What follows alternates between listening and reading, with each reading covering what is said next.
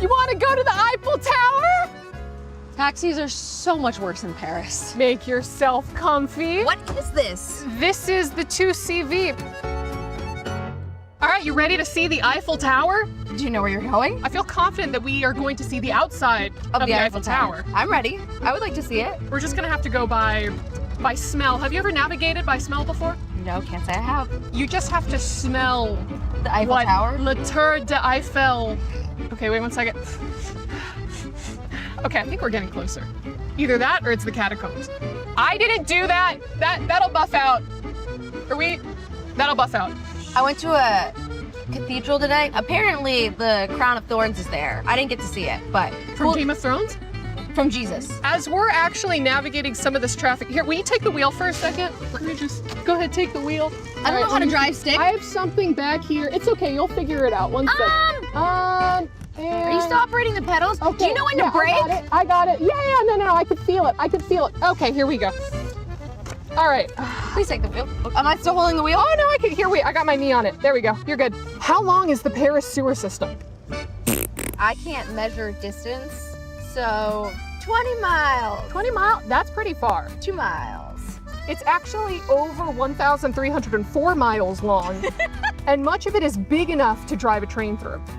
Whoa, it's a lot of It is. It's quite literally crazy. a lot of The Eiffel Tower is 330 meters tall, or 1,083 feet if you're American. How much does it grow or shrink based on the temperature? This thing's growing? I mean, we know that things tend to grow or shrink based on temperature.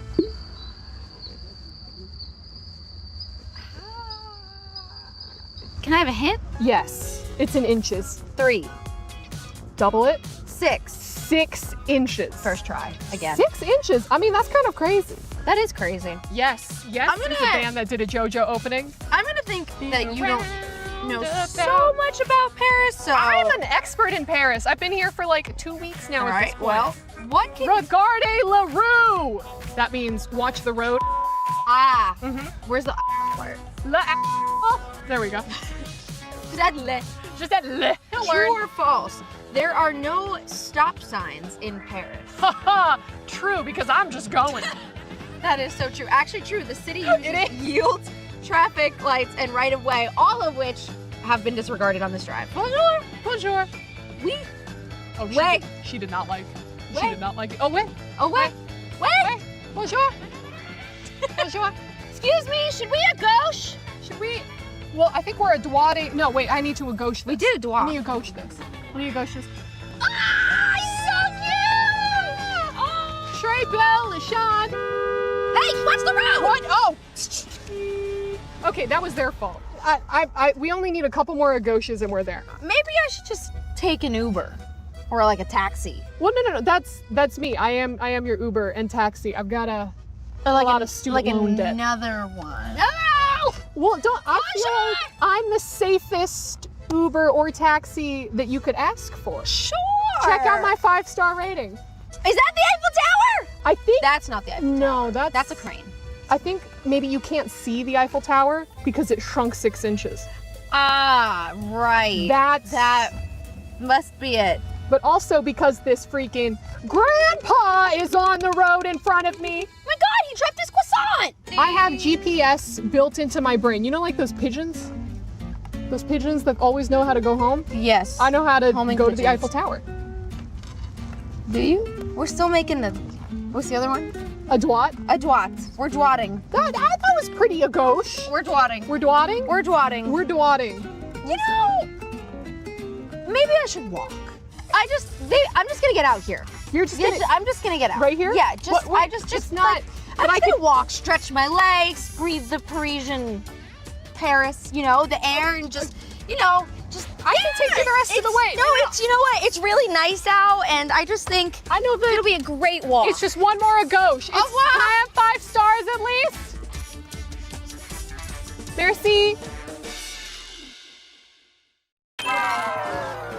Hello everyone, it's your favorite kind of tofu, Kin Dofu. I'm with Blacklist International today. We have our 4 players. Right now, we will play a game of Who's Most Likely To. Let's start with the first question. Who takes the longest to get ready to go out? Oh, okay. Share me one. Why? Because I'm not decisive to when pick my outfits. He wants to look good in case of emergency. Who's the most likely to use a hero that is not from their lane to play in their lane? Okay, me. Give us the example first.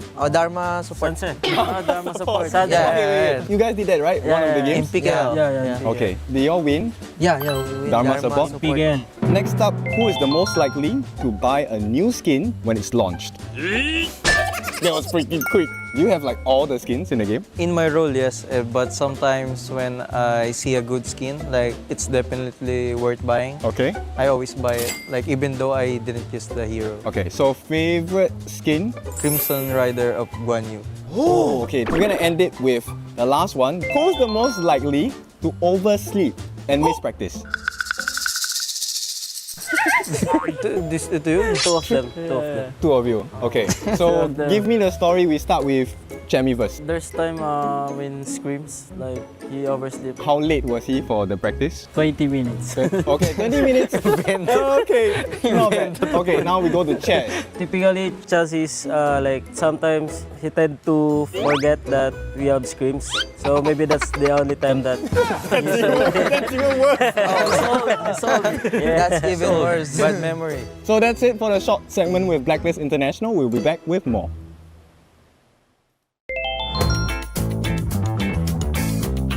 Hi everyone, welcome to Who's It, where we will put teamwork to the test. There are 3 players and here are the rules. First, only the player who can see can touch the board and show one answer. And only the player who can hear can see and communicate the hints. And only the player who can speak has the answer and can use gestures. They only have 90 seconds for this. Will they succeed? Let's find out. ยากปะโอ้โหยากมากเฮียแล้ว ไม่รู้เลยเฮียแล้วเป็นยังไงถือดาบมีผ้าปิดตาไหมถือธนูไม่มีถือดาบมันต้องไม่ถือดาบหน้าต้องเป็นไฟเตอร์ชุดดำไหมชุดดำไม่ใช่ชุดดำด้วยไม่ใช่ชุดดำเอาแถวแรกออกไปก่อนเลยแถวแรกแถว4อะลงไปอีกแถวหนึ่งเนี่ย1เอาไป1 2 3อันนี้ผู้ชายอันนี้ผู้หญิงผู้ชายหรือผู้หญิงผู้ชายเอาตัวผู้หญิงออกไปก่อนเอาแถวหนึ่งลงไปเลยแถวหนึ่งลงให้หมดเลยแถว1 2 ตัวลงไปให้หมดเลยปึ๊บถือดาบข้างไหนซ้ายหรือขวานาฬิกาจะหมดแล้วเลือกแล้วว่าตัวนี้แถว2ตัวแรกที่เหลือหุบให้หมดเลยกูเดาแล้วแถว2ตัวแรกถือไม่ใช่ไม่ถือดาบไม่ถือดาบไม่รู้ผมต้องมันถือดาบข้างเนี่ยไอ้เนี่ย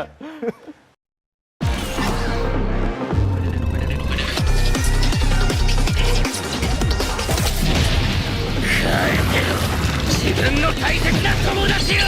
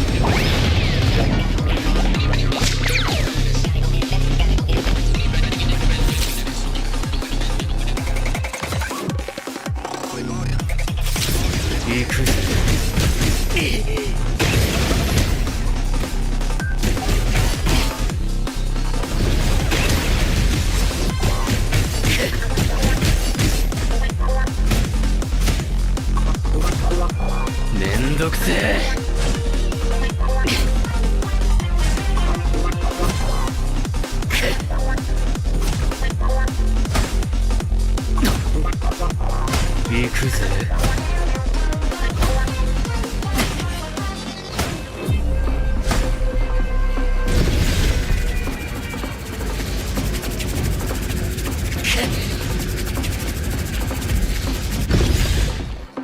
ああやだやだ。これがターボババアの力かよ。なえるぜ。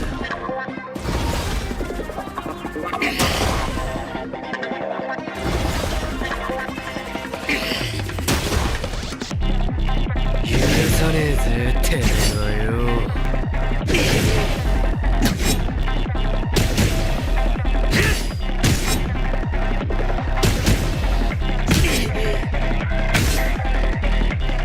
やれやれ本気出すぜ。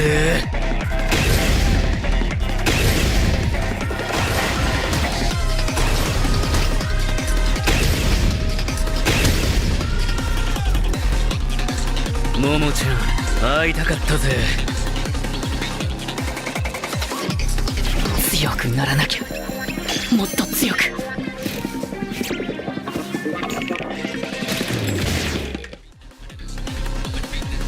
そういうことかよ。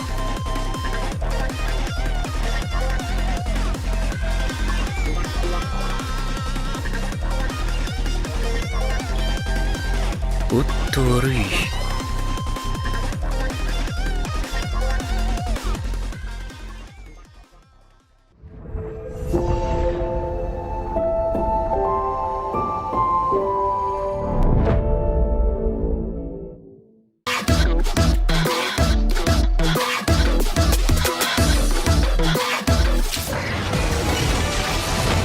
この器は我のものじゃ。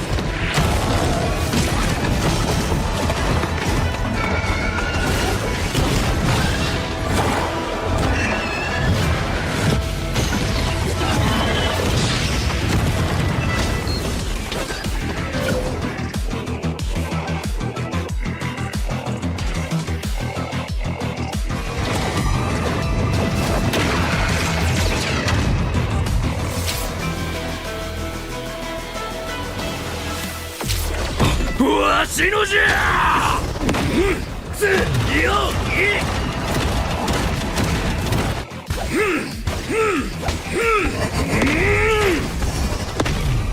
楽しいのう呪いの家。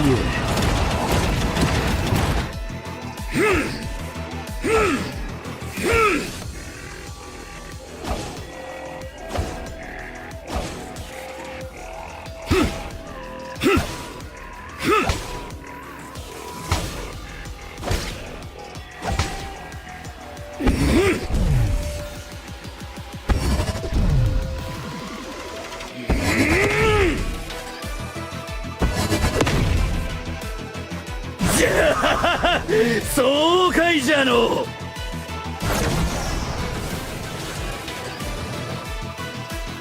見つけた。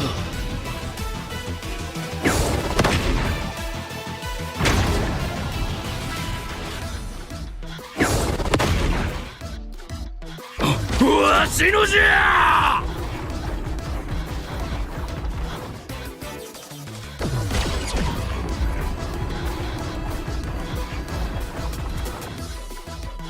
楽しいのう。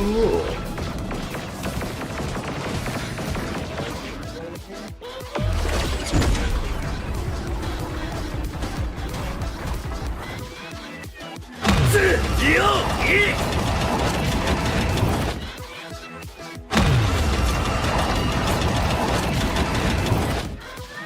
い。呪いの家。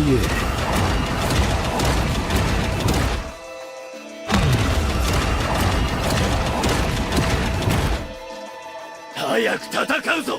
待ちくたびれたわ。無駄じゃ。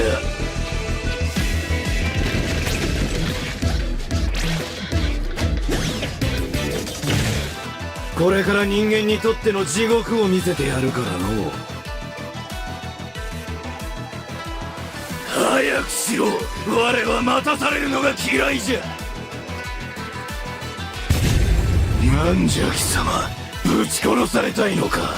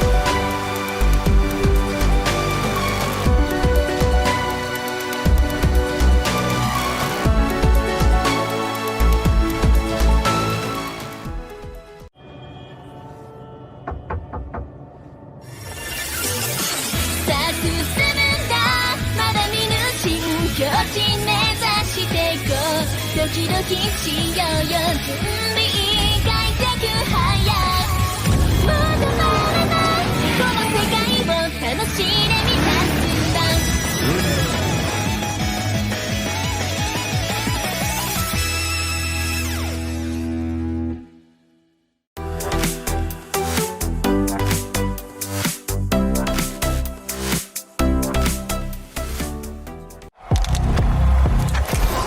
He thinks he can come in here and play my game. He knows nothing. Let's go! Tyler 1, you're done. This is my ladder. You can't climb it. It's better than being hard-suck at Masters. You're going too far now. Your eyes buggy. Your elbows ashy. That airline? That's an L airline. Somebody better hold me. Okay, yeah. Do something then. Raw energy. Blow the house down.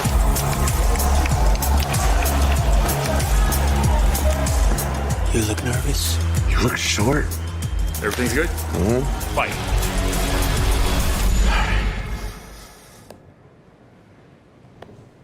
Okay.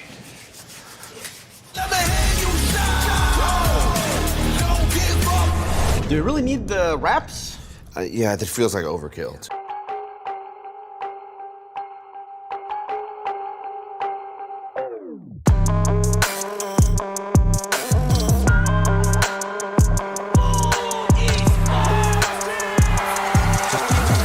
Feel your heartbeat raising. Goes like 3, 2, 1, that you counting down. I won't let this crown be taken. Can you hear me go?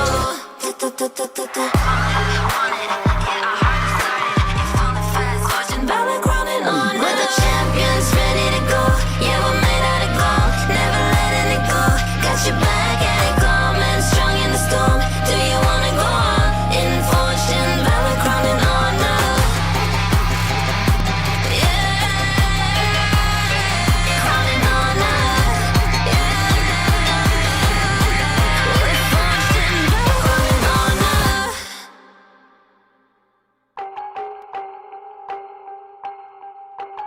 The group stage has begun, but nothing is settled in yet. Some teams are building momentum, and some others are just fighting to keep their hopes to stay in the KWC 2026 for a little bit longer. We're live from Paris, France. I'm your host, Isaac Peña, and today is going to be day 2 of our group stage. Kin, Nora, how are you? Well, I would say I'm really thrilled today because, personally, like for me, Yeah. it's the debut for KPL team. So definitely, I'm like really thrilled about today's matchup. Super excited as well. I think everyone has been waiting. In the comments for the past few days, everyone has been asking, where are the KPL teams? Well, they are here today.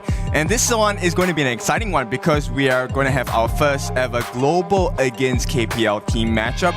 And of course, it has to be our new boys coming in from the side of Revenant X Spark. So I'm curious how to see whether this is going to be a good lesson learning experience and how strong will the KPL teams look. All right, Yeah. Ken, I'm going to bring you back a little bit because you're actually running a little bit too fast for my taste. We need to talk a little bit about what happened yesterday. Yesterday, we had the group stage day 1. The highlights are right over here. We've had amazing performances. We got over there like top of the top. Break it down for us.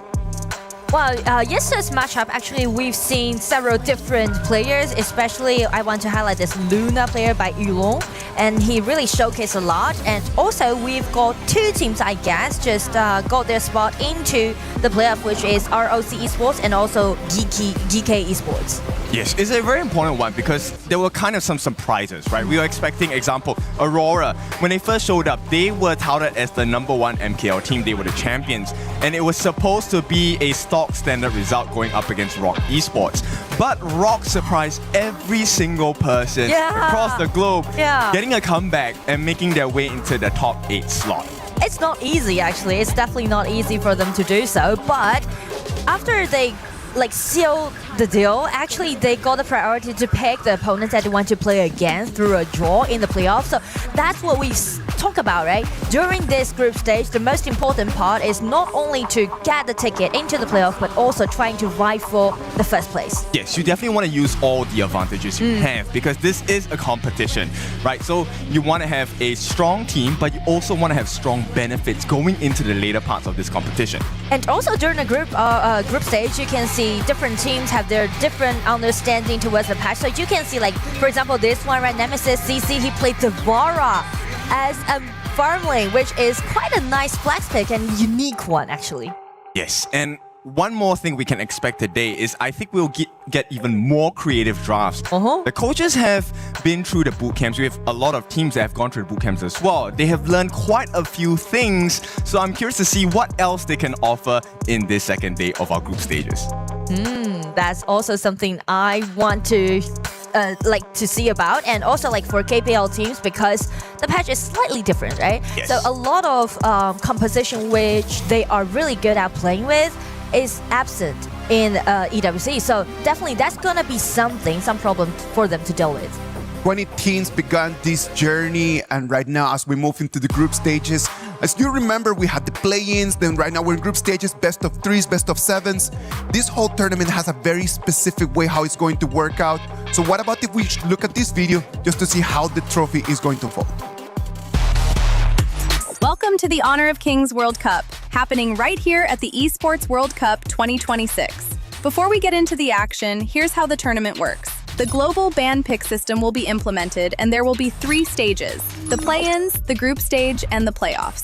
The 8 qualified teams have been split into Group A and B and drawn their placements on the bracket. The play-ins will have best of 3 matches, where the top 2 of each group advance to the group stage. The 4 teams who advanced from play-ins will be joined by 12 teams that qualified from their respective leagues, forming a total of 16 teams for the group stage. The 16 teams are split into 4 pools based on their performance, with teams in Pool 1 being the top-seeded team in each group. The rest of the teams will be drawn into the groups, with each group having a team from each pool. The group stage will once again have best of 3 matches in a double elimination format, where the top 2 of each group advance to the playoffs. Teams that advance through the upper bracket will have an advantage, so placement matters. The playoffs is where things get interesting. The team who advanced through the upper bracket in the group stage will first draw their selection order. Then, they each get to pick one from the other 4 second-place teams to play against. When all teams are picked, the stage is set for the playoffs. The playoffs will have best of 7 matches, and where teams tie 3-3, the ultimate battle will be the deciding factor. No second chances, no room for mistakes,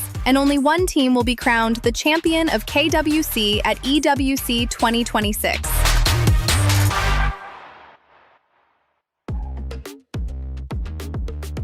There you have it. You already saw that group stages started yesterday. Rock Esports took in the first place, sending Aurora Gaming down to the lower bracket. And on the other side, GK Esports sold the ticket by just taking 2 very dominant victories yesterday. Yes, and as a common denominator, these are our MKL representatives, right? One of the strongest regions in the other parts of the world. Now, today, we're going to see what else they have to offer to us on the other sides of the groups and the players. Well, what about if we take a look at the brackets? Bracket A is going to be in action today. For this Group A, we're going to have 2 matches, AG.AL against Team Vitality, MIBR Laws against Blacklist International. And AG.AL being the champion of KWC 2025. So I would say they definitely want to grant their title this time as well. So it's going to be a tough game for Team Vitality for today. I mean, the story of this is so funny because last year at KWC, when we did the draw, Vitality went up against AG. You know, their jungler, their captain, Zhangqiu, was kind of in a different state after knowing of the result. But this year, they get to go up against them again. So this will be very exciting. But heading into Group B, this is where the story has unfolded yesterday, right? Aurora Gaming against Rock Esports. Rock Esports made it all the way to the playoffs. Titan Esports Club will have to go against Influence Rage. This one will define the history for the year because they will be going up against Aurora Gaming. And it's not going to be an easy one. It's a difficult journey, but this is what the tournament is supposed to be like. So Group C as well, we have our first matchup today. That's going to be Quaisho Gaming going up against Revenant X Spark. This one, I think we're going to see some interesting thought processes from the coaches and also the players in the game as well.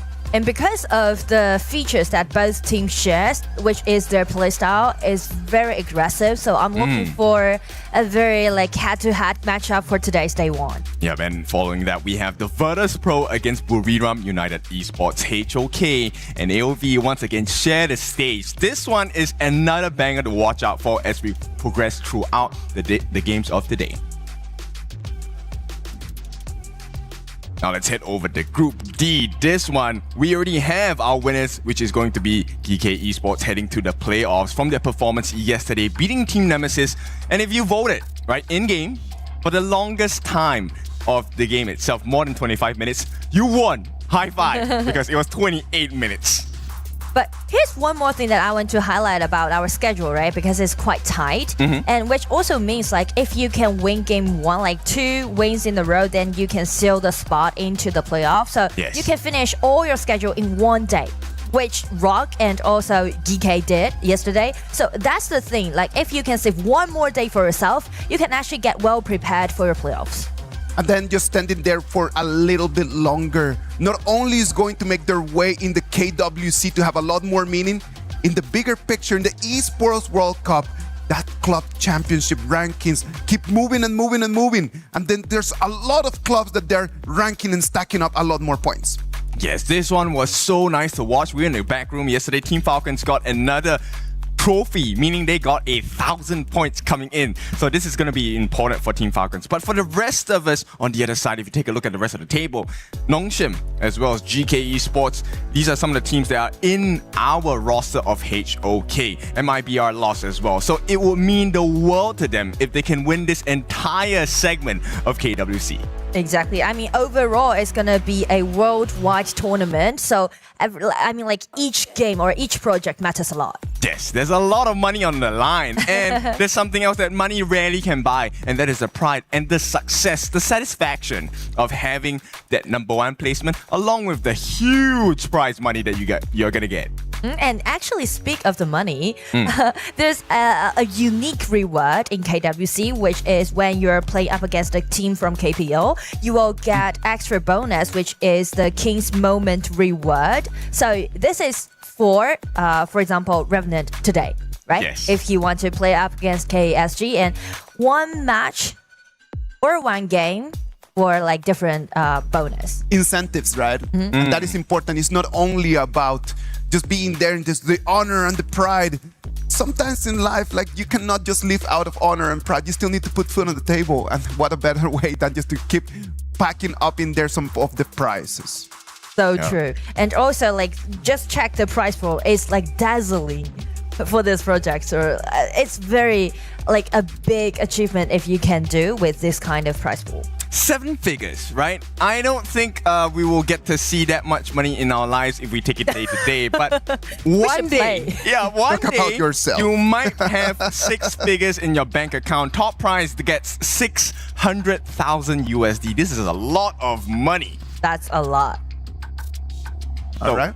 What about if we start moving towards the games for today? Today we're going to have a packed schedule. We're going to have best of 3s. We're going to have the action of Group B and Group A and Group C. It's going to be 6 best of 3s.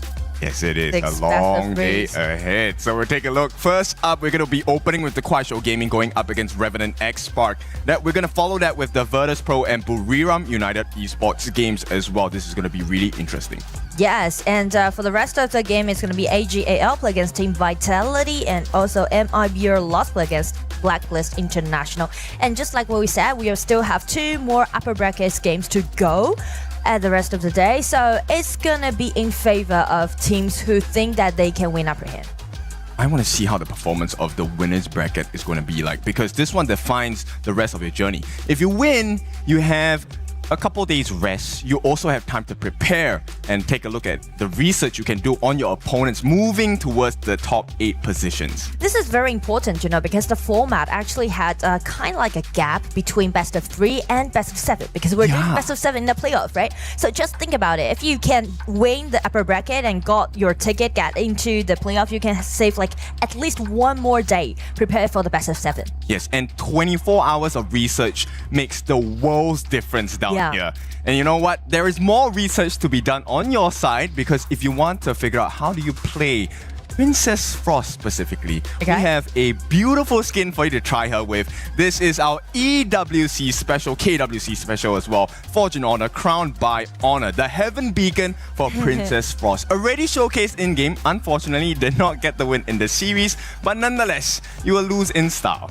I do like it. There's a saying about every player in HOK has their own destined hero, designated hero, and for me personally, it's Princess Frost. Wow, okay. I'm a big fan of Princess Frost. I'm gonna share the stage with you on that because Princess Frost is also one of my favorite heroes. And it's something that the other talents know me as because I like to play in the mid, but she can also operate as a roam. Maybe not for professional games, but in your ranked games, you can give it a try as well. Yes, and it's stunning skin. Love it.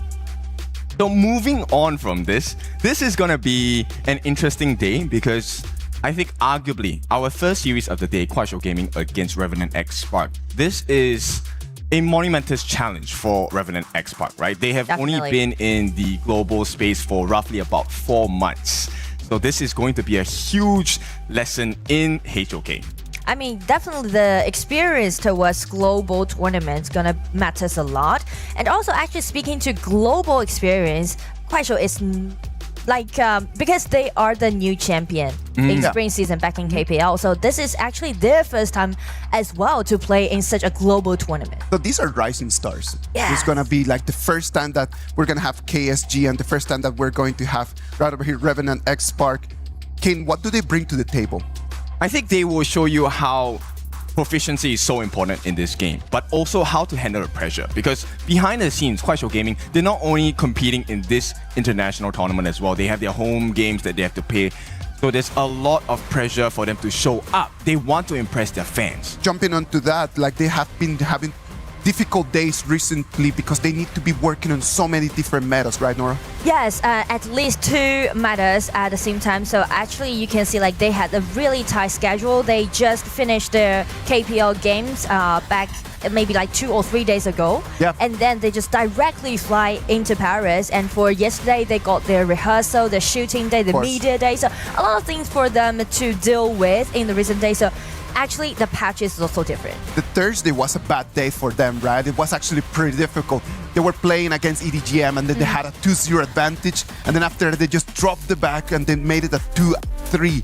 And that was their last game right over there at KPL before flying all the way here to Paris. Yes, it's a difficult journey, right? And there's also things like the jet lag because of the time difference. So things might not be as straightforward as it seems on camera.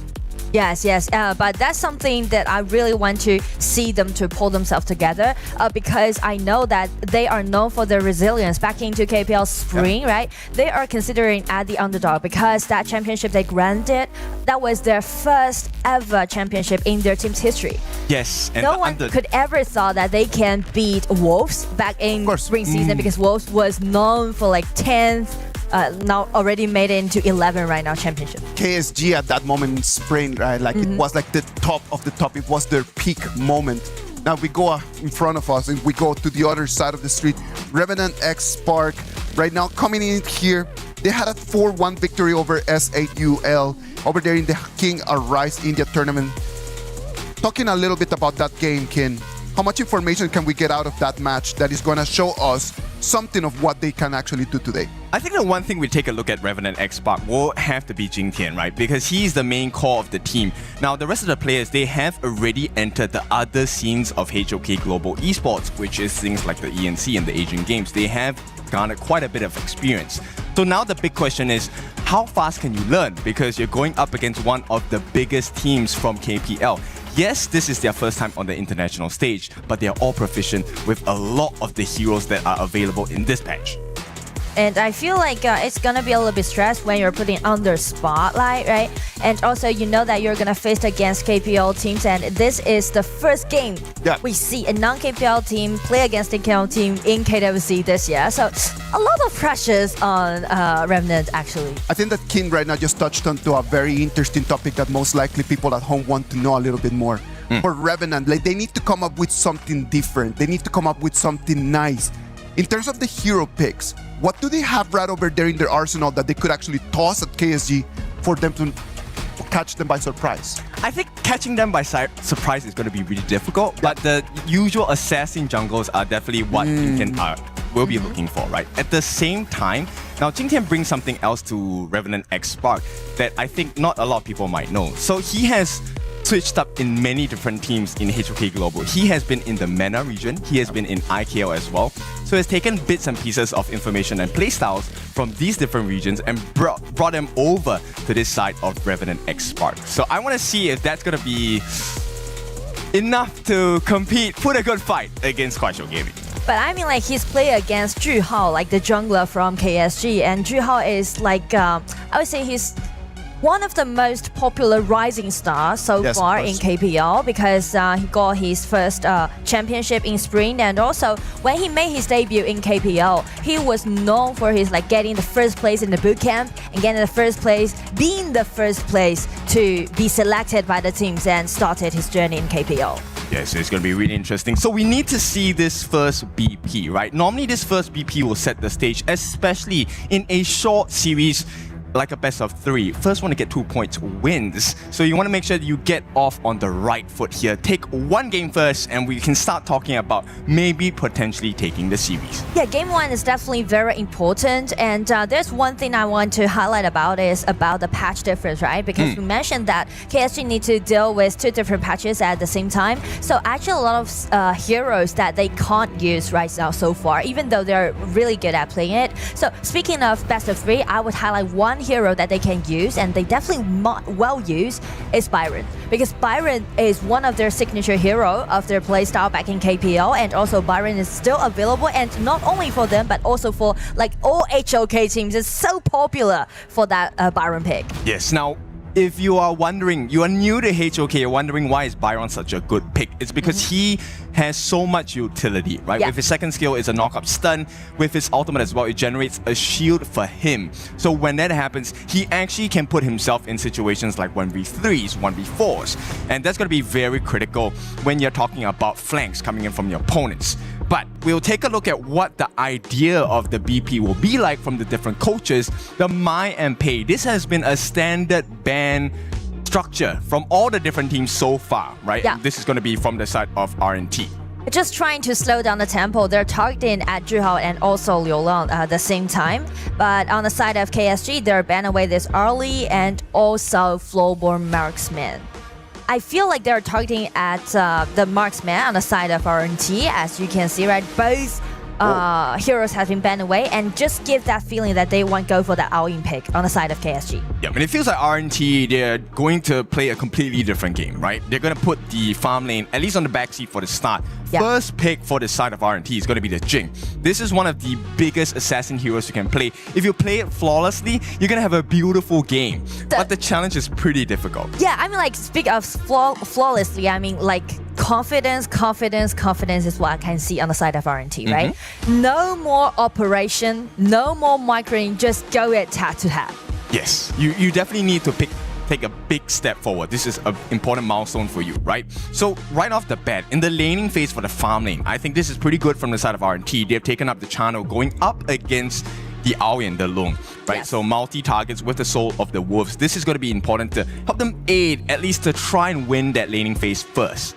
And here's the fun part, you know, usually when heroes, in that case, they will go for that Zhang Fei pick for the third one. But as for KSG, this time they go for this try to highlight Zhuhao in this game. So definitely Zhang Fei is going to be unavailable if RNT sees that, right? They definitely need to take Zhang Fei away.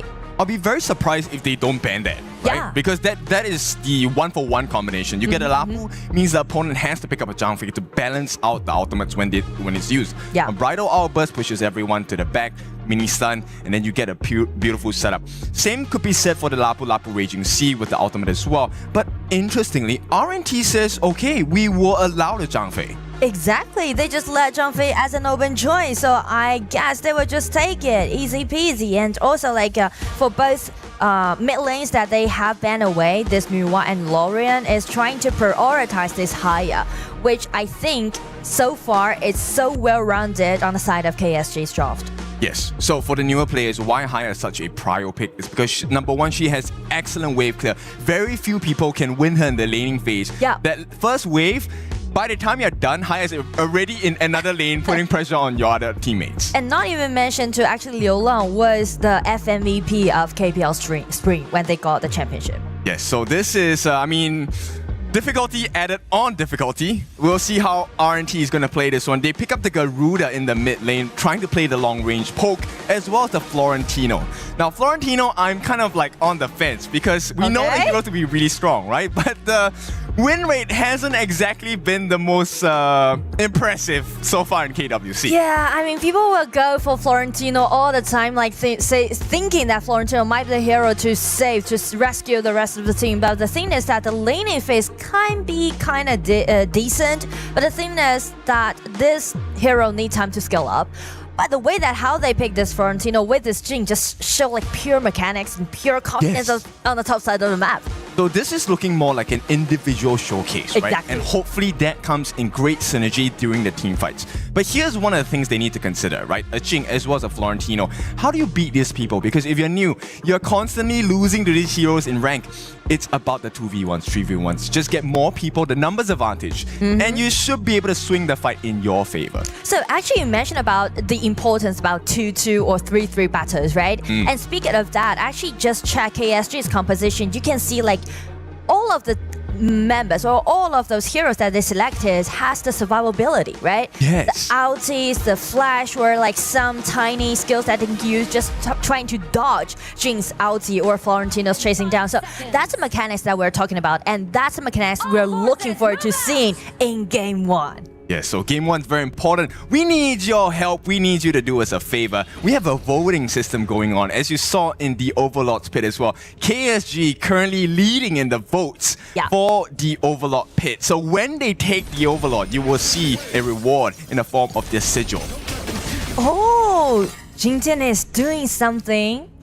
Sneak into the red buff side, and Zhao just use his might. Oh no. So, not looking it's good. gonna be a 1-1. Oh, he got it. He stole it. So Jingtian actually gets that initial one. But here comes the second part. Sure, you stole it. Can you survive though? Because 3 members on the side of KSG are here. And they're going to open up this first part of the game with the first blood onto Jingtian. And that's not what you want to see if you're an RNT fan. And like first blood goes over to Science. I mean, nice try by Jingtian. But the thing is that you can see the coordination on the top side of the map, on the side of KSG, right? They just rotate so fast and in close. That kind of thing. And I love this. Right on the dot, hyper roll. Silence always brings the confidence, and you absolutely shine on stage. Keep going for that championship.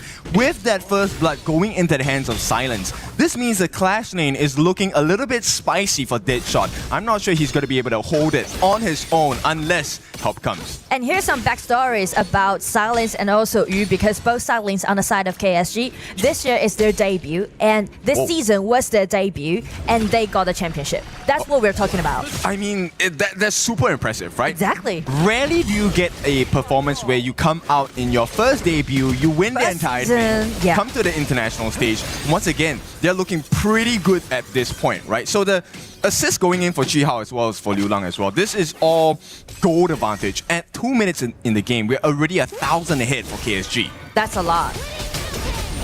It really is a lot. And right now, this means the rotations will be a lot faster for the side of Clash of Gaming as well. And this means at the 4-minute mark, you could expect that RNT might entirely just give up the attempt and try to look for something else across the map. And the ulti has been broken by Liu Lang. Just drag this Lapu Lapu in and everyone just guarding around him. It's not going to be a kill inside, but outside there's 3 members waiting for this Lapu coming out. Yep, Crowley takes a fall here with the flash by Deadshot. He's gone as well, right? There's no way it's gonna happen. Ji-Hao gets that finishing blow. It's 3 kills to nothing on the side of KSG. Nothing less to expect from the #1 team in KPL previous. And the way that how it goes so far is pretty much like RNTX is trying to make a lot of things happen, right? They make a lot of things move in groups, but KSG, they just guard there, just wait for it, and just doing those pushbacks. Yes, and the timing has been already super clean from KSG, right? So LFF actually giving vision to the side of KSG. It might not seem like much, but at this point, now they know what to do during the rotations. Crowley, he's gonna try and set up something on the side. The flash, the ulti already been broken, so KSG, they are on their way, getting down, try to rotate, and just force out the flash on the side of RNTX. So a lot of trades happening, and after that, it's up to 2,000 gold lead right now. And it will start to get more difficult, right? Because a flash at this stage means you don't have it for that 4-minute Tyrant fight. So, you know, any ideas of going for that Tyrant becomes more and more risky. And RNT, if they make the fatal mistake of losing not just the Tyrant, but giving more kills to KSG at the 4-minute mark, I think they might regret it. So they're actually trying to pressure on at the bottom, trying to do something on Yu, but you can see like Yu is just being very patient. But at this place, you can see like the ulti broke out and Candy just being killed instantly. That's gonna be something to deal with on the side of RNTX. Yep, Candy already taken out, so there is no way they can contest this. KSG take the first time of the game, and there is more to come. Jingtian couldn't even go close because the Moonscape Mirage from the side of Liu Lang actually pushed him back. So at this point, KSG, look, I think this is a well worth effort. They're gonna put themselves right smack in the middle of the jungle on the bottom side and put more pressure on Senpai as well as Crowley. I don't think you want to contest this, but they will still give it a try. Jingtian goes in for the 1v3. Now it becomes a 1v1, but he should be long and gone. The damage is too much, and Liu Lang shows him what's up. Even make it as a solo kill, and here comes Ji-Hao. They are just torturing the game. You can see like the certification that KSG has, right? They're just totally reading RNT as a book. And this is what it means to play against a KPL team, right? The pressure is immense. T1 now under pressure as well. I don't think they can defend this. In fact, they have to give it. And a couple of free hits coming in on the lifelines of Crowley. This means they don't get to defend. The Azure buff goes to the side of KSG as well. I mean, like, everything just happened so fast. Like, RNTX, they are trying to be aggressive, but the thing is that once they failed, you can see everything just collapsed after that. Yes. Like, one small mistake, the other side of the team will just make it to be a snowball. And it feels like there's no more space for RNTX to try anything, right? Look, they're trying to farm in the top lane 4 different members. Ideally, we're looking for a 3-man gold sharing effort, but at this point, because you're so far behind, 4,000 gold behind, KSG might be looking for more. Senpai gets caught out by Liu Lang. Does get the Moonscape Mirage. This is a 1v1 that is completely unfair. Even with the leader stance, he's going to be taken out, and KSG have all the advantage in the world. Killing spree it is. I mean, like 303 KDA, Liu Lang is having 100% killing participation. Yeah, we need to take a look step by step, right? RNT, can they get a kill over to their side? Right now, they have nothing to offer against KSG, and KSG knows that they have this advantage. They will start approaching the Crimson camp again. I feel like they are just being really dominating, and you can see like RNTX, they are too busy to guard all those resources that they have. Yep, and it's very difficult because ideally you want to isolate singular members on the side of KSG, but nobody can hold a 1v1 with any member on the side of Quasho Gaming at this point. So RNT, they have to figure something out in the sense of a 4v1, 3v1 numbers advantage. But to be honest, like with a 5,000 gold deficit, it can be really hard. The only thing that RNTX can do right now is just let Candy to guard all those waves and just trying to clear the waves and buy more time for Channel and also the Jing. Yes, and time is definitely not on their side because while Yu on this Owen is doing well for himself, the silent killer on the other side of KSG is silenced. I mean, no pun intended. But when the Devara comes online, you have essentially 2 marksmen and damage dealers, and here we go, Jingtian. He's gonna be caught in the middle of no man's land. 4 different members tries for the movements with his mirror image. Not gonna work out. A rampage for the side of Liu Lang. I mean, like, it's just being so devastating. They are trying to do the splat push, let Jingtian to have more gold shell. But the thing is that KSG already read that, right? So it's gonna be a group movement at the bottom.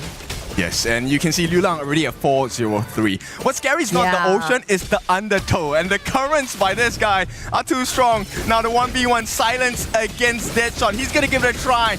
Tries to put down the pedals as well, but Yu is here to help him out. And this will be the end of Deadshot. What at the same time, we also have Crowley. The tank is gone, so the squishies are left. Just Senpai, Candy, as well as Jingtian. They can't do much here. It's 4 different members on the side of KSG, all across on the other side of the map. It hasn't been 9 minutes, but already 9 kills in favor of KSG. And you can see like they can go whatever they want, take whatever they want. It just seems like this game is already be in their hand. Yep, and if you take a look at the gold chart, Ju Hao on this Ying, close to 1,000 gold per minute at this point, 8.5 minutes. It's looking a little bit dire for the side of RNT. They're gonna have to make a last stand here. That T2 at the top is very important, but the biggest challenge is you have about 1.5 minutes left, more or less, at the 10-minute mark when the shadow variants of the objectives come out. How do you defend that?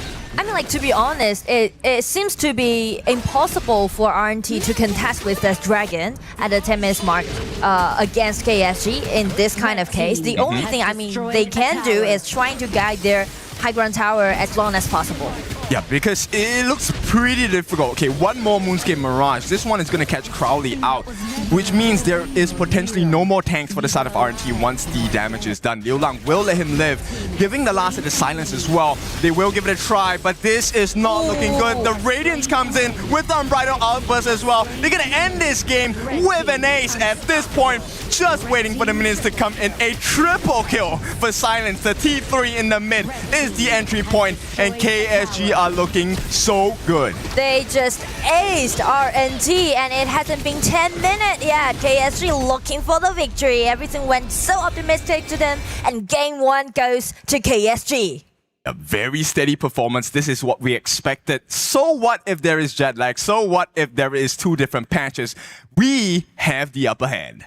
I feel like it's pretty solid, you know. Not only the draft that we mentioned is very well-rounded, but also the play that they did in-game. I feel like it's just being flawless. Yes, and it's quite difficult. But Isaac, what do you feel about that game number 1? I believe that RNTX came in with a clear idea of what they wanted to do. They wanted just to start the first 1 minute just making a statement, right? Like just showing that they were not gonna just stand there and just protect their base. They wanted to go and get something. The Jin comes in, tries to invade onto the red buff, does not work out, and then everything just fell apart in the 40 seconds of the game. Yes, I do like the design that they did in the early game where I tried to steal away the red buff. Because if you want to compete KSG, you can't just go for those operations. It's impossible, right? So you need to make something like out of your expectation, and that's something they're trying to do. It's a very big gamble, right? It's like you are actually, you're gonna win big, or it's gonna end up just exploding in your face, and for them, just ended up just exploding in their face. Yes, it is like you said, 40 seconds, right? That's not a lot of time, and you are forced to play this way because Kuaishou Gaming, like you said before, Nora, they are a very aggressive team. Very, These are young aggressive. and up-and-coming talents as well. Ji Hao down here, 306 with 9,000 gold in his pocket. He was far ahead on anyone else on the side of Revenant X Spark. And this is one of the cleanest gold graphs you will ever see. At the point of the 9-minute mark, they were up by 12,000. This is more than 1,000 GPM. It's pretty just go in kind of like a one-way game because like 14 against 0, and also Kuaishou Gaming just accelerating their pace. They're already being, I guess, like 2,000 gold lead being built, right? And that was 6 minutes, around 6 minutes. And this is where it gets even more terrifying, right? Because if you take a look at what the sequence of the draft is from the side of KSG, this is not even the full power of the draft yet. The composition, Silence was not 100% online. This was not a 6-slotted Liu Lang, 6-slotted Silence, 6-slotted Yu as well. And they were already struggling to keep up. So the big question here, if you're on the side of RNTX, is now we tried the assassin jungle. We tried the aggressive maneuvers in invading level 1. do we, number one, take a different role for the jungler now? Does Jingtian play more of a tank jungle and we try to defend against the aggression of Kuaishou Gaming, or do we try it again? I feel like try again might be better, because if you, trying to make some tankiness brought into your composition, which means you play in a passive way, I don't think play passive is going to be a good solution when you play against KSG. Okay, so they need to be cleaner, right, on the side of RNTX. I mean, to be honest, Jingtian did get like a decent start, but it was just for a moment. He stole the buff. That was good, but the punish, this is KSG. This is how fast they are. At the same time, following that, Crowley not being able to follow up, and one by one, they stepped into the jaws of KSG. This gave them the best possible scenario on the side of Kuaishou Gaming. And I mean, if you want to do the invasion, you need to do it thoroughly, right? Because actually, before the 4 minutes mark, we didn't see KSG is looking for something. This is far beyond after they got those gaps about their goal difference. I mean, before 4 minutes mark, KSG is just trying to farm up in a peaceful way. But the thing is that they are just doing those pushing backs when the other team is doing the invasion.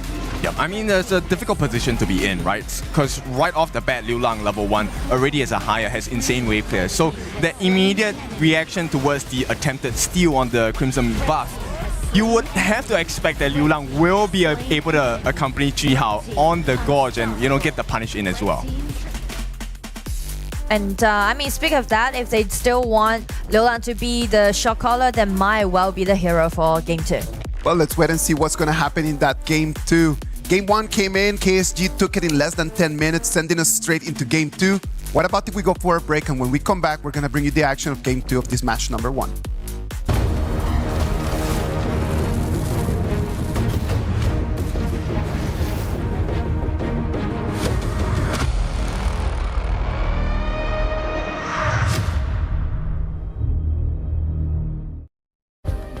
Play is in our DNA. Whenever we let it out, it becomes our superpower. Now imagine an entire city being built to supercharge it. Kadir City, powered by Play.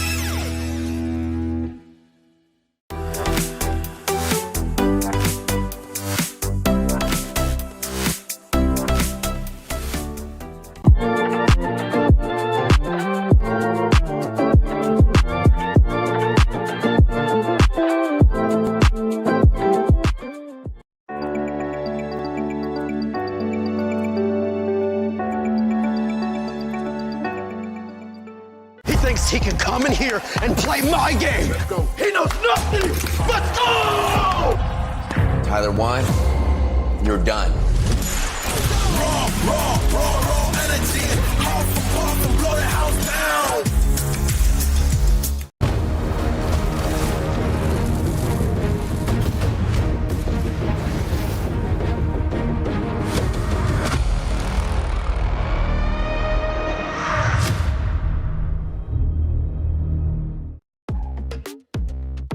For RNTX, this is going to be their first international tournament. So having a little bit of nerves and not being able to settle in immediately is extremely normal. So it's totally fine.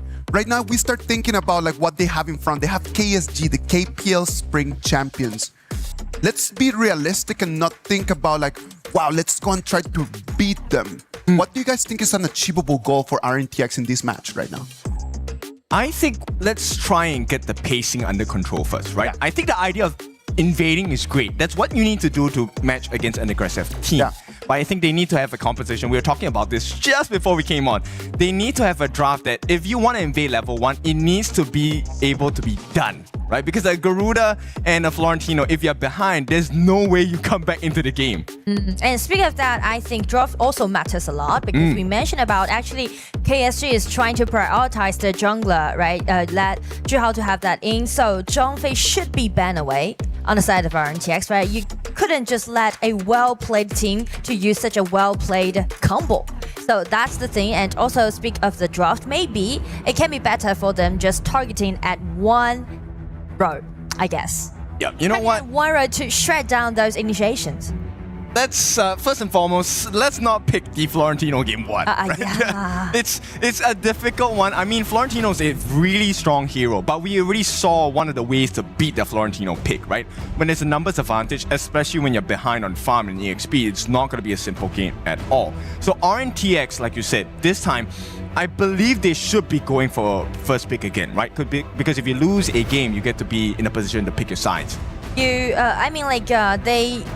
The better to pick some heroes with initiation. For example, this time, Zhang Fei is still available for them, but they will stay the same as this my ban and also that pay, because you won't just let KSG to be really aggressive in like before 4 minutes.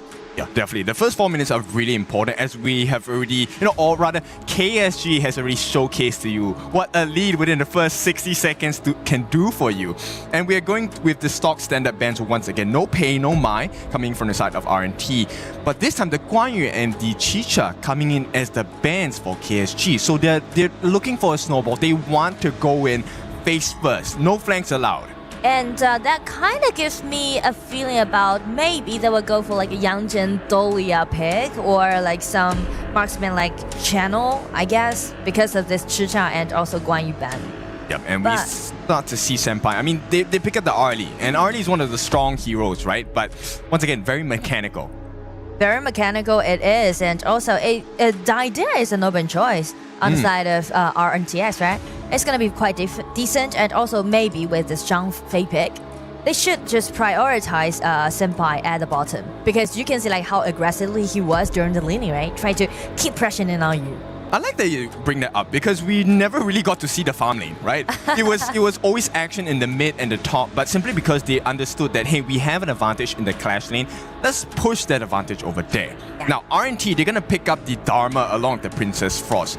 So maybe, you know what, they could even play the Liang as a roam and go for the traditional Frost Liang. Do you like that combo? Well, I mean, I do like the combo, especially I'm looking forward to seeing KSG or AG.AL to play that combo. But as for RNTX, I feel like they might be better to go for a composition with more tolerance, because Zhang and Liang, you really need to use your ulti precisely, and it is very hard to execute it in game. Yes, high risk, high reward. And this risk is even higher now because they have Fatih in the hands of KSG. Fatih, if you didn't know, when he activates his ultimate, he cleanses himself of all crowd control, which means he might even say, you know what, Candy, if you want to use your second skill, Frigid Prison, freeze me, and I'll use my ulti, I'll come out, I'll start slashing.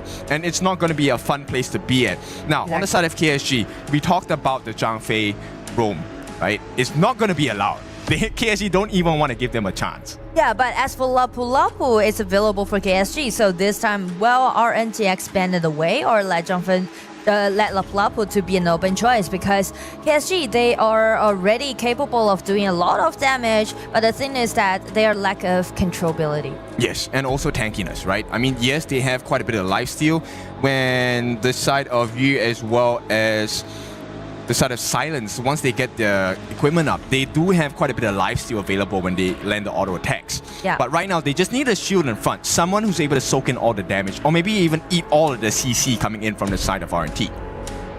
Lapu Lapu it is, and maybe like Yangjin for Zhuhao this time, I guess. And also for RNTX, because of the Dharma pick and also the Princess Frost, the control is definitely there.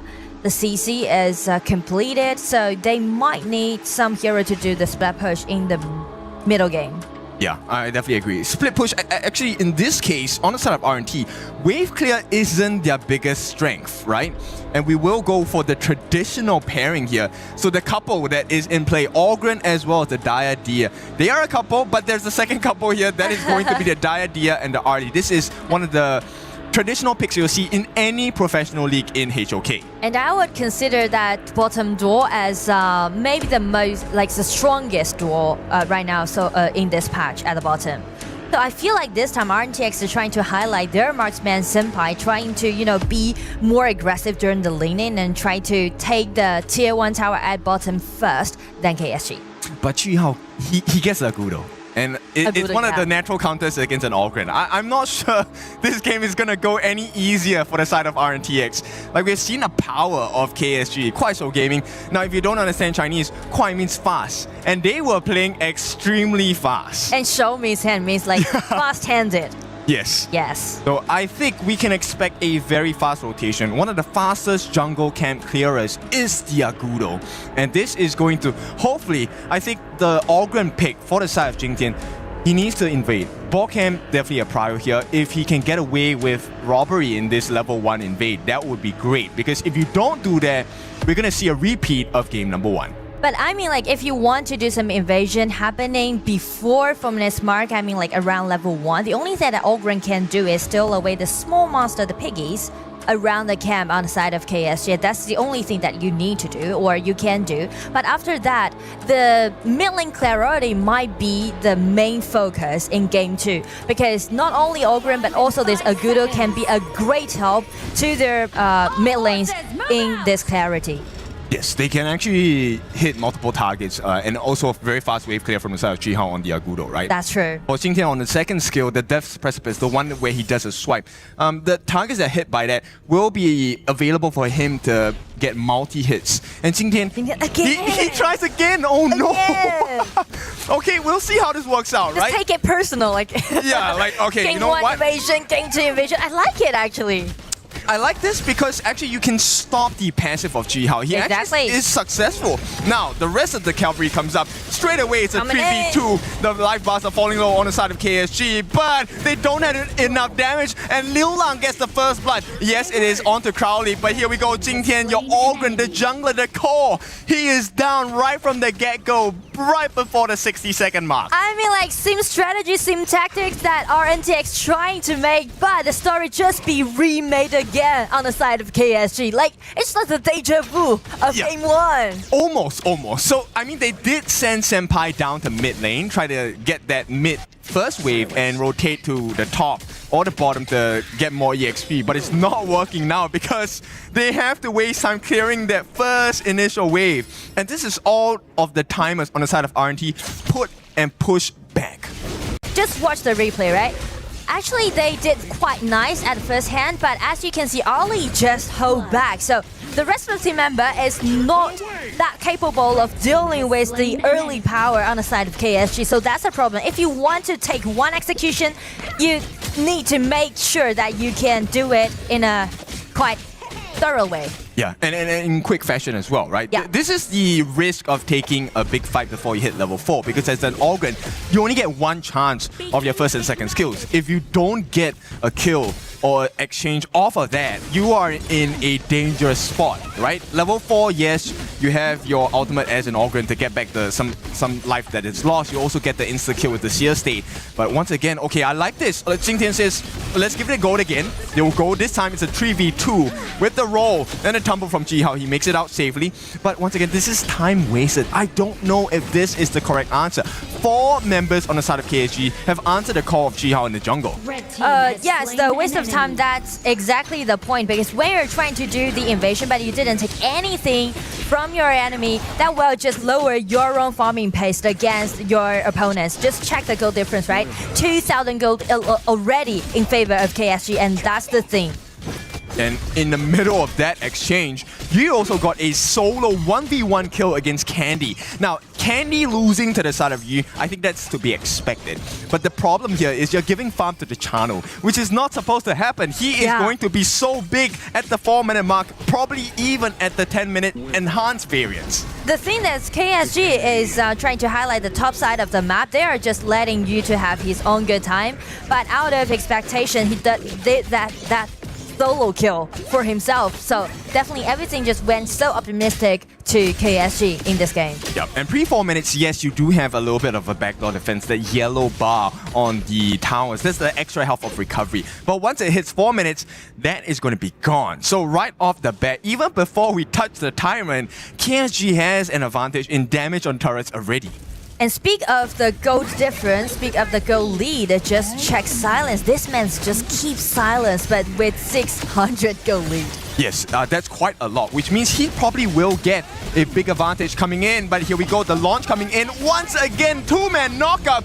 The jungler is gone. Jingtian, today is not your day. And KSG right at the 4-minute mark, they kickstart the Tyrant. There is no steal unless Deadshot can do something spectacular. Not gonna happen as well. And as we already said, T1 at the bottom, looking so shaky. Just secure the Tyrant at the bottom. You know, like one thing that I do want to highlight is that Lorian is quite like a new hero to Liu Lang, but just check like how smooth he is using all those combos. It's like pure mechanics, but like pure talent with great effort. I mean, this is one of the reasons why they are champions, right? They learn so fast, even if it's a hero that is new to them. The mechanics are already there, the foundations are already there.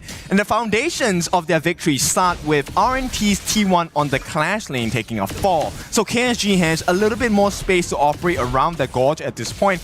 Top side is going to be very dark. Lapu Lapu finding a nice spot, trying to get in at the back.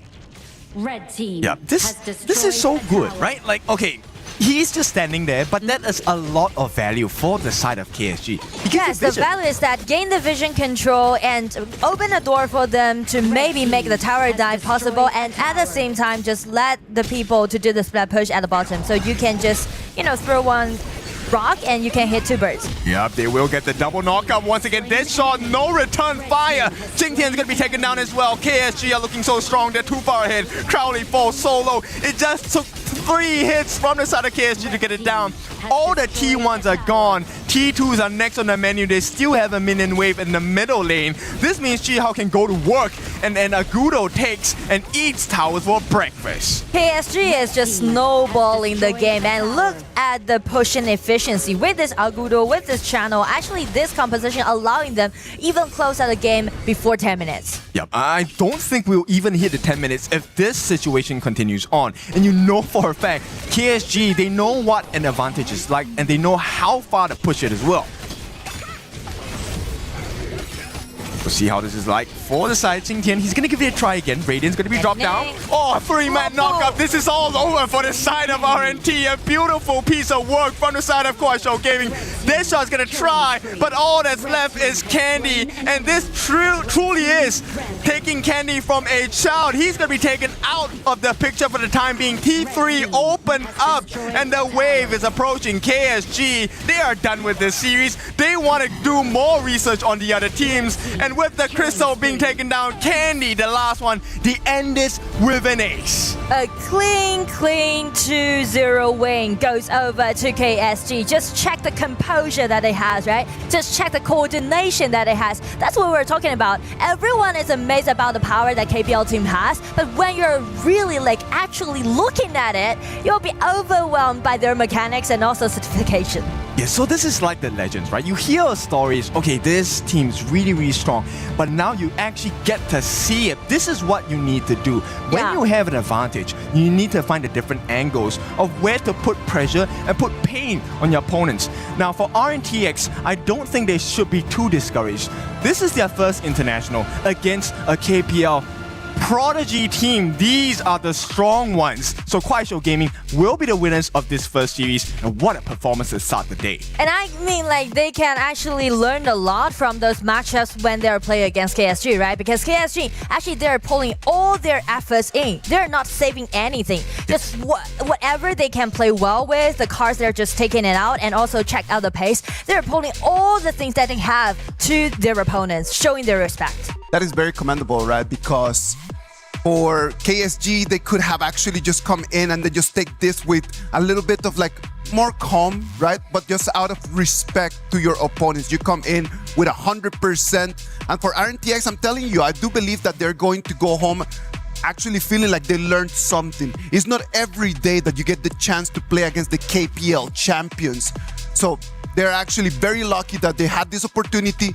They need to go back, look at the video, and then understand exactly what they can do in order to improve.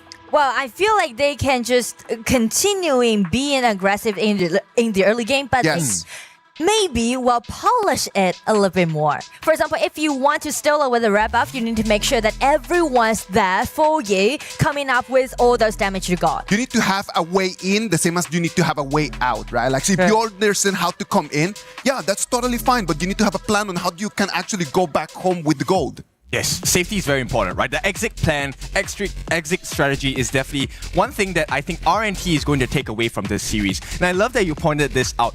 Respect is shown from the side of Kuaishou Gaming. Now, RNT gets the best chance to learn because the gaps were pretty clear. They did make the right move of trying to be aggressive, but it's still not clean enough, like you guys said. Yeah. Right? And punishment will have to be dished out. This is a literal classroom. You have to take notes and you have to take the reviews. And if you take a look at the damage coming in, Liu Lang this game, once again with the Lauren, I love that he highlights this hero from AOV. I do like how Liu Lang played in this game, you know, because the first game, Haya showing his game knowledge about this game, and for game 2 with his first blood, you know, like Lauren is pretty like a new hero to KPL teams and also to Liu Lang, but just check his smooth mechanics. It's really flawless, you know.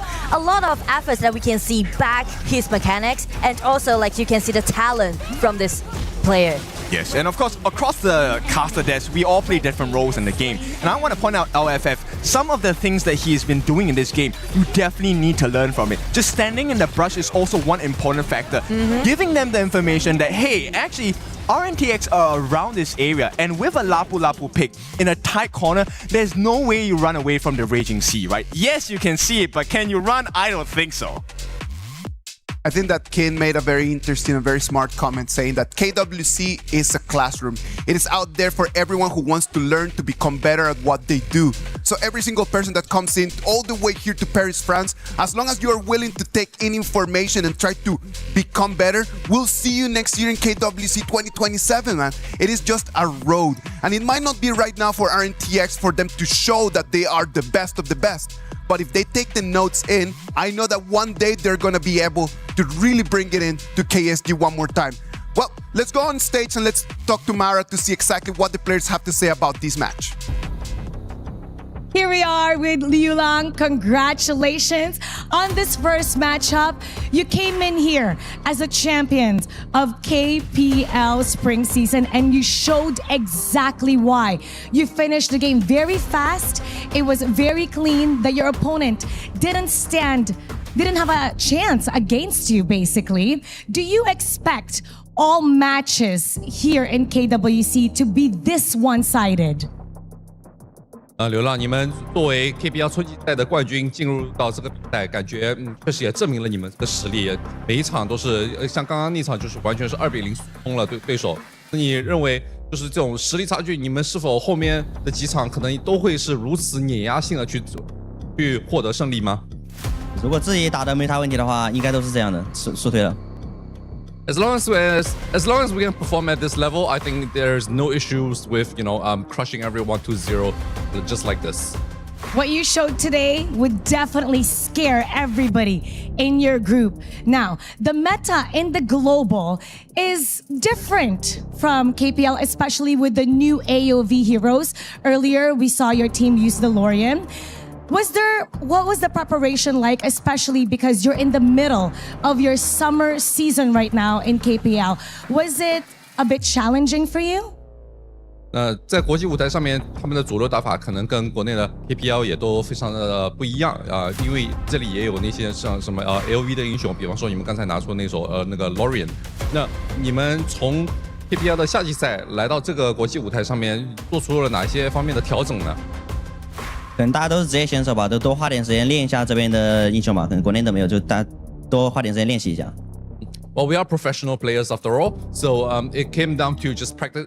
Like when there's a new hero, we gotta practice it. We gotta devote time learning the ins and outs of the hero and be able to deliver a performance with it at the highest level on the stage. And we're really excited to see what else you have to show. What about a message to the world, everyone that's watching right now? 那有没有什么话想跟现在所有在看的观众和粉丝呢？希望大家都能看得精彩吧，啊，看得尽兴。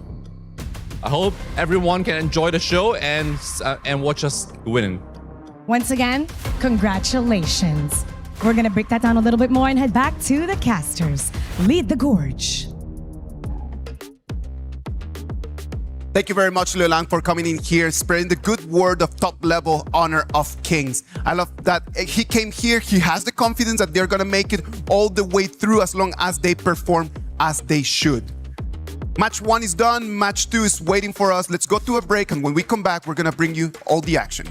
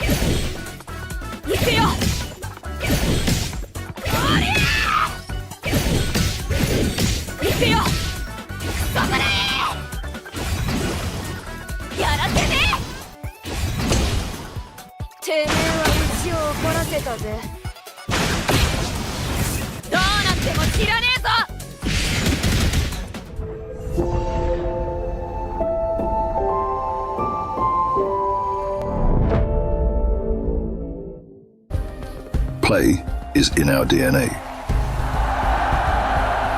Whenever we let it out, it becomes our superpower.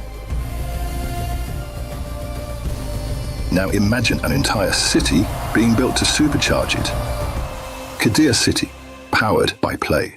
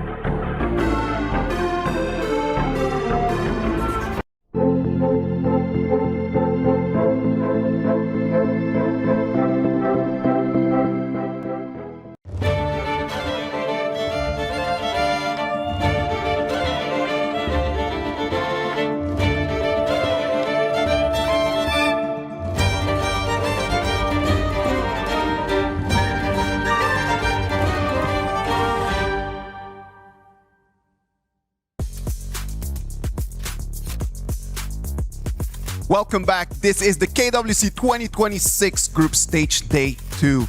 We just saw the performance from KSG taking a 2-0 victory and moving forward to today afternoon's performances.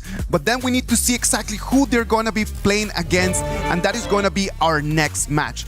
To break it down to you, we have brought Kin and Blam for this match. Hello. One more time. I'm showing some homage to VP, you know, there we saw Clue with his lovely little... I'm assuming it's a Hue 1 impression, right? It's looking good, right? Because at this point, this is going to be a very important match. Now we shift from one side of KWC to the other side, and this time we're looking at the HOK AOV matchup. Virtus Pro going up against Buriram United Esports. This one is going to be interesting because we have quite a bit of history with VP. Oh, absolutely. KML champions against playing survivors. This is going to be Virtus Pro against Buriram United Esports. The KML Spring 2026 first place against the RPL Summer 2026 first. Blam, who's coming on top out of this one? Is that even a question? I mean, I'm a representative from the KML, man. Like, Virtus Pro has my vote all the way. I mean, Buriram United showed a very promising play-in stage, but Virtus Pro is that next notch in HOK. All right, so Virtus Pro makes it over here after winning their title. When looking at the way that they made it right over here, their destiny with Nongshim Red Force had been just intertwined in such an interesting way that they had to beat them multiple times in order to make it right over here. Blam, what happened in there? With that one, I mean, obviously, Nongshim Red Force got up against KML's champion now, Virtus Pro. Obviously, it was a bit of a tight series. Yeah. Obviously, after the reform of Nongshim Red Force, they still wasn't enough to take down this VP, this new kind of like all-star roster within Europe. It went all the way until 4-3 in that grand final of the KML, the Spring 2026, man. So we can see a lot of the people that you can see on the screens. These are not new faces for anyone. These are players that have been with us through these years. They have been carrying the flag of different teams. They are experienced. Blam, what are the best moments that you remember from Highland, from 90, from Clue in the road to KWC 2026? I mean, for KWC 2026, obviously, we saw that Highland has kind of been shifting since 2024's EWC, right? Obviously, this is a guy that kind of left the composition very early, very emotional, but now, last year, he got top 4, and that's what they're going to be going towards now. Top 4 is always in the past because we know that they did really well in the past, but what they have today is going to be a completely new challenge. Buriram United Esports, since play-ins in day 1 up until right now, they have been doing really well. We've already had a lot of performances by them. Ken, we already know exactly what they can bring to the table, as we're always saying. Is that going to work in their favor because they already know the stage? Or that's going to be a disadvantage since for Virtus Pro, they already know what they can do? It's going to work in my favor because I love this mid lane matchup. I like that you highlight the Highlang from the side of Virtus Pro, right? Because coming in, we get to see this comparison between him and Nunu. Nunu is this all-star player coming in from the side of Buriram United Esports, and Highlang is also a decorated player from the side of HOK. I think that that's going to be one of the best matchups in this game, right? Like just the mid lane fight. Nunu, we've been talking about Nunu so much in these days just because he has been setting the real standard for DeLorean, right?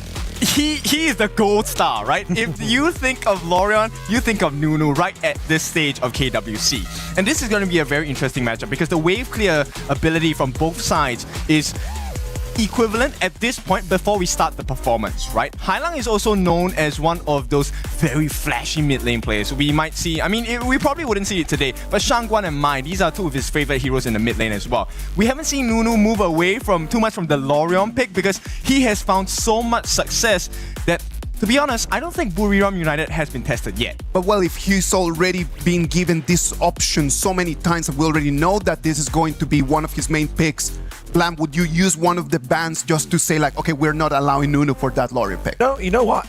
If I'm Virtus Pro, I'm going to be like, you know what? I want to take that challenge in game number 1 because it's something you don't allow in maybe like game 2 or game 3, right? Because that could be the potential turnaround and loss of the series for VP. So for me, I feel like you test it in game number 1. If you beat it, that's even better for Virtus Pro. I like the idea of that, right? Because this is something that you can expect. This is something we have seen before, and this is something you might have done homework before, right? So if you are able to use that information to your advantage, get the win, right now that will kind of shake the confidence of Buriram United Esports. At the same time, it also opens up the questions, what more do you have? Exactly. I think that's the obviously question we're going to be seeing here as well, right? But I mean, I want to go and harp back onto that Lorien point as well. Like, I feel like with a team like Virtus Pro going up against Buriram United, you have to play, you have to be on the front foot, right? Like, you have to be leading that game for Lorien to have the impact that he needs. You can't play Lorien from behind. That's a very difficult hero to play when you are 2K, 3K gold. Okay, so I'm going to put you in the camp of Virtus Pro. I'm going to be on the side of Buriram United. And it's looking good, right? So the rotations are going to be very important. But we have to talk about the synergy of the teams as well. And the two players I want to add on in this scuffle are the roamers. Tao's going up against Clue. Yes. Clue is one of my favorite players. I mean, he is a lot of fun. And he is one of the most consistent players throughout the history of HOK. But going up against Tao's has been really consistent so far. Very consistent, but I mean, Clue has home ground buff. Okay, true. You know, like, he is from France. He is here to be like, you know what, I can't lose at home. Like, any football team that loses at home, it's even a sorer loss here. So I feel like for Clue, he has something not only to prove to, obviously, his teammates, 90 in Highland that got to top 4, but he also needs to prove it at home that he is the top dog in that roam. Well, I like this struggle because both roamers, they play really well in the setup roam, right? The Changpeis, the Lapu Lapus, even the Lianpos. These are the heroes that we're very well versed with. On the other hand, if we are talking about the utility roams where the Diadias, the Sakias coming in, it might be a slightly different story because we have not explored that concept with either of these teams right yet. Correct. And then, you know, that growth will then go into the goal lane. For you, T-Gold, for me, Licky, what do you think? I mean, T-Gold, I feel like he's still one of like the newer players onto the Gorge here for the side of Virtus Pro, right? Obviously, it's somebody that was a little bit newer to the roster. Yep. Had a bit of a promising start, promising performance within KML. I feel like maybe from KML, because we haven't seen them play since then, there's got to be a clear shift in how his performance is now.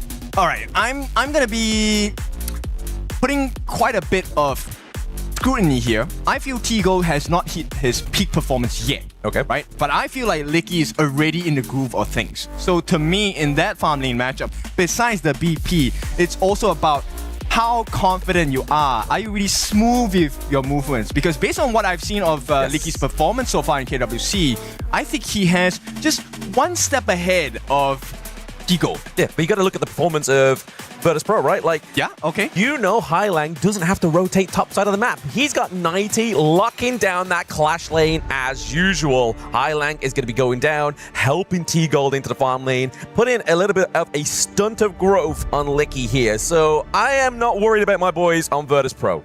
Okay, I like the confidence, and I hold the same confidence for the side of Buriram United Esports as well. I'm curious to see how this first exchange is going to be like, because normally in a best of 3, the first game sets the tone, right? Yes. If you get a win, there's a lot less pressure coming into the second game of the series.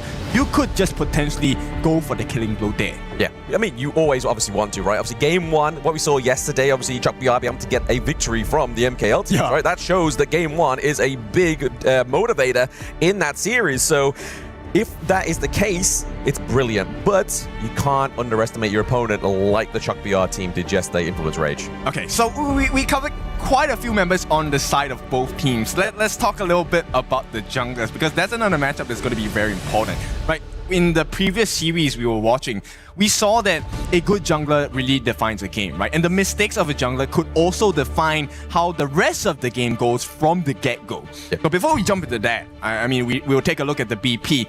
Jiabao is new. He is on your side, Virtus Pro. He's taking over Rock. Yes. And I don't know how I feel about it, because this guy, he is also decorated. This guy started from what do we call it? Started from the bottom. Yeah, this guy started from the bottom, right? He's went the Drake, you know? Yeah, National Championships, KGL, went to KPL. He's on loan from TTG. Exactly, yeah. So he has the accolades, but the thing is, you have like the clear accomplishments. But the problem is, does he have that bond? Because obviously we used to see from like Rock and Clue, they were very sort of like solid as a unit anyway. So it's going to be seen if that identity has been formed here for Virtus Pro. Because I think for me, if I was kind of like on the opposite side of this argument, it'd be like, what is the identity for Virtus Pro? Because it's not going to be the same as the one from KML. For sure. The synergy is definitely something that we need to talk about for both of these teams. And you know what? I was so surprised at the Buriram interview the other day, because they said They formed this team in what, 5 days? They have like 5 days of experience together, but it doesn't feel like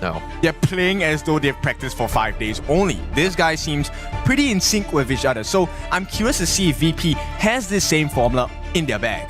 And as well, like obviously back to that interview point that he was making when there was on about obviously Yusung being put into the clash lane as well. It's just like, oh, if he wants to play, he wants to play. But they can't have that mistake. They can't underestimate 90 into the clash lane, right? That's where I feel like if Buriram United kind of go for that blasé kind of attitude, it could mean the downfall of this series for them, right? I mean, if you're new to VP and new to 90, he puts you to sleep, and not in the way that you would like. If you're on if you're on the opponent's side, on the side of Buriram here, if 90 gets his way, you're not going to have a fun time in the 1v1 in the clash lane. And he is famous in the KML for those massive flanks that have net Virtus Pro a number of big wins as well. Yeah, massive flanks, 1v1s. I mean, we go back to when obviously they were a part of Twisted Minds, right? Obviously, when we saw that massive Byron outplay from this guy, it was just like, he is him with the capital H. So once again, I feel like Buriram United, that kind of clash lane matchup, they have to done some serious homework against 90 to try and kind of like dismantle this player.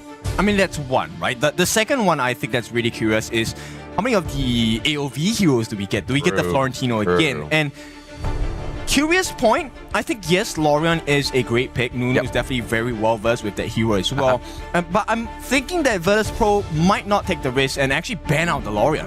They might do. I mean, we'll have to see what obviously goes on in Game 1. I feel like if they don't ban it in Game 1 and allow it to come through, I feel like that is going to be kind of what they need to do. Obviously, it's global ban pick, right? Those at home, if they pick this hero once, if you're new to the stream, they cannot pick it again. So it's not like Buriram United can just go 3 series with this Lorian. They have to choose which game is going to be the key moment, or which draft against Virtus Pro is going to be the key moment that they lock in the Lorian pick. Because if they do the wrong one, that's one of Nunu's trump cards gone. But it's not to say that he doesn't have other great picks. We saw great performance on the Xiao Qiao as well. Yes, and so, you know, the first few bans will define the kind of the direction we're going with. So far, the stock standard bans, we have seen the Haya ban, we've seen the Pei ban, we've seen the Mai ban, maybe even the Guan Yu at some times. True. So right now, the consideration is some of the teams, they actually prior their jungler first. The rest of the usual ones, they take up the farm lane first. So AG.AL has been one of the prior picks for a lot of the teams coming in. I mean, he's not even having the recent changes that's happened obviously in game recently as well, right? Like, but I feel like that's the good thing about obviously AG.AL. He's able to just be an independent farm lane, right? He has infinite vastness. It means he's able to just kind of like, okay, if they do die for me, it's not the end of the world. But some of these teams know how to play against that hero in when they can exhaust that ultimate at the right time, right? Like if they're able to pop that off before the 4-minute mark, it makes kind of any kind of neutral objective team fight harder for you. I love that you said that, right? Because for the AG.AL, it really comes down to the 4th minute. And more or less, level 4 too. If you don't have the infinite vastness, that is the best time to catch you. And that will definitely put you in advantage, not just in lane, but for the team fight as well. So we'll see the stock standard bans coming in, at least from the side of Buriram, right? So no Mai and no Haya, but the Pei is open. It looks like Buriram wants to get that first. Oh, there we go. The Dolly getting banned out here for VP. They're really, like you said, locking down those support picks. But if we look at the meta over the past few days, were these really going to be prior picks for Buriram United? I mean, I think maybe they're scared of the Yang Jin Dolia combination, right? Okay. But the Lorian comes in. Here we go. So this is going to be the Nunu special. How special is the Lorian performance today? I'm curious because VP has been watching since day number 1, even in the play-ins. What kind of homework did you do? I don't know, but I mean, that's a meaty farm lane duo down there to the bottom side of the map. We have AG.AL, as we just recently speaking about there. T-Gold does get one of, obviously, like we're saying, one of the most prestigious farm lanes there as well. So, like Clue, we know is able to be free to roam the map, help mid lane, help jungle advance, or accelerate their farm. And he knows that it's going to be T-Gold after level 4. He's going to be fine. And if there's any hero that is synonymous with Clue, it's the Zhang Fei, right? He is one of the best, most consistent Zhang Fei players out there. But here comes the pain. You know what? We're not going to split the series to give you, one by one. We're going to have both of the AOV heroes coming in. And we're going to have the Florentino come in. This is going to be in the hands of Yishong. Now, Yishong is also the secondary class player for the side of Buriram. But here is the real pain. Valdez with the pay. I mean, that's a crazy 3 like starter picks, right? Like, for the whole series, we were like, man, you got to watch out for Lorian. Man, you got to watch out for Pei. Florentino, I haven't seen the greatest performance on. No, but this team being from Arena of Valor, if there's anybody that's going to be able to pilot this, it's going to be Clash laners from that game, you know? Whereas the Pei, that's also surprised me on teams like Bohemia United. This is not a hero that has any kind of equivalent, right?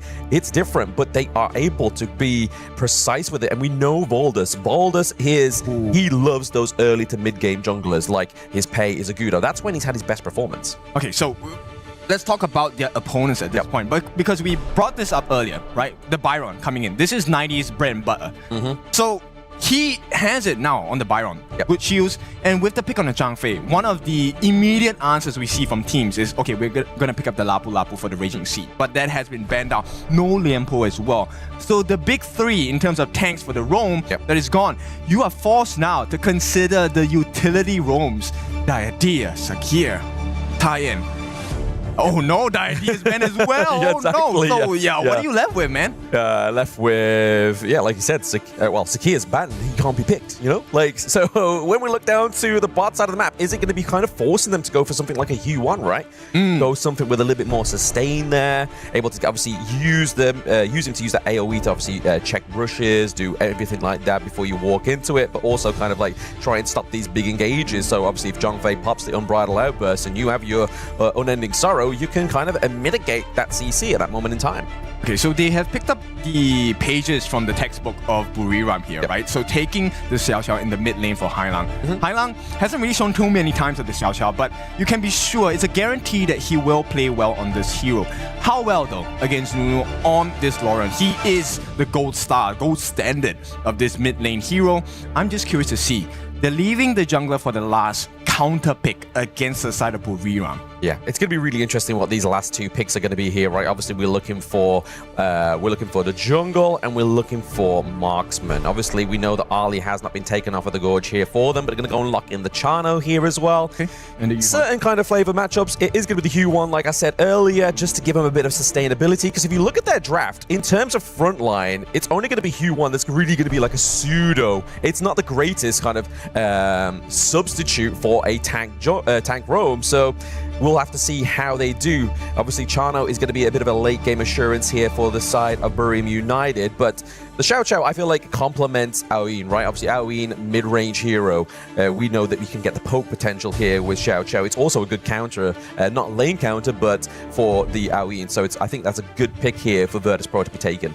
I mean, it's a risky draft if you're looking at it from a Honor of Kings perspective, because they're so squishy on the side of Buriram. But they know how to play these heroes to the absolute limit. At the same time, I like this understanding of the game from the side of VP. VP, they have a lot of control, and with the Nerza pick as the final one, not only do you dilute the heal values, you're also able to reposition yourself in the middle of fights. It's gonna get a lot messier for Nunu here. Yeah, it is going to get very, very, very messy, but like you were saying about the nerds as well, right? Like, you could be using that Skyfall to get rid of the Unending Sorrow before you go into a team fight, right? Because if you're able to force that out, there is no real mitigation of damage control. It's no longer a mitigation of it. It's a damage control point when you are trying to make sure that less of your players are getting CC'd, because once 3-4 men get CC'd by that Zhang Fei, you know 90's going to be in the wing by, you know that Xiao Xiao's going to go in, use that AoE just to do a lot of damage, and then obviously burst potential here from Lung is going to be exponential if he gets the lead here. So T-Gold, I feel like if he gets focused, then that could be the means of victory here for Burim United. So if you take a look at the draft, these are 2 completely flow states coming in. The draft on the side of Buriram is more like water. They want to flow. There's a lot of mobility involved, a lot of mechanical skills. On the other hand, if you take a look at VP, it is looking like a container. They want to contain the roster of Buriram. So once again, help us out. Give us the votes in the Overlord pit. We have a voting system. Vote for your favorite team. It is now dominated, I believe, by Virtus Pro. Yes, at least 4/5, right? If we're looking at mathematical equations there for you. But definitely a big vote here for the KML teams. Obviously showing some respect here. Showing the AOV gameplay. Can't wait to see Burim United playing Brew Blood, but into the mid lane. Double knock up here from Hailang. Is that the Brew Blood that they're looking for? I think this aggression is definitely necessary at this point, and with the help of Taos as well, they should be able to get a decent wave clear. Now, bear in mind that Taos, as a Yuan, will be able to give you back a little bit of health, but potential first blood here. Oh, potential. I mean, top side of the map as well. We are seeing a bit of a scuffle in there. We have a lane swap as well for both the marksman and the clash lane. So Byron going head-to-head against the Chano. Chano obviously outranges Lung level 1 because of his soaring shot as well. Yeah, I like this rotation coming in, right? Because for Yuxiong, he can't do a 2v1. The specialty of a Florentino pick is the ability to take one-on-ones with great precision as well. But VP, the faster rotation wins, and they have made that first move in the Crimson buff. Yeah, trying to evade at the Crimson buff here. It's going to be actually not... They got it. They got it out of the way. Okay, they did get it away there. So well played to Virtus Pro. Very good start here for this game number 1 between themselves. But they're just looking to dominate, obviously, the early game, right? They know, obviously, the way you kind of counter the Pei is you have to kind of invite yourself in, right? You have to slow him down. Yes. And when a Pei isn't in a position to be able to do damage or tank damage in the first place, this game becomes a lot more straightforward for the side of Virtus Pro. Yeah, I mean, we normally see kind of like the Peis nowadays. They like to go for like the Frost Guard's Embrace, go for something that's going to give them a little bit more defense in that regard, because if it has to go past the mid game, you kind of wanted something that's going to be able to kind of sustain a little bit more damage, and I feel like Hu1's going to be able to aid that goal here for Burim United. Right, I mean, the silver lining is Taos is close to level 4. He will have his unending sorrows soon. And on the flip side, it's not the same for Clue, right? He does manage to catch up a little bit more in EXP and farm. But T Gold, we're talking about this just now, he is not having a fun time. The moment Clue leaves him alone, he is at risk. Yes, and the fact is use the Infinite Bastards, right? You've seen Taos already rotate. He's like, guys, okay, ultimate's off the gorge now. If we're going to strike onto T Gold, this is your moment. But we do see a good equal rotation here from VP Clue as well as Highlang. Just keeping the good buddy help.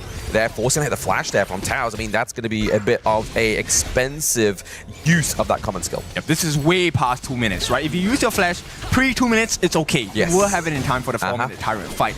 But at this point, at close to 3 minutes in the game, having it burnt out, not ideal. Now, Taos wants to be able to either reposition with his Unending Sorrow to heal or to damage the likes of VP during this 4-minute skirmish and exchange at the Tyrant Pit. Not looking good for them at this point, though. Yeah, I mean, look, to be fair, though, like, he is level 7 before Valdus was even level 7, right? Like, so having a Nerdser that's actually been able to outscale in terms of XP level, I mean, that's a problem here for Burim United, right? That really shows that the jungler for Virtus Pro, he knows the clear rotations, he knows how to make those resources count. Yeah. That's why junglers get angry when you take the camp, right? Because one camp, it was literally just the Crimson Golem going into the hands of AG.AL, and it made the world's difference. Now, a half a level EXP lead, he's also going to be able to jump on the backlines.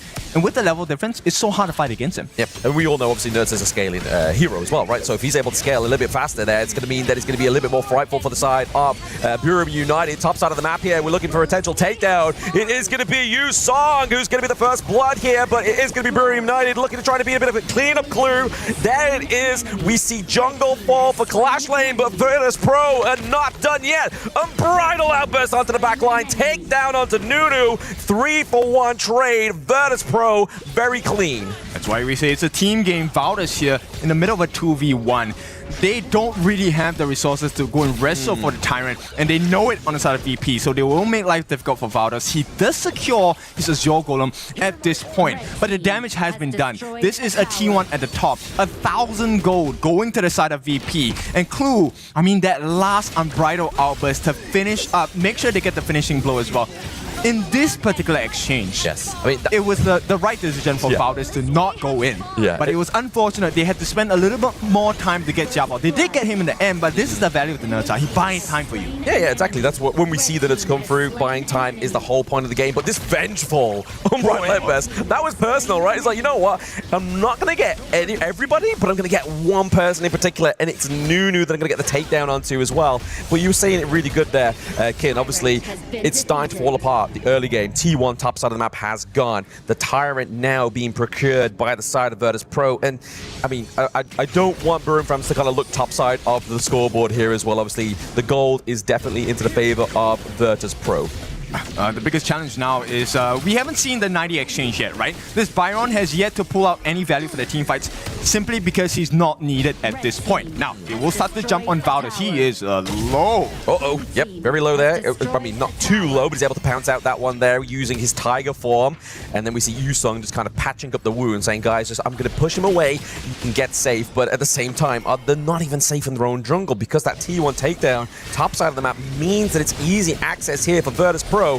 Has been replicated in bot side of the map there as well. The Lorien ult onto the backline is not going to get followed up there. The flash from Lecky is a problem. They know that Chano is a sitting duck at this point. Yo, Hailang, he's so good. That was a big save. Tigo got caught. He was open for the taking, but simply because of the knockup from Hailang, there was no other option. Now, they will try to go on 90, but he has a lot of shields to work with, and the team is backing him up. I don't think they want to do this. Yep. Buriram, this is a distraction play. They want to try and get the T1 at the bottom, but here comes a potential trade in mid. Looking for a potential trade here in mid. Obviously, shield potential, like you were saying there, about 90. Not only does he have Byron's utility, the kit of that shield, he has the Stampede, the Leaping Savior from Clue as well. Just means it's going to be even harder, especially when you are playing from behind, like Buriram United right now, to melt down that Byron. Yeah, and it gives you a lot more access. Like, let's focus on Clue for a little bit, right? Instead of going for Redemption, this guy actually goes for Radiance. Yeah. And that deals damage and slows you down. So everything is set up so that VP can play even better as a team. This is a team effort here. Well, it's because they know they're going to get to an ALV team, right? They love to scrap in these team fights, so don't blame them. The knock-up there onto Valdez is obviously very lethal here, but it's going to be Lecky that's going to be aimed into the backline there. The Unbridled Airburst does catch onto Lecky as well. Takedown of the farm lane is going to be the aim of the game here for the side of Virtus.pro. We did see a nice three-man elevation there from the side of Buriram United, but it's not going to be enough to actually claim anything here for them. They stopped the assault onto their base. I think that's the best that they can hope for right now. It's just a better composition at this point, right? You can start to see the value of VP's comp. Why is it so hard to find? Because they have so many shields. Just 90 alone has a one-man army shield, and this is aided on by Clue with his Leaping Savior as well. And with the gold lead, EXP differential, VP now is not the biggest. It's what, 1,500 gold. But every team fight is structured and goes in their direction because they get the knockups and they finish the job. Exactly, the knockup, as you just said there, on point. It's going to force out that ulti there from Taos. Now is the time for Virtus.pro to try and calculate some kind of strike here. They don't have a minion wave, so I can't imagine them going to aggress here unless the Nerds decides to fly in and put some pressure on. However, bot side of the map, they do have availability. I mean, the palms on the side of VP are so big. Oh! Double knockup, knockup after knockup. Paul Lecky had more airtime than Tony Hawk there in that engage into the brush, but it's going to be bot side of the map here. The T2 takedown potentially for Virtus.pro, just using Lorien just clear up that minion wave. We talked about the container play from the side of VP, right? They're containing them. There's too much CC, they can't do anything. They don't have the damage to deal with Clue as well. And this BP, everything started from there. No big tanks in a roam. You can't do anything. It was pretty much destined to be a bit of a failure, right? Because obviously what we've used to be seeing from Buriram United, like you were saying there, the tank support meta is huge. And in a best of 3, why not abuse that, right? Like, don't let your opponents take away these tanks, take away these vital supports. So if we look at, like, Virtus.pro's bans, right, in game number 1, they're all support bans. So the fact is they know how strong Taos is as the backbone of Buriram United. Just shows that they're playing like a 4D chess game here. Yes, limiting your options and, adding on more of your own. T-Gold, he can be so greedy this game. It doesn't matter whether Valdez gets a couple of licks on him. Fine, he does have his infinite fastness. He can take the disguise as a dragon. And every single advantage now is going to the way of VP. Look, they even forced the Azure Golem to go into the hands of Taos. You want that on Valdez. He needs the gold. Exactly. He needs anything he can get right now. I mean, he has no kills. He has 1 assist. He hasn't died yet. I feel like that's kind of like the silver lining here for Buriram United is the fact that they haven't actually been able to catch Boulders, which is a good job, especially how brutal VP have been in diving onto the enemy team. Yep, and this is the bait. They don't want to take this now. No. They're inviting Buriram for a fight. And, this is where things get a little bit dicey. Do you want to contest? You are behind on gold. And at this point, one fatal mistake could cost you the game. Yeah, behind on gold. You don't quite have your Crimson Golem, but you might not even have Lecky in a moment's time. Obviously, using the frigid charge there onto the side of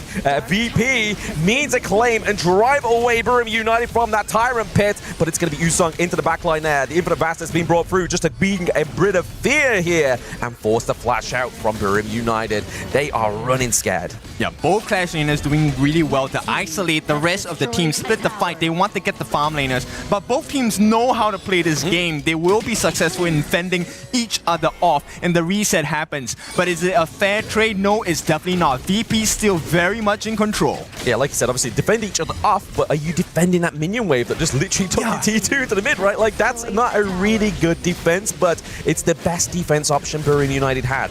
Okay, I like the urgency. Oh, nice knockup. Nice double man knock up there. Beautiful access onto 90. But can they get a bit more? The Splendor has bought a bit of time, but in the wrong means. That is going to be an extra kill going up to Burim United. They are looking for a little bit more here. T-Gold is going to be the only damage dealer here onto the side of VP, but it doesn't matter. He's into the back line. Lecky gets taken down. Triple kill from the DOT onto Nunu, and now they are looking for a bit of a brawl. 2v1. It's going to be Usong as well as Valdus. They are both on the run. They are scared. Oh, you can't do it! Oh, beautiful. Beautiful, beautiful. This guy is him.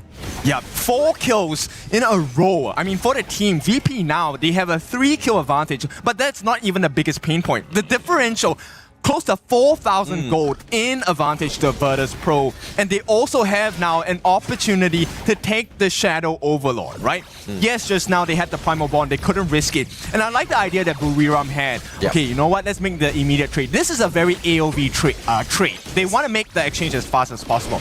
But they know this on VP, and what a way to make them pay for it. Wait, the fact that this guy on the nerd set, he's like, you know what? Just keep bringing it. I'm taking it. I'm being generous. Just keep punching me. I'm going to keep getting back up. 613 KDA here. That's, like, I think probably the best nerd set performance we've seen so far within KWC, and this replay is going to show it. Yep, so this is the main difference here. It looked pretty good for the side of Buriram because they finally got the lockdown and stun. This came from the Tao's second skill on the Yu1 as well. And it looked good for a pretty moment, but when you don't have your frontliners trying to defend and deter the rest of VP on attacking, that's already one big problem. Second problem is that AG.AL is already level 15. He is the guy with 6 different kills. He is a perfect itemization. Went for the frigid charge as well to slow down, give him more time to get damage over time. I mean, you look at here, right? Obviously, Bruce trying to be, he is levels of notches ahead about them, but what's the point having damage if you have no effect onto the enemy team fight, right? T3 down bot side of the map has been pressured and taken down here as well. We have the Vanguard slowly approaching. Burim United trying to form some kind of defense. Yeah, they can flow like water. Water can cut through rocks, but you need a lot of time to do that. And time is something they don't have. VP already knocking on the door. They don't have to over-aggress. The Shadow Overlord has already done its job. They have opened up access into the T3 at the bottom. Mega Minions flash from Chaos. Oh my goodness, such an aggressive flash there, but Jiba was like, no, what? That's my green light onto the back line. You leave Lecky open when you flash in with 2 heroes.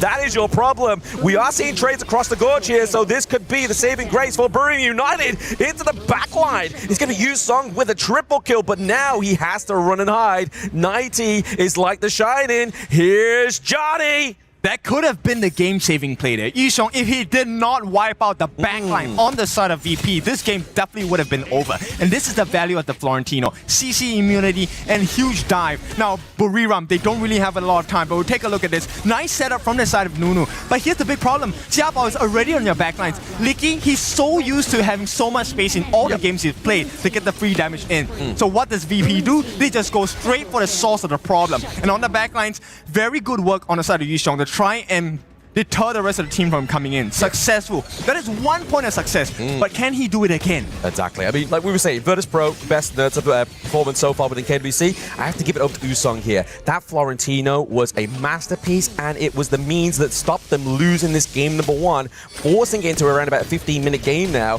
And obviously, that gold lead is still not too far behind, right? It's only 2k gold at this point, which isn't like any kind of means of like, oh, we can't come back in this one, but we are looking for the takedown to steal onto the side of Virtus Pro. Pro gets the Tyrant. It's going to be the triple man knockup onto the side of Buriram United, but that's not going to be enough. Not the stopping force here that they need. It's going to be T-Goal taken to the sky, crashing down. We see a 3-1 trade here for the side of Virtus Pro, and they're looking for an ace. Valdez has turned into a kitty cat. Meow. He has to get out. Yep, Clue as well as 90, all right? This is so hard to defend. You are a one-man. This is not even an army. This is a Tiger against the Tamers at this point, and he will be tamed. Valdez tries to push them back, but here we go. Game number 1 should go to Virtus Pro. They push him back one more time, and VP are the winners in game 1.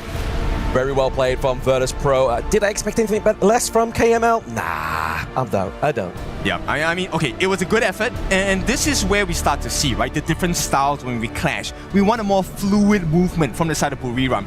It does work, yes, but it's very hard to execute, especially when you don't have the goalie, you don't have the EXP. Yep. The jungle role is so important. You need to have success within the first 4 minutes. And especially the fact, like we saw with that last player of the base, right? Obviously, Taos flashes in, Nunu flashes in. Like, he's kind of like, guys, I've got no one to protect me. Like, what's going on?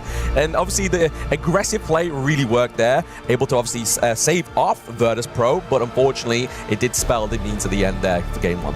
Virtus Pro takes 1-0 lead on top of Buriram United Esports. That was a very leveled match. It was not those one-sided. It was just coming and going. The beautiful thing about just having teams with different understanding of the patch, the Florentinos coming in, the Lorians coming in, that is the main idea about our KWC 2026, man.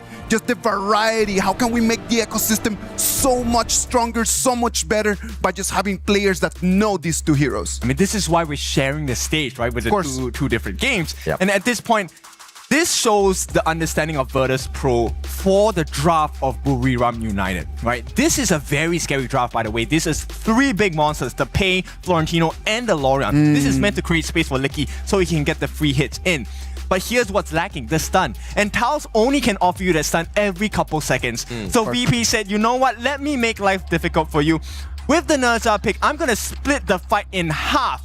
Who are you going to choose to defend? And I think that is the main idea of what Virtus Pro, why they're the champions of their whole region, right? Because they see these openings and they can really just capitalize from the hero picks. Yeah, make Buriram United choose what are you? Are you a top bun kind of guy or a bottom bun kind of guy? Because it was just completely split. The filling fell out the sandwich. What do you go for? It's literally carbs left on that one. But speaking of what's been left here onto the Gorge, there's so much damage here coming from the side of Virtus Pro. And even the fact that AG.AL here on that 29% damage dealt on a tank, on a Nerza, like, this is really a good masterclass for teams watching this game to be like, right, okay, I need to up my Nerza game.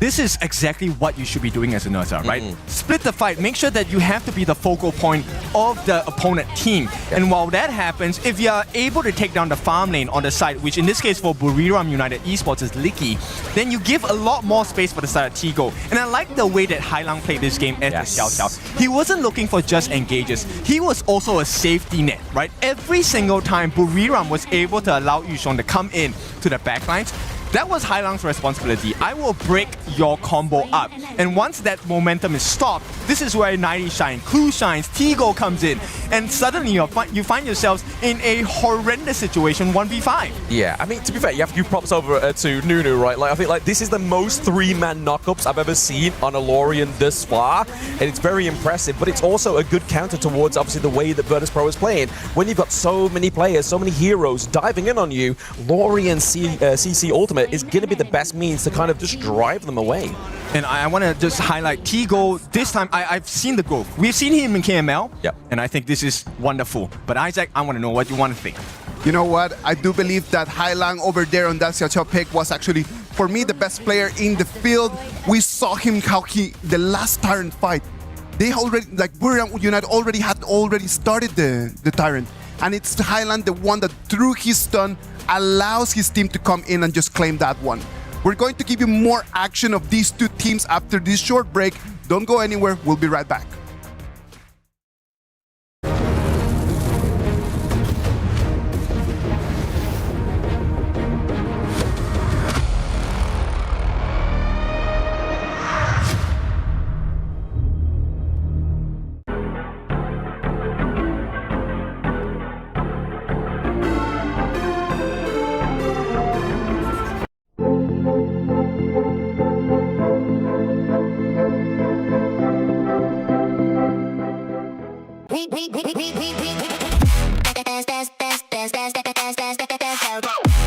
We book Esports World Cup.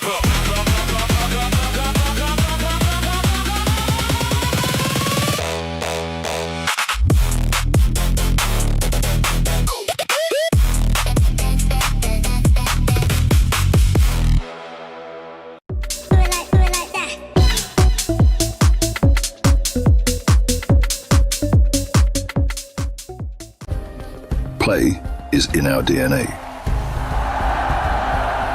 Whenever we let it out, it becomes our superpower. Now imagine an entire city being built to supercharge it. Kadir City, powered by play.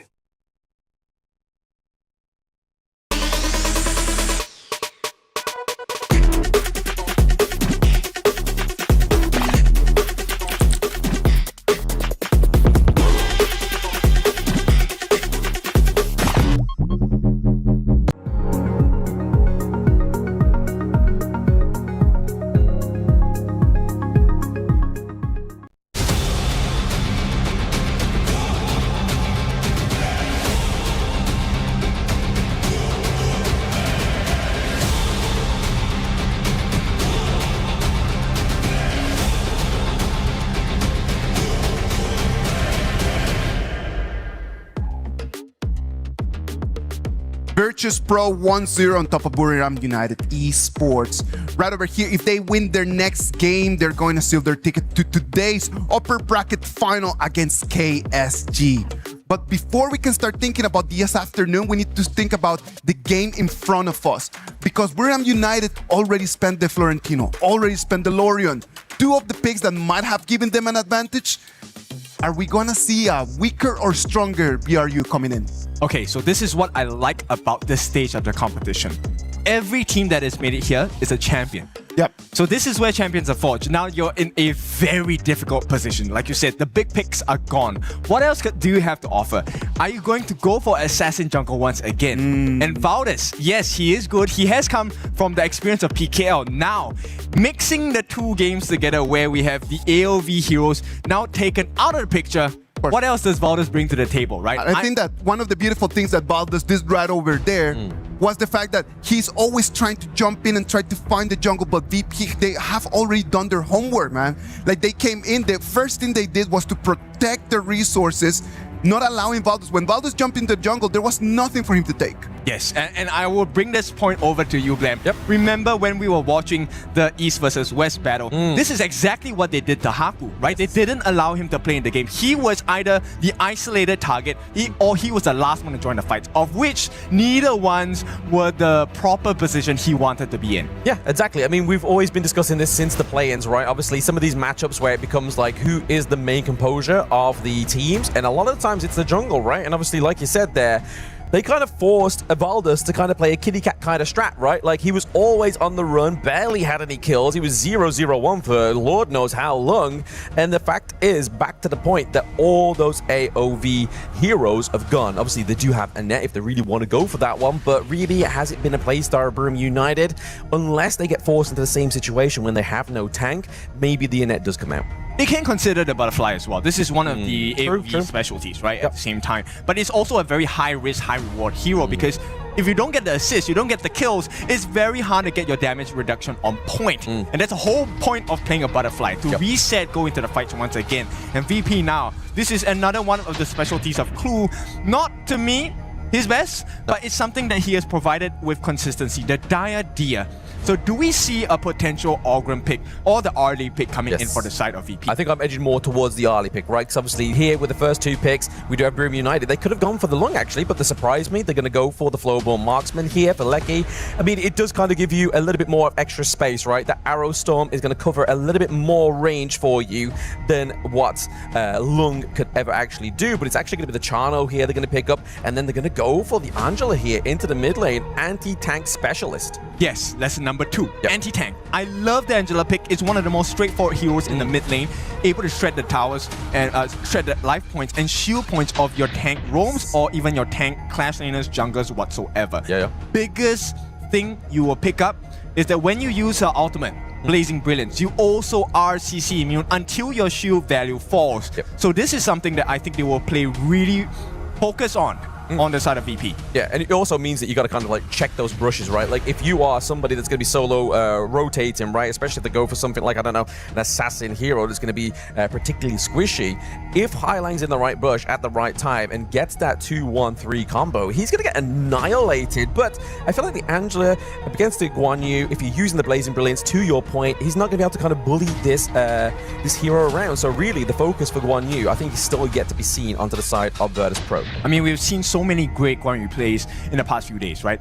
Players like Clean, all the different clash names that have picked up this Guan Yu have been fantastic. The flanks have been spectacular, but it needs to be followed up. You can have that catch from the Guan Yu, but someone needs to finish the job. And right now, it's looking pretty good. Licky, this time with Flow-born Marksman, he's going to be able to position himself much further away, use the arrow shower to his advantage. And he also has that kind of like means of escape as well, right? The enhanced second skill, right? Use your puppy first, use your second skill, kind of like shove it away, but you're also doing damage. It's also a great bit of tool to actually get the takedowns onto some like weaker turrets, right? Like if you've already done the damage, use the Flow-born Marksman just to get that. But they're going to ban out the Xiao Xiao here as well, really kind of put in a homage onto Nunu and his hero pool thus far within KWC 2026. I think that's the biggest sign of respect, and also showing that they have done a lot of research on you, right? Knowing that Nunu, number one, he has shown you how to play Xiao Qiao, but not only that, but show you how to counter the Lorion. Yes. But Lorion, of course, has been banned in this game.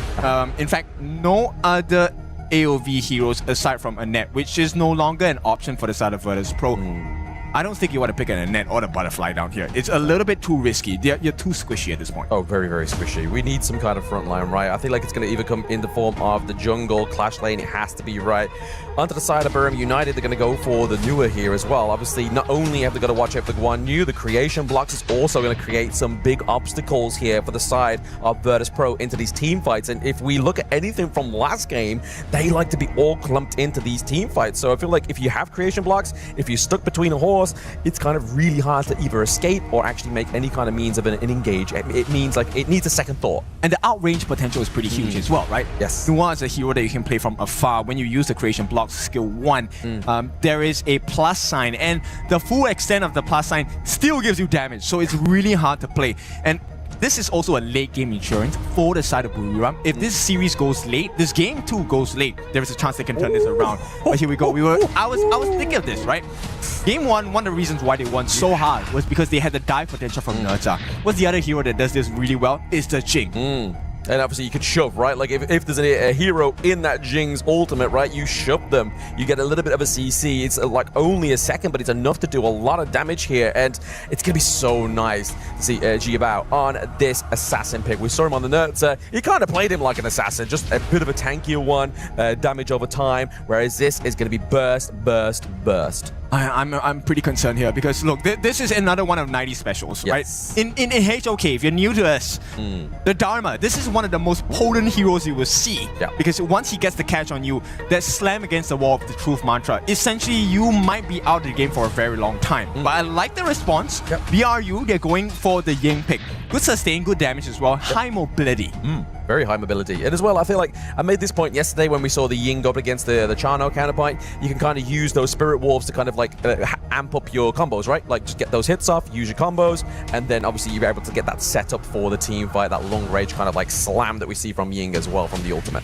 So does this Chano pick aid VP, or does it inevitably aid the Ying in the team fights? That's something that we need to really take a closer look at as we head into the second game. Now this, ladies and gentlemen, is series point. Who is it for? It's for Virtus Pro. Yep, it is for Virtus Pro, but it means this is the pinnacle point for, or especially the penultimate point for Buriram United to come back, right? Like, if they don't do it here, then sorry, you go to the lower bracket. You go and meet Revenant Esports, right? Like, that's going to be a potential matchup there. Well, I think for BRU, the concern isn't about the later parts of the stages of this tournament. Right now, it's in their face. They want to come back. They want to show the resilience. They are champions of their own league for a reason. And champions never shy away from a challenge. They never shy away. Absolutely not. But the votes are definitely going over to the side of VP once again into that Overlord pit. the confidence of the online community is with the KML. Yeah, and I like this idea coming in from the side of Buriram. You know what? Let's not care about the mid lane. The wave clear is pretty slow. House though? Wow, that's a lot of damage right from the get-go. He's like, guys, you know what? I've missed playing a tank. Okay, nice takeaway there for Highlang into the mid lane. He's able to steer it away those picks away from Buriram, but he's got to be careful. He doesn't quite have level 4 yet. He does have the flash. He's able to get out of there. The creation blocks are a little bit too slow from Nunu. How important was that second skill stun coming in from the side of Highlang, man? If he did not, he was going to be first blood. I don't think VP would have been too happy with that. Neither would Highlang. Highlang, we know, is a very emotional player. Keeps himself to high standards. And I mean, that kind of pays off with the attitude that he has because he has reached incredible heights within KWC alone, right? Yes, and this is going to be a very important portion, right? Yep. Keeping calm, keeping your composure. Yes, this is an ideal situation for VP where you're leading the series 1-0 in a best of 3, but you don't count out BRU. Now, they're going to start looking for an opening here. Valdez does have his 4, but this is a potential 2v3. I don't think they want to fight this yet. No, absolutely not. Using the space right there just to make the rotation a bit faster and a bit more safe here for Jiabao as well. Oh, okay. Buriram is actually taking the lead in the votes here. It seems like their region's got online, and for we can't have that. We can't have that disrespect. Let's blow some points into that one. Let's give the boys a bit of influence with On the Gorge. They are not at home. They are in a different destination. Yeah, they definitely need all the support they can get, right? At this point, this is one of the more stressful situations to be in. Yes, you have the lower bracket as a safety net, but ideally you want to be in position 1. You want to be top of the group so that you get to choose your opponents in the next stage of this game. Now, with that being said, Buriram, I think they've been holding on well. They're keeping close in the gold department. About 300 gold that sets them apart. I think this will be the chance. First blood is definitely going to be the one that swings things in favor. But they've got to really sort of like stop these takeovers of these little points, right? Obviously, Clue gets caught out there, has to pull the flash onto the Diadea. Usong is all over Clue. He's able to get escaped there. Once again, that second skill from Highlang is such a safety net. He's saving his support. It should be the other way around. Yeah, I mean, this is aided on the fact that there is a rare miss from Taos on that Unbridled Albus. So you definitely can tell the nerves are getting to the side of BRU. Absolutely. Because, I mean, realistically, this could be a matchup in the lower brackets finals, right? Like, we have KSG within this one. It's going to be a scary, hairy group to actually ride that upper bracket here for any team. But right now, Buriram United just using Nunu's emergence there just to see if there's anybody in the long brush, catch his eyes onto Clue there. They know that it's only one member. It's fine. It is very important because finally on this time, in this second game of the series, BRU actually have some decent CC. So they won't be able to be contained as they were in game number 1. But right now, Clue, he's going to be very important. They catch out Towns. It's not the biggest moment just yet. He does have the Unbridled Albus. Game plan probably is, can we get him to waste it? I love how they're playing the idea here, though, right? They're always going to have somebody nearby so we can use the heart link to get out. I feel like a lot of teams, they never really use that mechanic to the way it should be. Top side of the map here from Bruce, we have Usong as well as Valdez just trying to put pressure onto 90's lane because we know if 90 gets a lead, he's able to be so free from that clash lane and create such gravitational plays. Well, but that's not the case right now. BRU are faster in the rotations and clash laners are rushing, making their way into the Tyrant Pit. This is going to be a standoff at the moment because Valdez is looking at his Azure Golem. Falling low though. I mean, how can you outsmite a Jing? You basically have 2 smites into the backline. It's going to be the Mirror Domain as well. We see Valdez looking low. He gets taken down there. It's actually going to be Clue with the first blood there, helping Jiabao as well as Highlang getting a takedown onto Towers, but it's going to be Usong trying to dictate the favor of Buriram United into this team fight 2 for 2. Can they get a little bit more here? The emergence does come through here from Nunu. We do see the creation blocks coming through as well. Oh! Forcing the flash was a lifeline for Buriram United. This one has been brewing for quite a little bit, but here's the biggest exchange. Both teams, the jungle and the roam fall. This 1v1 between Jiabao as well as Valdez, that was so exciting. But the heals coming in. Clue, obviously, he wanted to give that kill over to his jungler Jiabao, but he had to give the heals first. Unfortunately, they could not get the last hit from Jiabao, so he did not get that kill. This is not looking good, but Valor is also in the same position. Yeah, I mean, it's not looking good even further, right? Obviously, yes, you trade both jungle and support for each other, but you lose the Tyrant, you lose that T1 down bot side of the map, where that whole team fight was going for. Virtus Pro, I love how they're playing. They're playing like some of the bigger teams within Honor of Kings, right? They're not just going for a team fight, they're making sure they're getting something more from it. Yeah, so it's up to BRU at this point, right? The pressure's on you. You're down behind by 1 game in the series, and I feel like Yishong is going to be very important, along with Taos. They need to have the perfect synergy in both of their catches. When you land the Unbridled Outburst, not just slam them against the wall, you need a fish for T-Gold or AG.AL to be singular target so that the rest of BRU can get you. Exactly. It's going to be a little bit easier to kind of fish for T-Gold as well, right? He doesn't have the infinite vastness this time around. He's really going to be kind of like holding on to that flash, the common skill here. But at the same time, Highlang with these second skills is probably been the biggest denier of any access onto T-Gold thus far. And we need to get him to the late game for him to do some real damage. This is such a different Highlang from my memory, right? Highlang has always been very aggressive, flashy plays, one-on-ones. And this time, he really has transitioned into an even stronger team player. The saves coming in, he's making sure that T-Gold gets all of the space and the safety that he needs. Not only the safety, is literally gathering like all these extra little bit of resources as well, right? Like that's slowly forming into a 2k gold lead at this moment in time. The kills are even Steven right now between these two teams, but as we know within HOK, kills aren't always the biggest metric of success, right? It's not. It definitely is not, right? It's about what you do after it. Sure, you can get the kills, but if you don't get the turrets, you don't get the neutral objectives, then all of those kills are going to waste because you're not maximizing the value. Right now, talking about value, they have gotten T1 on the top. Crew is just pushing Yishong away. And I like this a lot, right? One of the biggest things that happen is when you don't have an idea where the clash is. Exactly. If you're not man-checking something like 1U, you probably set yourself for a bit of disaster there within those team fights, right? If it's not Clue, it's Job out here as well onto the Jing. We are seeing a bit of a TP from the side of Valdez just to make sure they're able to kind of just keep away this minion. So they're not going to get that T1 takedown potentially here. But VP's like, you know what? No, we're going to go for the T2 down bot side of the map here. We're opening up that pressure. We're going to create more need for them to be apart from that mid lane. It's one simple decision, right? The choice from AG.AL to actually go onto Yishong forces out the sprint as well as the charge. They're going to try.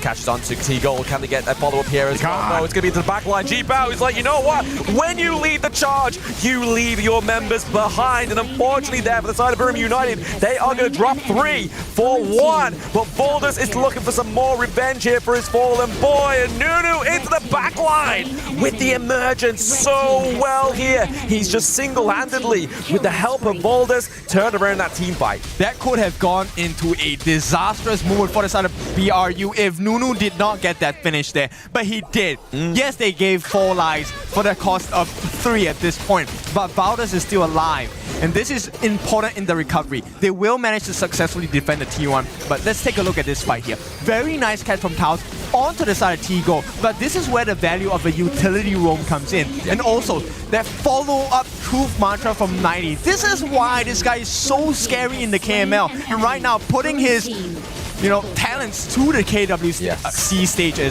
at this point of time, it is so spectacular. But Nunu, what a recovery. Did not hit the Annihilation, by the way, but with that emergence, did save some time and go back into the pockets of BRU, but it's still not enough. It is not enough, though, but at the same time, you can kind of see the potential here of BRU United, right? Like, if these two teams meet in the lower bracket, there has been a lot of vital information being given over that they can work with within that meantime. But right now, that T2 top side of the map here is looking to be potentially barraged here, but it's going to be the Arrow Storm that keeps them away, which is just a beautiful use of the Flowball. Marksman, but into the backline is Valdez. He's taking the bait right now. It's going to be Angela as well as Clue here, just trying to keep T-Gold safe. It's just always so close. They get T-Gold down low, but here comes Yishong here. He wants to try and defend the T1. I don't think they will allow that to happen. T1 will go into the hands of Virtus Pro from the mid side of BRU's side of the map. The mid lane game state is definitely not safe here for the side of BRU United, and obviously now this just means, obviously, yes, bot side was already opened up, but now it's a clear ownage of their enemy's jungle, right? That Azure Golem was deleted. Okay, silver lining though, Licky, yes, he did fall once, but T-Gold has also felt once in this game, and Licky has been consistently farming, right? So I think he's keeping pace while he is like half a level behind T-Gold. This 10-minute mark is what defines it. Do we get the steal or not? Annihilation ready for the go. Yes, he obviously has the insight there that they're at the tyrant, but he's like, you know what? Ugh, a little bit too late there. Just like British Transport. That is like, they always come up once. Two come at once, but never do they hit the mark. You are late for work here for the side of Birmingham United for that comeback. 76 seconds left on the tyrant here. They do have a steady hand in this one, not in terms of gold, but VP have the extra damage. Oh, Hailang, what a flash! Oh my goodness, that was almost a two-hit combo. Yeah, I mean, he did force a flash from Licky. This means they can't really defend. Licky can't come into the fight without taking a huge risk.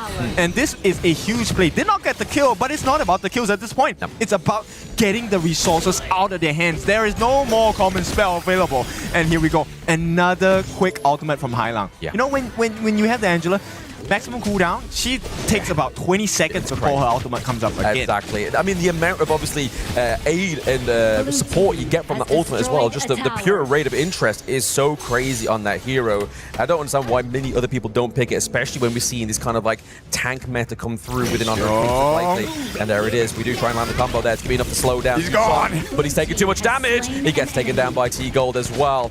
Brew are a little bit slow with that rotation to help their buddy. You can't blame them. It's so hard. I mean, they expected Yusheng to be able to survive. He does have the second skill to cleanse himself, but there's too many members on the side of VP. Too many men right now. The T3 here for the side of Birmingham United. That's going to be the takedown of the bot side. Mid lane has a minion wave crashing through here as well. Baldus is going to have enough minion wave clear to get that one solid. How many lives do they get? VP, look at the damage. Licky is actually doing quite a bit of damage onto the lineup entirely of VP, but every time they fall low, one heal from Clue, one redemption from Clue as well. Yep. It's all back to Gold State. And with that, Xiaobao actually secures the Shadow Overlord and Taos. Oh, so he does get low. He has to force the Unbridled Outburst there as well just to get him to escape. And I feel like that's going to be another scary metric here for the side of Birmingham United, right? Like, they don't have that means of disengage for a very long time. We know that Virtus Pro has the Shadow Overlord as well. That just made securing these top two T3s left alone even harder. Yeah, I mean, if you take a look at Nunu, yes, he just got the Savant's Wrath. There is damage, there is wave clear available, and Licky actually does really well in the wave clear department as well.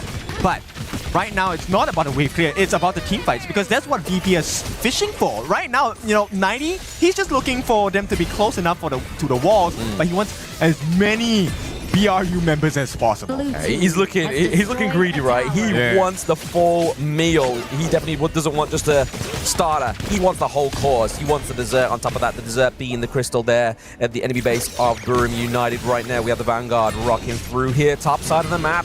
Is this going to be the Hail Mary play here for Brew? Yeah, last stand for them on the side of BRU. They will be able to successfully defend this, but 90, I think he's looking for a perfect angle. Right now, BRU is not allowing that. If you want to take that combination of Truth Mantra, it will have to be just two members. They will start to jump in. Baldus is looking for an opening. Yeah, Baldus is definitely looking for an opening. The Unbridled Outburst is actually going to catch on to T-Gold into the backline there. Yusuf as well with a nice flank, but it's going to be an opening of that backline for the side of Birmingham United. It looks like they may have to go into the back room and have a couple of brewskis. The quadra kill came through. Is it going to be the Penta here for the side of Virtus Pro to finish that game off and bring them to the upper brackets? If we're not wrong, this is the first ever Penta in KWC, and this one goes into the hands of Jiabao. What a play from Virtus Pro.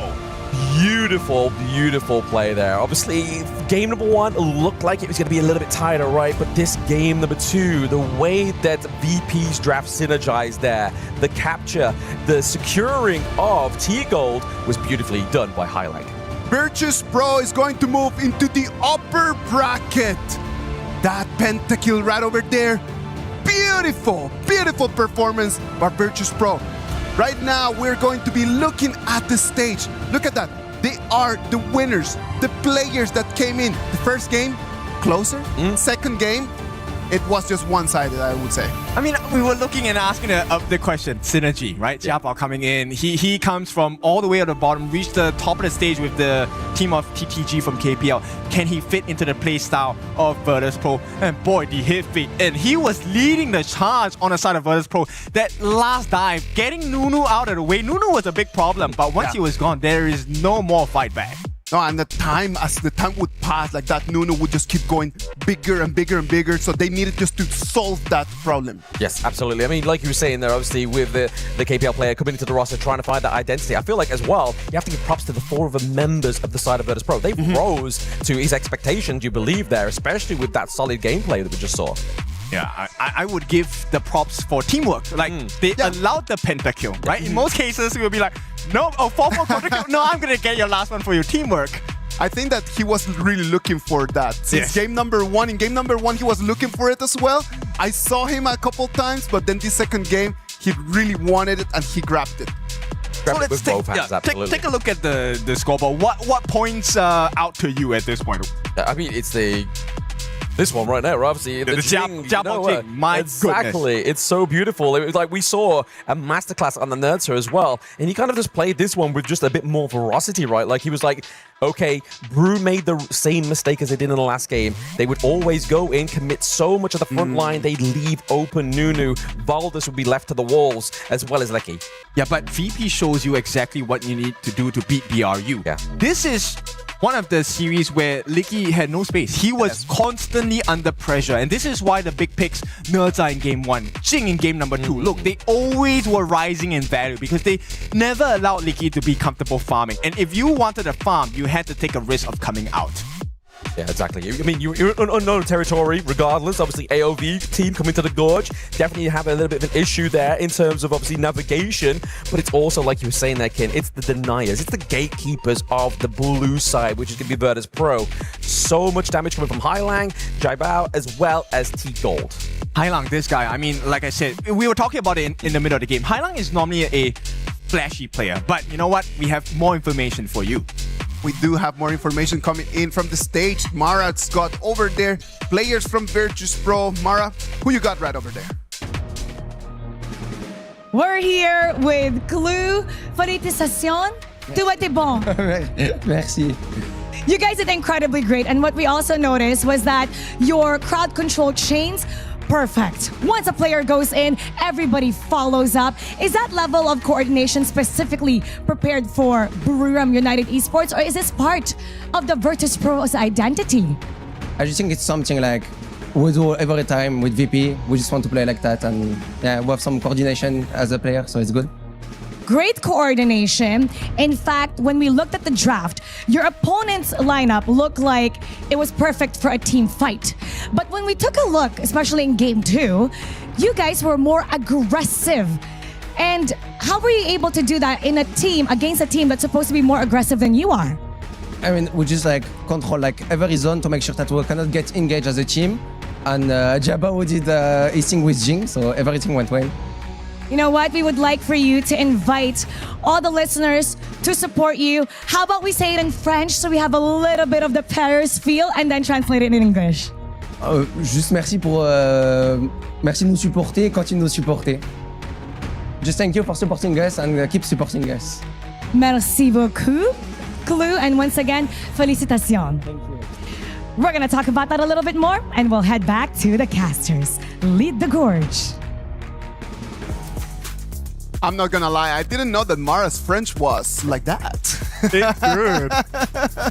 It is good. That was really nice. Thank you very much, Clue, for showing us the identity of Virtus Pro. They want to come in, pass the ball to Jabba, and let Jabba on those picks just to really build the advantage. Okay, his name is no longer Jabao, it's Jabao at this point because we are in Paris. But, okay, jokes aside, we'll take a look at the highlights of this entire thing, right? Like, it's crazy because the way that he went for a 1v1, this is pretty early in the game, right? You're still level 7, level 8, but they understood the power that they needed to wrestle away from the BRU lineup. This was a lineup that if you allowed them to hit late game state, there was no team fight to be had. They would just poke you from range. Yeah, it's just beautiful runs up here. I mean, even Tao's on such a great pick like John Fei felt like he was kind of just like they understood it because obviously Clue masters this hero, and it was just really hard to see him actually have the big impact we've been seeing within KWC 2026 thus far. Yep, and Hailang, I really want to commend this player once again because the way he played, he's more utility than flash at this point, right? He has been consistently getting the stunts for the team so that the combination that BRE is looking to pull off is always disrupted. Yes, they are a very aggressive combination. They can burst you in a matter of seconds, but everything keeps getting interrupted by Hailang first, and then with the combination of Jiabao as well as 90 coming in, stun of the stun, slash of the slash, there is nothing left for BRU to do. Yeah, they literally went for the hack and slash combo here from the side of Virtus Pro. They were taking no prisoners. They allowed Burim United to have everything that they ever wanted in a draft in that game number 1, and they rose to the challenge. Like I said, there was just like, UK, you want to do your best? We'll give you your best in terms of that draft. And then after that point, we're going to show you our best. So congratulations, you have made it to the next level. Welcome to Kuaishou Gaming. That's not good news, I feel. It's going to be a tough process. They'll be fine. Right? They'll be fine. You hear like level up, next challenger, KSG. Okay. Thank you very much, everyone. KSG is going to be playing against Virtus Pro this afternoon later on. But next, we're going to have match 3. We're going to have AG.AL against Team Vitality. Let's go for a little break, and when we come back, we'll bring you the action of that match 3.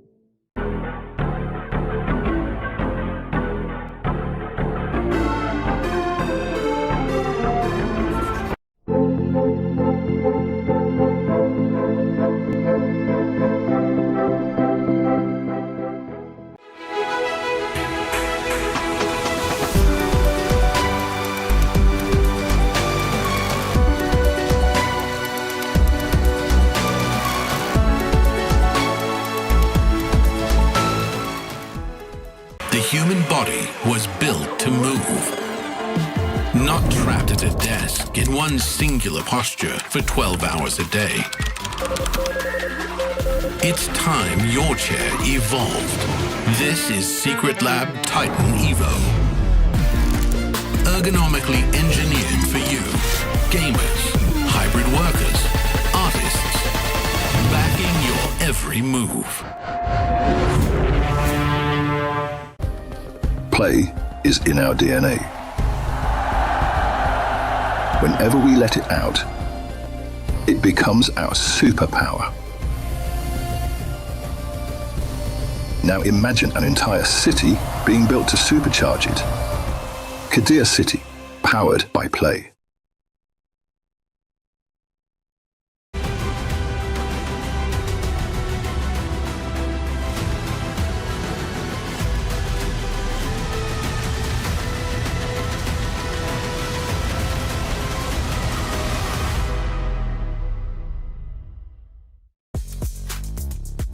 Welcome back. This is the KWC 2026 live from Paris, France. We're gonna bring you the match number 3 of today.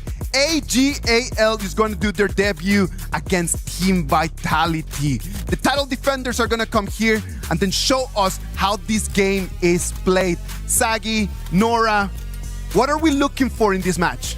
A legendary team like AG.AL. Yes. I would say that they are the defenders towards the title itself. And for the side of Team Vitality, they are the challengers here. But let's do a deep dive more into AG.AL here, Nora. Yeah, I mean, like AG.AL definitely gonna be the true titan in KWC and KPL. Like all of those tournaments, you can see just AG just shining out on stage. When you think about AG.AL, you need to think about Inuo. Inuo, the man who helped shape Honor of Kings. That's going to be our Crunchyroll story of the day. Sagi, when you came into Honor of Kings, Inuo was already there. How is Inuo in your eyes, man? So, Honor of Kings has been since the 2023-2024 era, Yeah. and as a global caster, and I speak on behalf of global players and fans. He's a legendary player. Like, you've seen him in different roles in the Clash, in the jungle, and converting himself in towards the farm lane. He's not just a player, he's an icon for these global players out there here. He has the mechanics, he has the leadership leading AG.AL all the way to multiple title finishes. And I mean, this is his third time participating in KWC, right?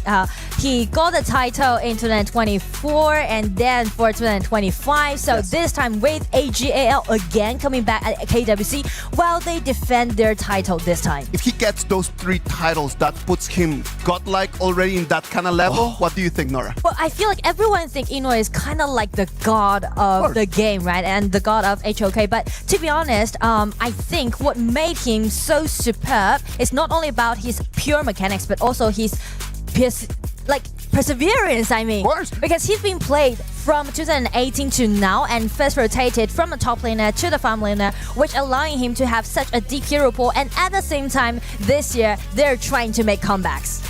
I'm telling you, when you think about Inuo in the beginning of his career, right? Like, he was a Clash laner. And then just being able to rotate into a different role and still being able to perform puts a lot of tools inside of his tool bag that help the coaches to be able to solve problems. If you need the futsu, I can play the futsu. If you need the baitsi, I can play the baitsi. AG.AL, not only Inuo, all of these players that you can see right over there, top of the top side. Dashuai, Zoe, Shenron, and also Kang Shen, all these specific 5-man lineup here, a legendary roster here. If you include the EWC run that they did last year in 2025, they had like what? A 7 championship in a row run, and I believe there was a specific number that they had that they won multiple BO7s without losing, right? Yes. And this time, it's going to be Team Vitality play up against AG.AL. And this is actually their second time to play against him from KPL region. The 2 champions are going to set on stage the clue, the questions that we have that we need answers. Whose crown is going to shine brighter? Is it going to be AG.AL? Is it going to be Team Vitality? What does Team Vitality has in their arsenal? Now, before we deep dive into this specific topic here, it is represented by their specific roster here. F1, Lanfeng, Zanqiu, they are Golden Boy in the jungle, BL, and Gen Myth. This is a roster that has been reshaped around Zanqiu, the double FMVP jungler from the IKL region here. So, last year, they lost to TTG in quarterfinals 0-4 by a KPL team. This year, with the addition of the bounty on top of AG.AL, what's the bounty? You win one game, not a series, one game from a KPL team, you get $10,000. You win a series, 100K in the bag, baby. 100K just for winning the whole series? That is some serious amount of money, I'm telling you. Tranquil and the boys from Team Vitality, their luck in international stages, it is not the best. Last year, KPL team. They got to Challenger Cup this year, another KPL team. Nora, is it that they don't have the quality, or is it just that their luck is just not the best? That's really a good question to know, because actually I think they are capable enough to compete to a lot of teams actually, because they are the champion back in IKL Spring 2026, right? So this is, I think it's something to do with their fortune, I guess. It's always like throughout the draw, you're gonna play up against the team from KPL. I think it's much more of the things like you say about fortune. It's like, last year I faced TTG, and this year in the group stage specifically, yes, not knocked out yet. They have a second chance if they do lose, but it's another KPL team all around. I'm telling you, it is going to come down to Team Vitality being able to really clutch the moment. Because we know that AG.AL in this 2026, it has not been as dominant as in the past. Spring, they did not make it to the finals. And then in Challengers Cup, they lose that tournament as well. Up until right now, AG has not won a title in this 2026, Nora. That's some stories that I really want to share with you guys, because we know that in 2024, that was actually the start of AG's journey, getting those consecutive championships, and that was their first time participating in KWC. And last year, that was their heyday, right? Including that title they granted in KWC 2025, they got like 7 consecutive championships. Wow. And that just has a toll on the players, right? Because then the players are going to be tired as well. You got to remember that at the beginning of the year, a lot of rotations happen over there at AG.AL. Yes. And right now, as we come back with the top formation, does Team Vitality have a chance against the top AG.AL right now? I think the only advantage that global teams or Team Vitality actually has is the patch knowledge, right? Yes, I understand certain patches that global team has already been played were the experiences before for some of these KPL teams, but due to the fact that they practice in a different environment, maybe this is the only chance that Team Vitality has in terms of advantage. I think that Sagi just really has a very good point right over there. Team Vitality plays the one patch, right? Correct. But then for AG.AL, Nora, all of these players have to be jumping in between patches, here to there. Is that going to have a negative impact on them? Well, I feel like that might have some impact on them because they have such a tight schedule, right? They just finished their competitions back in KPL like 2 days ago, and they just directly fly here to the Paris. And yesterday they're busy with their shootings, their rehearsals, so like little time for them to get adapted to those new patches. And not even mentioned to actually for Ino and also Shy, they're trying to get adjusted to 3 different patches simultaneously. Wow. 3 different patches simultaneously. It doesn't matter how good you are. That's gonna have a negative impact on you, because then physically it's really hard for you to be able to work every day at a very high pace. Thursday, AG.AL in their last KPL game before flying to Paris, has a 2-0 advantage, and then they end up losing that game 2-3. I think both of you make a very good point, right? It's not just about patches alone. It's also about conditioning yourself to the best state that you are at to actually face global opponents here, because KPL is known as a very, very strong region, and all the global teams look up to this specific region itself. And just take KSG as an example, right? Because they finished their matchup in today's first match, and they got a 2-0 clean win against Revenant. Yes. So I feel like if they just focus on themselves, they can actually do a great job. So actually this time, in 2026, I feel like KWC is pretty much more like a making comeback to AG. AG.AL, as you can see on the screens, the title defender. Team Vitality in front of them, they're the challengers. And one more time against a KPL team. Hopefully everything's gonna go a little bit better for Team Vitality. They need to see this as what it is, a challenge, an opportunity to come and demonstrate that with every year that passes, they're getting better, and closer to the KPL teams. It's still a far stretch to actually say that really close, but I always like to see whenever a global team goes up and face against a KPL team, because it shows how many years we've been in the ecosystem of Honor of Kings and how far we actually went and improved as a region itself. But talking about this specific series here, if there is a specific matchup that I want to highlight, is the FMVP jungler Zoe practice in Ogren, and also the FMVP of AG.AL, Zankyu in that jungle role. Exactly. And you just mentioned about Zankyu, right? Because Vitality actually just rebuilt the whole team around Zankyu. And for him, he got FMVP twice, which also means Team Vitality, speaking to those trends difference, I would say Team Vitality is in their heyday because they got 2 consecutive championships, right? The fall last year and the spring this year in AG.AL. But then you build a team around Zankyu. That is a very big trust that they put on his hands. Is that pressure gonna crush him, Sagi? Pressure itself, I think Zankyu handles it really nicely. You can see he's really composed and really playful in the interviews itself. At the very least, I believe in Zankyu, and I think that this is gonna be an elevating moment for both teams as we hop straight into the draft. For the draft, we can see Game 1, Team Vitality is on the blue side, and for AG.AL on the red. Well, definitely Assassin is going to be the priority, and also how they're gonna play around with their core players. Seems like Team Vitality already banned away the Zhangfei and also AL just try to shred down the power at the bottom. Now, Nora, as a KPL caster, I have a question here. Can you introduce more on AG.AL's playstyle for specifically their hero pool or their macro rotation? What do you have in mind? Well, you know, like a lot of teams prefer to play in a more aggressive way, but speak to AG.AL, they just formed a pretty unique playstyle. They are more into microing, operation, and you know what? They are the first team to discover the details about those golden share, about those waves, which made them to be so dominating in the past 2 years. We call it the AG gold sharing rotation, right? You have like 3 members going on towards the map, farming multiple waves, and then you have everybody going into the jungle sharing gold and EXP. So that's the exact playstyle here. But I'm liking what is picked up here by the side of Coach Bao for the 1-2 pickup. It's Arlie. And who's on Arlie? It's all about Arlie. Arlie is Eno's signature hero. I would put it into that. He even got an FMVP skin on that Arlie back in KPL, and also paired up with the idea, which will make them very powerful during the laning. You reckon we get an Ogren here so we can get like double FMVP skins coming in for Frost, the specific maybe game? like triple FMVP. Okay, that's a fast stretch. That's the way how they get here. Well, that's true, that's true. And we have seen global teams adapt to the Arlie Diadia playstyle plus the Ogren here, but it will be the floorborne tank here that will be picking up here from the side of AG.AL. So it's a very strong first trio here. But what I like about Team Vitality's draft, they are drafting the Xiao Qiao, which is a, I would say, pretty good counter in towards the Arlie pick.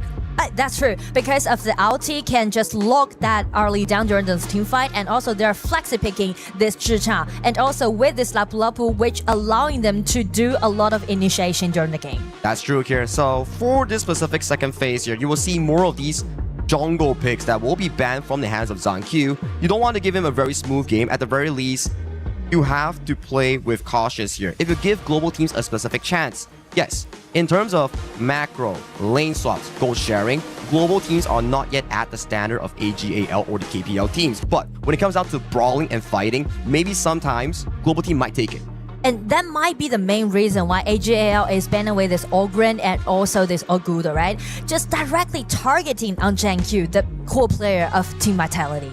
Interesting stuff indeed. And so far, coming in towards this specific draft here, Angela, sort of a combo with the Diadia where you have like two lock stun into the Angela full burst combo. They don't want Sheng and also the side of Shuai to have that connection here, because in Honor of Kings, it's always about the 3v3. You don't want to lose that mid game. Yes, and I mean like Nuwa is one of, I think, the best performance hero in the hand of Shen. Actually, he can do really good with this Nuwa, and also just guarantee that they still got a late game.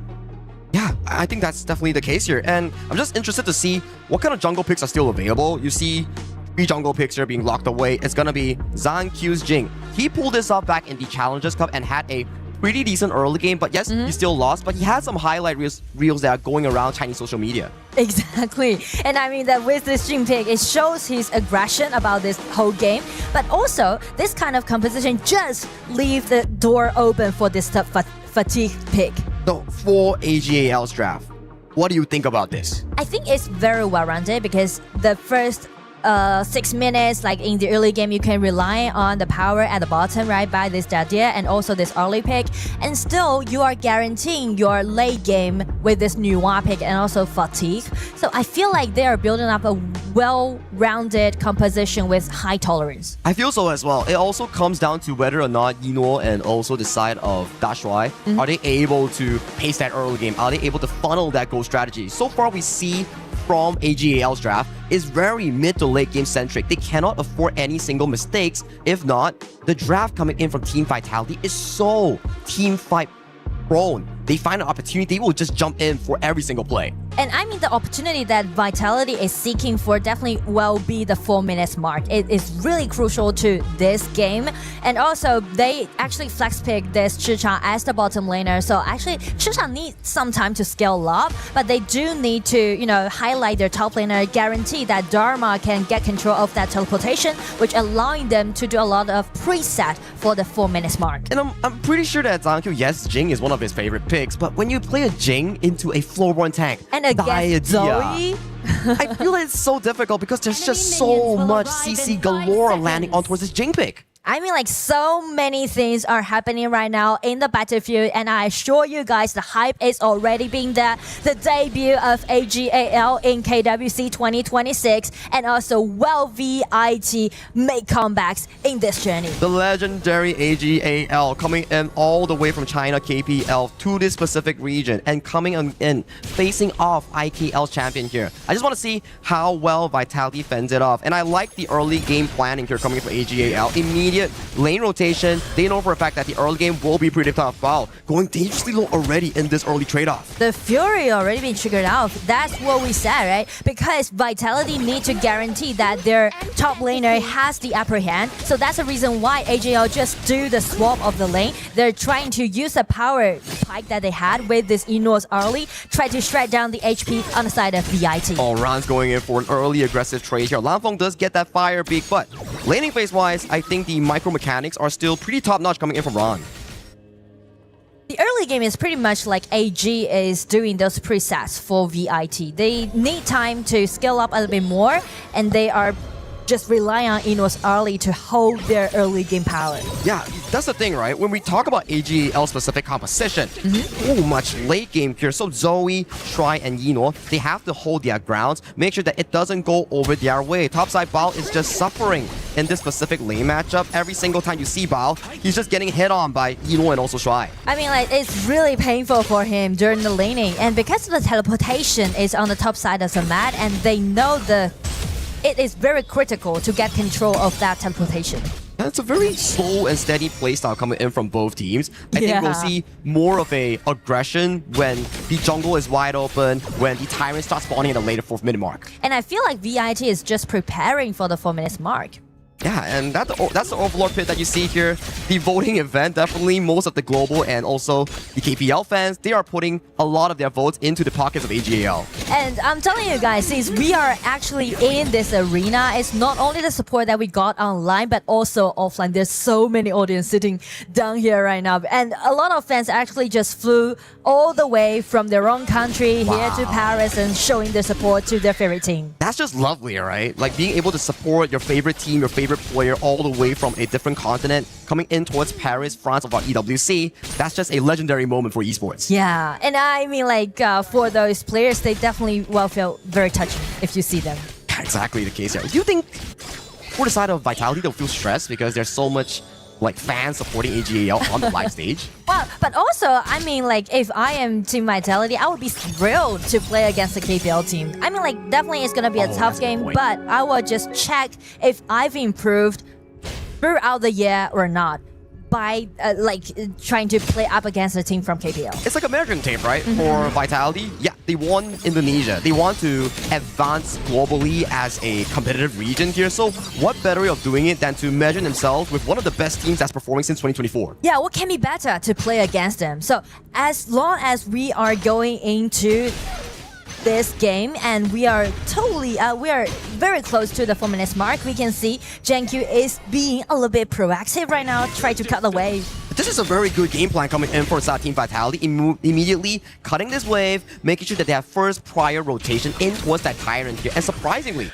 Team Vitality, they're trailing ahead of gold by 300, but it's still pretty impressive. Yeah, and if we were talking about those improvements, this is kind of like detailed improvement that we can see, even though there's no kill happening right now. That's correct here. 4th minute mark, Tyrant has spawned. First dibs on towards the Tyrant from the side of Team Vitality. AG.AL is kind of slow, but they do miss out this specific play. Clean pickup here coming in from Team Vitality. Team Vitality definitely know what kind of power spike they had, right? So they just guarantee that they can have this Tyrant around 4 minutes mark. But the thing is that how they're gonna utilize this Tyrant buff and trying to push forward, because it's gonna be a little bit tough for them since they're doing those double warrior compositions. That's true, right? They are on a specific timer. If they can't find the big team fights when Chitra gets the Sprox Fortune Doomsday or when Bao finds a beautiful flank, you gotta have to wonder, how does Vitality win out these mid-game team fights? Because if you have a double fighter like you mentioned, you can't outscale Yino's Arlie or Sheng's Nuwa. So they are on a time bomb. They need to be much more aggressive in the mid-game. Times ticking on the side of VIT. As Zoe going in for an aggressive trade, does steal away the wild boar camps. Zankyo level 9, finding a bit of an aggression in towards the river here. AG.AL, they have to back off in towards their own jungle. The reason why AG is play like in a more passive way is because they know that they need to scale up a bit more. They need to wait for Fati and also this Nuwa. So they are trying to contest with VIT right now around the riverside. Oh, bittersweet farewell, casted by Shuai. Yeah, I think they're potentially wanting to play for this Azure Golem, but due to the fact that the rotations coming in from AG.AL is pretty on point, they have to respect. Ron is split pushing. You have to fetch that wave. Waves are expensive, you know. 200 gold. You don't want to miss that. And I do want to put JanQ on the spotlight because you can see the gold difference, right? He already got like 800 gold lead, which is very good for assassin player. I think that's what you need, right? We talk about how difficult this Jing will have to play, considering there's so much crowd control coming in from the early, the Diadea, or the Floorborn tech. So for him, executing in team fights will be a large challenge here. Genmith finds Zoe. Zoe goes in with the knockup. A bit of a damage onto Zoe. That's a very tanky Floorborn tank. Oh, Zankyu, he's in the middle of everyone here. That's why coming in with the 2-2. Finds a CC. Zoe finds a knockup again onto Zankyu. Zankyu managed to cow control away, but he doesn't get away. First blood goes over the side of AG.AL as they find more. Annihilation doesn't tack on towards the side of F1, but this jungle control immediately relinquished over to the side of AG.AL as they find the first blood. It all happened in 1 second. It was JanQ trying to sneak into his opponent's red buff and trying to steal away. I mean, nice try, nice movement. But the thing that's with Shuai's help, Shuai just flashed in and got an instant control upon that Jin, buying his teammates more time and do the backstab. And Lanfeng is in the middle of nowhere here, getting cornered by 5 members of AG.AL, and he does get taken down. Nice knockup coming in from Honey Sweet Breeze, but that's why coming in with a beautiful heal to set them up with full health. And I mean, this is really like a typical AG's playstyle. Everything just went so smoothly and peacefully before the 6 minutes mark. I feel like, okay, nothing happened. It's really well balanced. But after one thing that you did, they just start snowballing. Yeah, it was off of a play on Zankyu in the red buff that he failed to steal. And then we talk about how difficult it is. Once you get latched on by the Diadea skill 2 combo, Zoe comes in, bounces Zankyu around. You can't execute Jing combos when you are knocked up.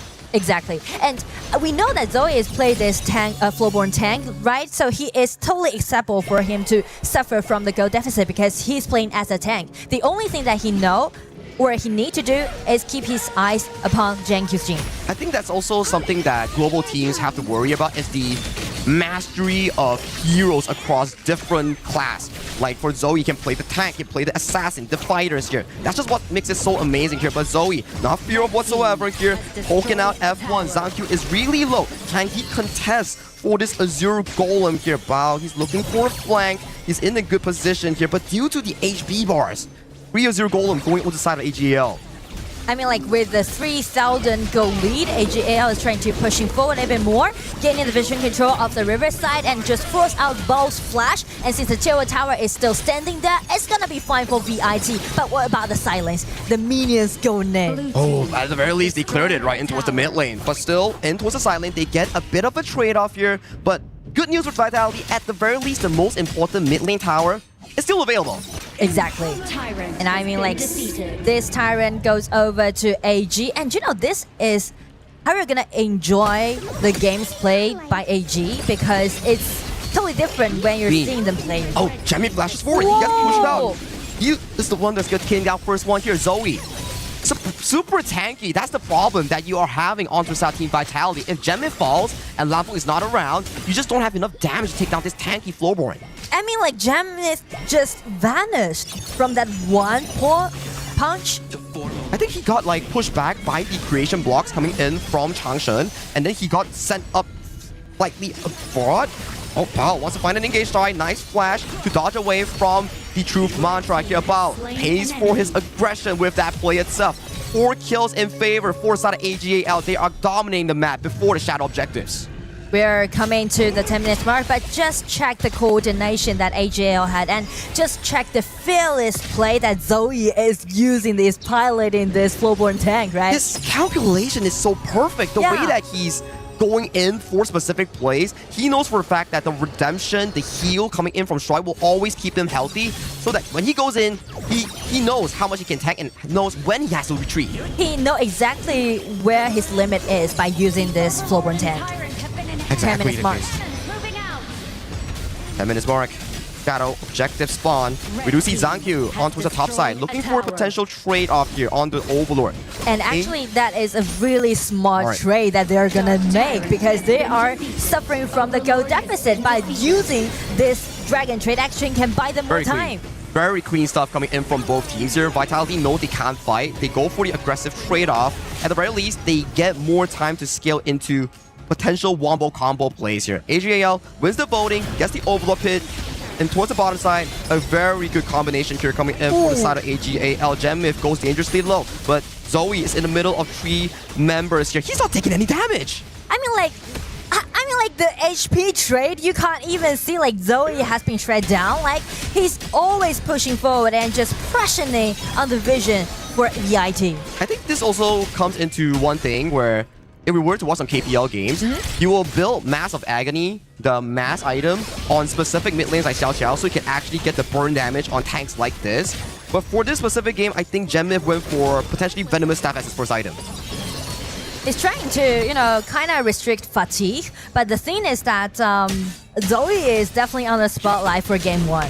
He's just doing everything here. Like, he's just tanking Zankyu's damage, forcing Bao's position. Every time Bao wants to find a flank, wants to find a beautiful knockup, he gets spotted out. It's what we call vision clearing before you go for objective plays. And also awareness about the map control. Correct. So they're just easily pushing forward, utilizing the minions in the mid. And it's going to be the solo at the bottom, force out the ulti from Bao. They're doing some skill trades, and it seems like AG is snowballing the game. It's very clean, classic gameplay. Nothing wasted, all resource farm into specific heroes' pockets. Yino is 003, Sheng is 004, 75% kill participation here, but they're still getting a lot of item power spikes as we pace on in towards this game with a 7,000 goal lead. 4,000 goal lead, that's actually too much for Vitality to eat up right now. And also they're suffering from all those minions. I would say like the only way that they can push it back is relying on Jankyu's team. F1 finding the flash knockup on towards the backline here, but there's just no follow-up. The damage is just too crazy coming in from the side of AG.AL, but they respect it, they have to back off. Meanwhile, that's happening. Ron gets a free tier 3 in towards that bottom side. I mean, like, Fatih is doing... Shera is just enjoying his time, just doing this push because Zoe took all the responsibility for vision control, for initiation, for those damaged out, so the rest of the team member can just form up in quite a comfortable way. You could make good sense, right? Because Zoe, he's third in gold, Ron is first in gold, Yino is second in gold, and they are just pumping those items here. Yes, even if they lose a big team fight later on, it's still acceptable because the gold lead is just too damn far away from these two teams. And not even mention to Shen with this new one, it's kind of guaranteeing their late game, right? So still, again, Vitality, if they want to push back, they need more vision control and they need more initiation. Oh, Zoe finding a knockup on towards Bao. Bao finds a beautiful knockup on towards Zoe. The cavalry is not here yet, but 5 members strong coming from AG.AL. They want to knock down this top tier 3 high ground here. Yino finds a bit of damage on Genmith. Genmith is dangerously low on that play. Zoe forces the mirror domain coming in from Zankyu, but that's a beautiful annihilation here. And Yino finds the pick off here amongst multiple members from the side of Team Vitality. AG is definitely not in the rush. They never took any reckless movement. Just check the layer that they used their skills putting onto Ball. And they're not stopping here. They are not going for the shadow objective. They want to end it right here, right now. 5v4 for the next 20 seconds coming in from AG.AL. Final tier 3 drops towards the mid lane here. Shuai goes in aggressively. He can go back with the hard link. Run, hangs forward, finds damage on towards Lanfeng. Lanfeng has to use a fatal arrow. Will be crowd control down. Taken down by Yino as the first victim of this team fight here. And check, Jankyu is suffering from this Zoe's tank, Floorborn tank. And they're utilizing those minions. It seems like AG.AL closed out the game, waiting for the minions. Just one last hit.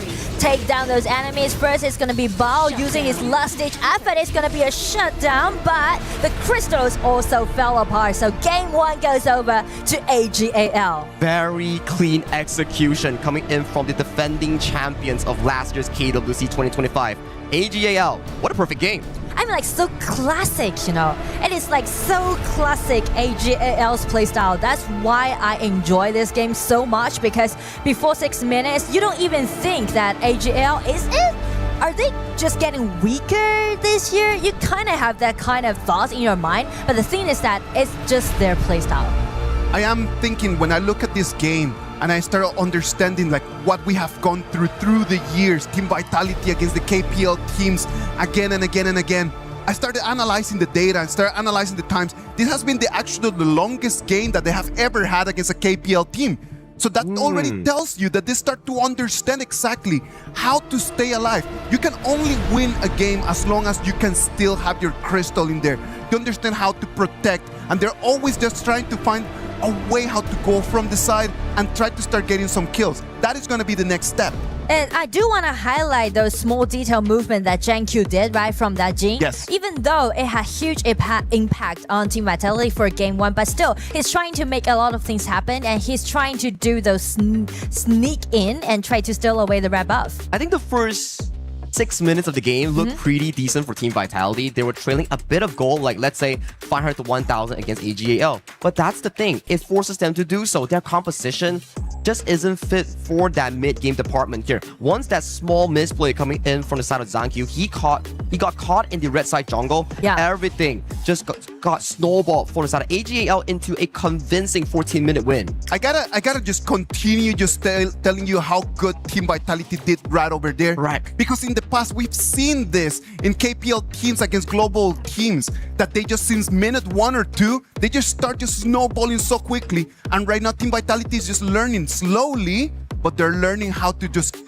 stay alive a little bit longer. They're definitely improving, and if they want to continue and do this, for example, for the 6 minutes mark, when they're trying to do this invasion, they need to make sure that it's gonna be a promising invasion, or you can't just stand with the impacts that AG.AL backslashed. And then one of the important things in here, right, like AG.AL and their decisions, they could actually go and take a lot of other kills, but they decide to take on ZhanQ, and then they turn immediately to the bottom to go and try to find the true track. It's a chain reaction, right? You lose ZhanQ, your most fed member, on towards the top side, and then you just open up the map for numbers advantage coming in from the side of AG. And once that snowball starts to roll, your team fighting coming in from Vitality starts to lose its shininess, because your composition builds on that one team fight at 10-minute mark. But if you're not allowed for equal grounds, this is what happens. Exactly, and just take one hero as an example. Was like in the mid game, they're too busy to deal with Zoe's Flowborn tank. Like, it's too much for them to deal with, right? The vision control, the skills, the damage dealt, like everything was in control of AG.AL. It came to a moment where the Flowborn tank was just standing over there and everyone was hitting him, and the HP bar was not going down. Ladies and gentlemen, our HP bar is going down, so we need to go to a little break to recover a little bit, and then when we come back, we're gonna go to game 2 of this match number 3.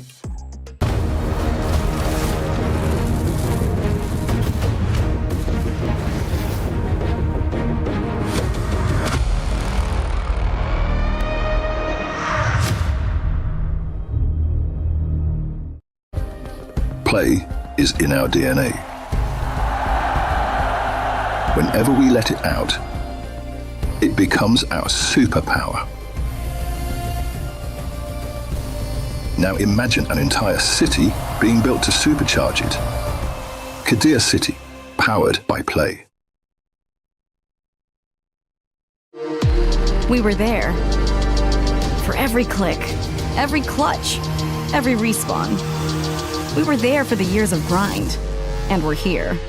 Now, the proud founding partner of EWC, powering the biggest event in gaming, shoulder to shoulder with the world's best, making history. Greatness deserves a stage. Lenovo Legion, reach your impossible.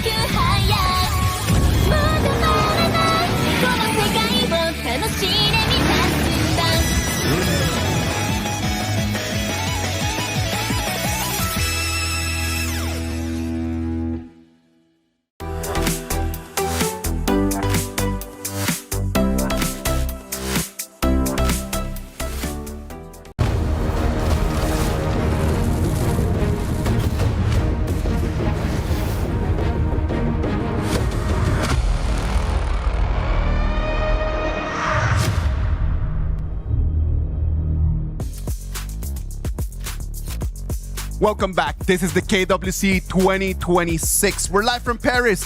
AG.AL already 1-0 advantage on top of Team Vitality. I really want Team Vitality to do good in this game. I'm telling you, they're such a nice people. This April, I had the opportunity to go and watch them in Beijing, China for the Challengers Cup. They were playing against RNGM, and then just when they're on stage, the way that they enjoy the game is something that really, like for all of us as fans and casters and analysts, this is something that we love to see. Now, before we go into the game 2, right, I want to jump on that point. I've been to the 2025 KPL Grand Finals at the Birdnest, and that was electrifying moment where AG won against Wolves. And it still stuck to me because that was one of the best esports event I went to. The crowd was there because we were casting that.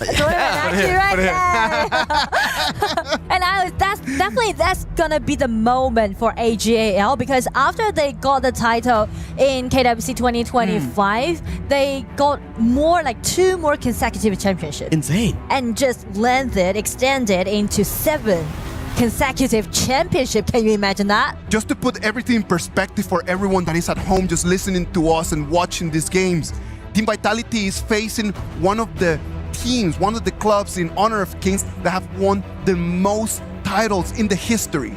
Exactly. And I mean, like, everyone is amazed about their dominance, not only in KPL, but worldwide. But I would say, like, this year, actually, they suffered a lot. So I'm kind of a little bit worried about their stakes, actually. And also, like, speak of Ino actually took 1 season off in the spring because he's been playing, like, over 7 years. So definitely the man needs to get some rest. But after he come back in the Challenger Cup, he just make it to the final again, instantly. I mean, if you are going to final, it's still an achievement, right? KPL is such a strong region that we talk about here, but coming back in towards the specific draft itself, what do you think? Well, I would say this time, definitely AG with this pay pick, they are looking for some aggression. This time, they are trying to speed up because they spot that maybe Jankyu is favorable of doing those invasions early game. I think if Zankyu wants to match the FMVP jungler coming in from KPL and also last year's KWC, potentially you might see a Ukyu Tachibana, something like a Musashi that is like a direct counter against the pay here. But that's the worrying part. When it comes down to fight, yes, maybe some global teams could put up a good fight in terms of team fight, in terms of skirmishes, but my worrying part is, in terms of rotation, our global teams are still not there yet at the KPL level. Sometimes we're slow in reacting to certain plays, but if we don't pick something that is more fight-centric for the side of Team Vitality, that could be a dangerous side for Vitality. I totally agree with you. So I would think about some composition that allowing them to have multiple initiations. For example, this Zhangfei pick and also Ukyu that you just mentioned, right? Great counter-attack towards this pay. But to me personally, it's more about detail mechanics. Correct. Against like a pay with this Ukyu. But on the side of AG, they're picking out Garuda and also Mozi. Just showing this kind of sense that this time we're gonna pushing forward. Now let's deep dive into the Garuda and Mozi. I feel that this mid rotation, the 3v3, is really strong from the side of AG.AL, but for the early game aggression, that Ukyu will be a strong one in countering the pace aggression. Plus, one more thing that I really like about this specific tournament patch is the combination of the Lorien plus Zhangfei. You get a Zhangfei ulti, immediately the ball comes through, lays you up, that's almost a 5 to 6 seconds crowd control stun. And speak of that, actually, I thought that they might try to empower their early game on the side of VIT, which Byron would be a nice choice, but actually they just banned away from themselves. So I'm wondering what kind of top laners they're going for, because just like you mentioned, they can actually do good in early games. Yeah, and there's a lot of top laners that's being banned off, like farm lanes, top lanes. I think it's like a double ban coming in towards the side of AG because Yino can play all of them. Yeah. You think we get a VIT farm lane coming in from the side of AG.AL? Because I see these picks, we might be getting one. Well, it's possible. It's possible. I mean, like, definitely he had such an abundant deep hero pool. But this time, if they go for a Baichi pick, it will make them to be a little bit slow in the early game, I guess, because you can see, like, Garuda and Mods lack of controllability. Whereas the only thing that they can do is those poking damage. So I'm looking for some frontliness, tank frontliness on the top. On the top lane for a tank. We do have Baichi and Ata that are extremely valuable in the global patch. Fatih has been used, which is a common counter into the Charlotte here. Still trying to fix up my mind what picks are still available for the side of Ran or the side of Yino. Yeah, I feel like it's going to be Baichi. It's actually the Baichi farm lane. You're asking for it, and here we go. I was scratching my head. It's like, yeah, that Shoyu is bad. Frontliner, AG, Ino, Baichi it is.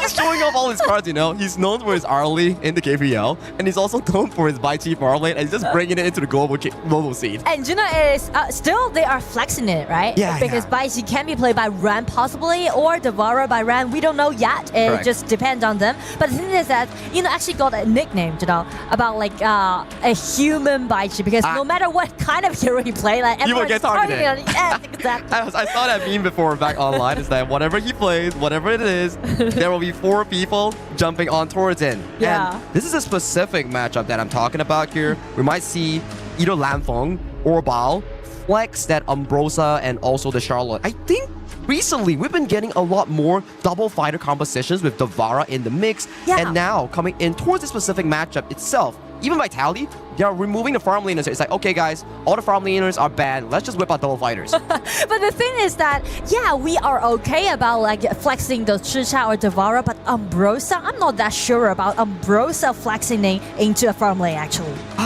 Well, if you are flexing it towards the farm lane, but you're fighting another fighter, is it still farm lane? But it's just like really interesting to see like a drop like this, you know, because it's kind of showing out that this time we will see a lot of big team fights happen in game 2. I feel so as well. Usually when we play like double fighters, it's more important when we see the 6 to 8 minute mark. That's where double fighters starts coming online for both of these teams. And to your question, where is BAL gonna go? Where is Lanfeng gonna go? We see the Charlotte going up against the Devara, and we see the Umbrosa going up against Yino on that Baichi. And we also see some comments right now down there because they are supporting for AG, supporting for Ino, and Ino is picking out this Baichi. So we're gonna see a Baichi play against Charlotte at bottom. Oh, what a rare occurrence here. And Zangkyu, very sneaky. He's already going for the Crimson Invade, and I think for the side of AG, they spotted already. They give up the mid priority here, so it's gonna be a Crimson Tree coming in for both junglers. You can see like the tempo is accelerating compared to game 1. Yeah, I think like game 1, it was a bit of like a back and forth coming from both teams. Are they diving the top side right now? They're trying to do the tower dive. Flash out, and everyone is aiming at this line for 1 versus 4. That's too much for him. Shen got the first bout and even got it in. Take F1 down. It's gonna be a 2-0, and we haven't even reaching to the 2 minutes mark. You were talking about like accelerating the game, and there you have it here. You pick the pick, you pick the Mozi, 2 of the most aggressive pickoffs here coming in for this draft, and they make it work flawlessly. And it was planned from start to finish. Ran gets the push, stacks the minion waves, bring up the mid priority that you want into jungle invasion, and then you come in with 4 players here. First cannon blast forces Lanfeng to flash away, and Lanfeng coming in with splash gradation here, wants to run. By the time that F1 is here, gets caught by Stride's flash knockup into death. I mean, like, the coordination is definitely out there. And also, because of the Charlotte pick at the farm lane, you can see, like, he suffered a little bit because VIT actually just swapped the lane, right? Umbrosa is at the bottom, and that's what we're talking about. Charlotte play against the Vara actually while, like, facing deficit in the laning. Yeah, because Charlotte, yes, you're really strong in the mid to late game with those resets, with those spells fresh, and then those passive sacks. But if you can't get on laning phase, you can't achieve that.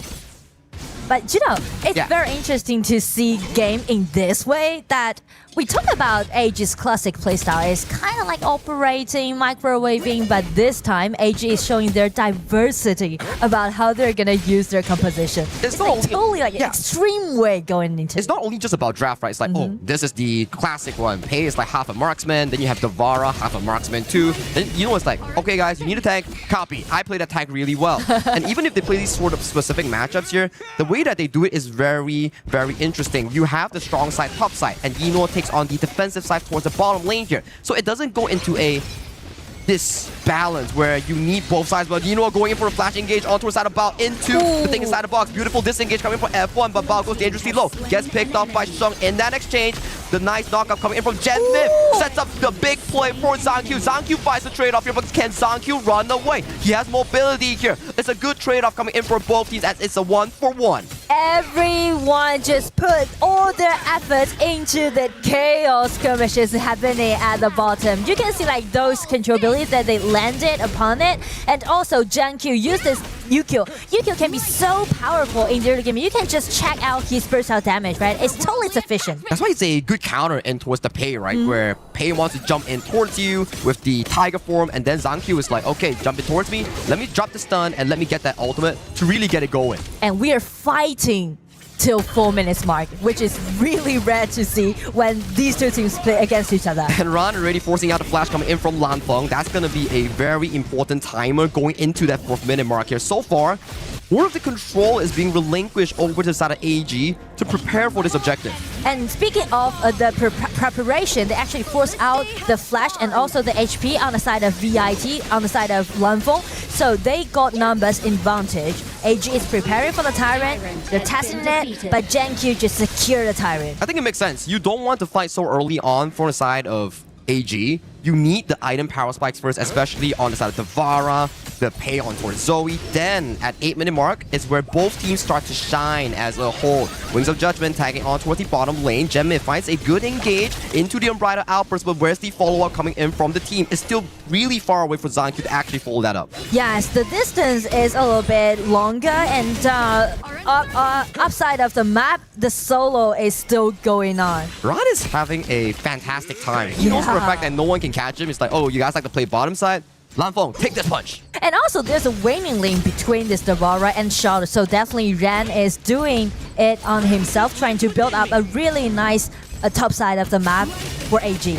And Nora, ever since coming into the group stage, there seem to be more and more Devaras skyrocketing in pick rates and skyrocketing in win rates in these last 2 days. Yes, because Devara with those long attack range can do very good during the laning upon a lot of top laners. I think so as well, right? They put Flex it towards the farm lane, the clash lane, and it's like a late game carry insurance that gives your team that's also tanky and does a lot of damage. But speak of the late game, actually this time I would say the late game is pretty even up to both composition, and also like the mid game will go more wild in game 2. I fully agree. When you have double fighters, that 8 to 10 minute mark, when all those item power spec stuff's coming in for both of these teams, it's going to be looking really, really good. Both teams are positioning themselves over to this Crimson Golem. Zoe gets tagged on, has to pounce away. This Crimson Golem will be an interesting one. Baichi jumps in, but F1 counter-engaging with the Unbridled Outburst here. Zankyu gets caught by the stun. This Crimson Golem, who does it go over to? Vitality wins this 4v4 exchange. Jankyu is just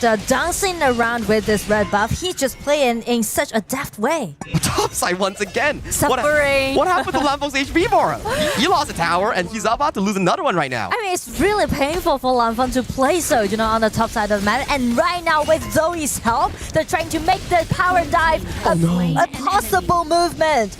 Oh, Zoe managed to escape, but the top side is gonna be an issue here. No one has been disturbing Ron's farming tempo, and when Ron starts picking up the Crimson Golem in the next few minutes here, it's gonna be a big headache for Vitality to actually figure it out. And just check the gold difference, right? Zoe got like 1,000 gold lead against Jankyu. I mean, like, Yukio is doing great about those invasions, but at the same time, Zoe is farming up fastly.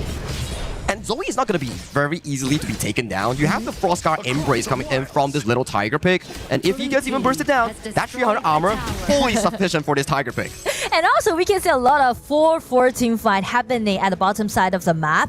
But I'm a little bit worried about the top, because actually VIT suffered a lot on the top side of the map. I mean, Lanfeng just didn't get any help. He's 0-2. We find an Unbridled Outburst onto the side of Zoe here. Zoe managed to limp away towards safety here, but Zankyu dangerously low. He's finding Zoe. Zoe is going down. It's a 1-for-1 trade between the jungles coming in from both teams. The Vara coming in from Ron is landing on towards the backline here. Genmid with a beautiful CC removal gets out towards safety, but still gets caught by Ron. Ron is not finished yet. He's still punching. He's still going. Meemaw's trying 1v1 against Bao. Bao still has the Undying. Has to pop it to trade, but it's not looking good so far for Team Vitality as they are losing too much. Wings of Judgment snipes down Bao, and Bao gets taken down. Make it more as F1. It will be the last sacrifice coming in from Vitality. It ended up with the double kill goes over to AG, and definitely they want the upper hand from this skirmish. You can see like AG just fights fearlessly. And I do like the way how JanQ find a nice spot getting in and make that 1-1 trade directly targeting on Zoe. That was really beautiful. Now, if game 1 was about AG.AL respecting the map, playing towards power spikes, game 2 is about,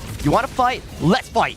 Yes, and speak of the fight, because of after this 1-1 trade, right, both junglers are down, and it's gonna be the stage setting for Ran. This Devara just coming in, ulti in, and getting immunity, and you can see they actually waste all of their skills upon that Zoe, try to take Zoe down, so which make Ran to be just unstoppable during the whole team fight. I think this is the problem coming in from the side of Vitality's draft. There's just not enough sufficient DPS to take down the Devara.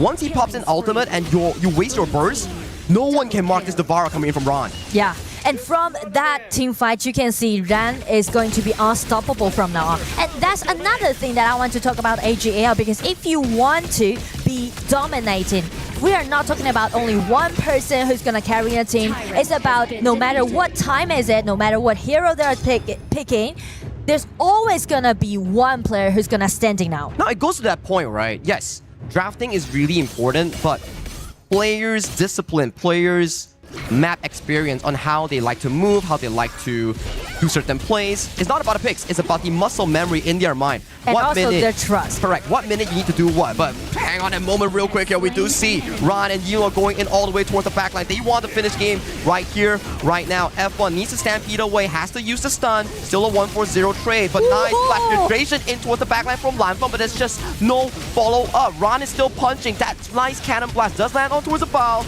but 10-minute mark is here. Does AG back off for the shadow objectives? I mean, like, I do like way how Ino using this Baishi is initiating, right? As long as he got the flash and also his ulti, he just playing around and getting in. But Vitality, actually, they're fighting back in quite a nice way. That's the human vice here, right? I feel like Lanfeng is, like, he suffered a lot and he's trying to put all his efforts, trying to get revenge on it. That flash with the ulti was quite decent. It was good, but the gold lead is just too darn far away coming in from Vitality and AG.AL. If it was a 50-50, maybe that could have been Vitality's moment here, but due to the large gold lead that's being held on by AG.AL, those team fights, they are not miracles. Those are just opportunities. Not even mention to the Dark Tyrant goes over to AG.AL. So I feel like it's gonna be the time for AG to slow down a bit more. They will just let Shen and Eno to be at the front line and trying to strike down the HP bar as much as they can. Just check the ulti, right? Really decent, and try to find out JanQ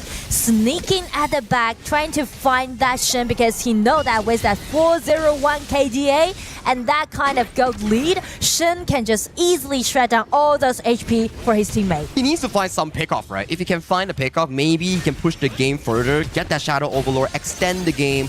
But for the side of AG.AL, they are not allowing a nice ultimate flash coming in for the side of Eno on towards ZanQ. ZanQ first to fall. Ron unmarked, untouched, utilizing the Millennium Echo and towards the most members here, taking them down one after another, and F1. He's gone, and with that final play, 0-5, only Sheng falls. This will be a clean, easy win for AG.AL, a dominating one in this game number 2. Triple goes over to Ran. It's gonna be the end of the game, of the matchup. It's gonna be a clean victory. Goes over to AG.AL. It's a statement match for their debut coming in for the side of AG.AL. They showcase they can play the traditional farm lane marksman style with Eno's early, and then they bring over a different style. Eno goes back in towards the Baichi that he has so much experience with, play the weak side, allow Ron to carry, and in the end, Ron showed up with that Devara, just punching every single member towards that game. And the story keeps riding it again and again and again. AG.AL are going to win 2-0 on top of Team Vitality, moving to this afternoon's upper bracket final. I mean, like, yeah, it's 8-2-0, right? Only 2 games has been played, but so much thing that we've seen from these 2 games. We see the experience from the team, we see the history, and also we see the capable enough, the capacity of all 5 members, all 5 players. I think that one of the beautiful things in here is just how different people can just carry the team at different moments. Everyone is just looking at the junglers and everything. If you look at Sheng with the Garuda, just to be able to have the reach, the poke, he actually ends up with a very beautiful KDA, and not only that, he was the key damage dealer in all of these fights before Ran just popped off at the end. And the early game planning coming in from the side of AG.AL is fantastic, where, yes, when you lock in the draft, you need to have an early game plan in mind. They cleared up mid with the side of Zoe on that play, then convert it into jungle invasion. Then that's where Valor pushing the wave. They go for that dive, and ever since that, the Charlotte coming in from Lanfeng, he's just suffering.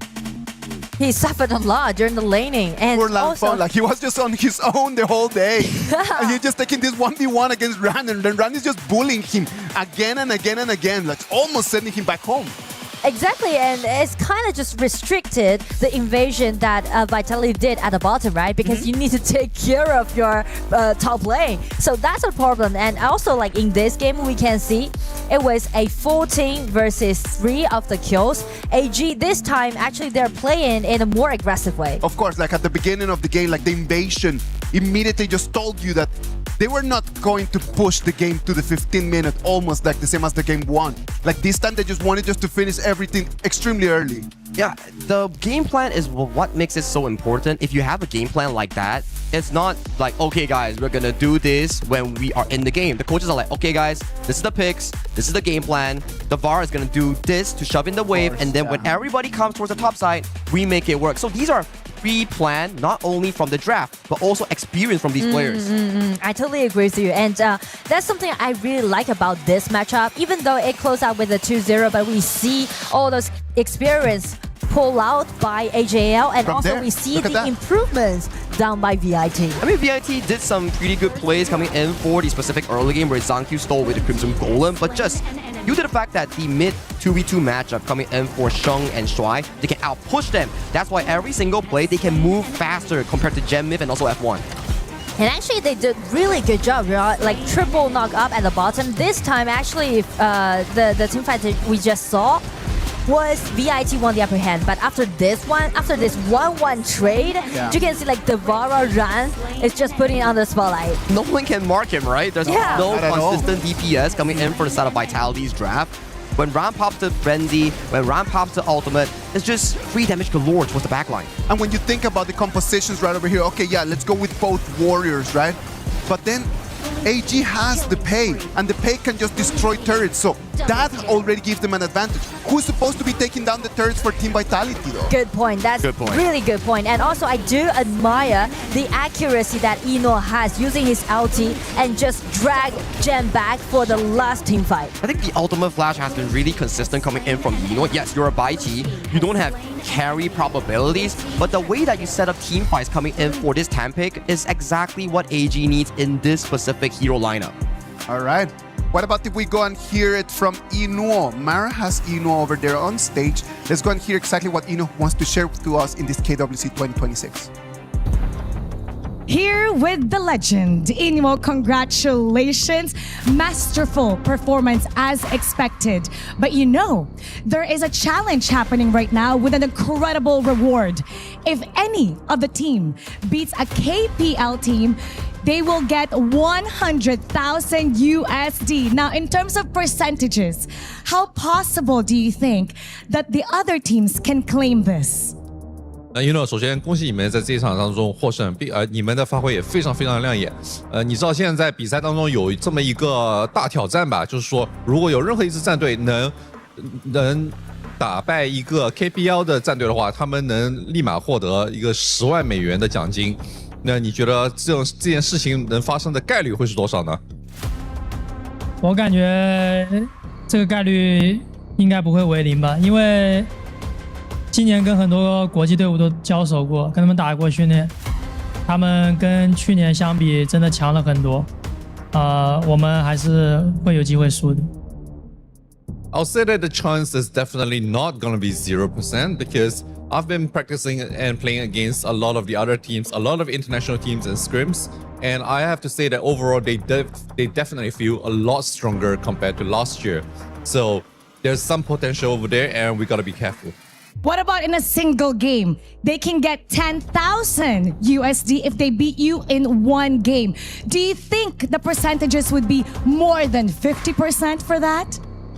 如果算单场游戏的话，如果一个国际战队能拿下哪怕单独一场的话，他们也能获得一个1万美元的一个奖金。你觉得这个事情的概率会多少呢？能不能超过50%呢我觉得应该会超过50%的，到8强赛之后，我觉得这个概率会变大。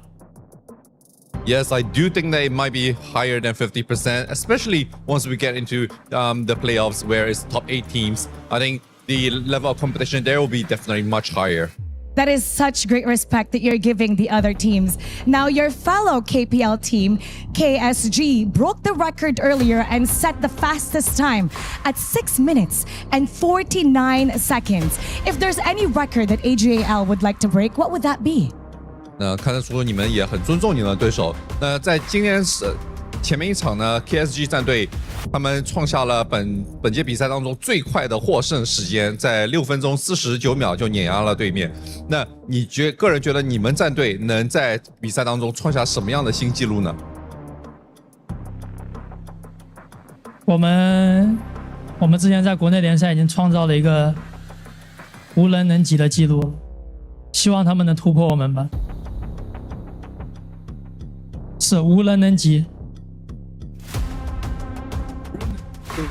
整个概念能不能解释一下呢？就是还没有人超越过我们这个记录。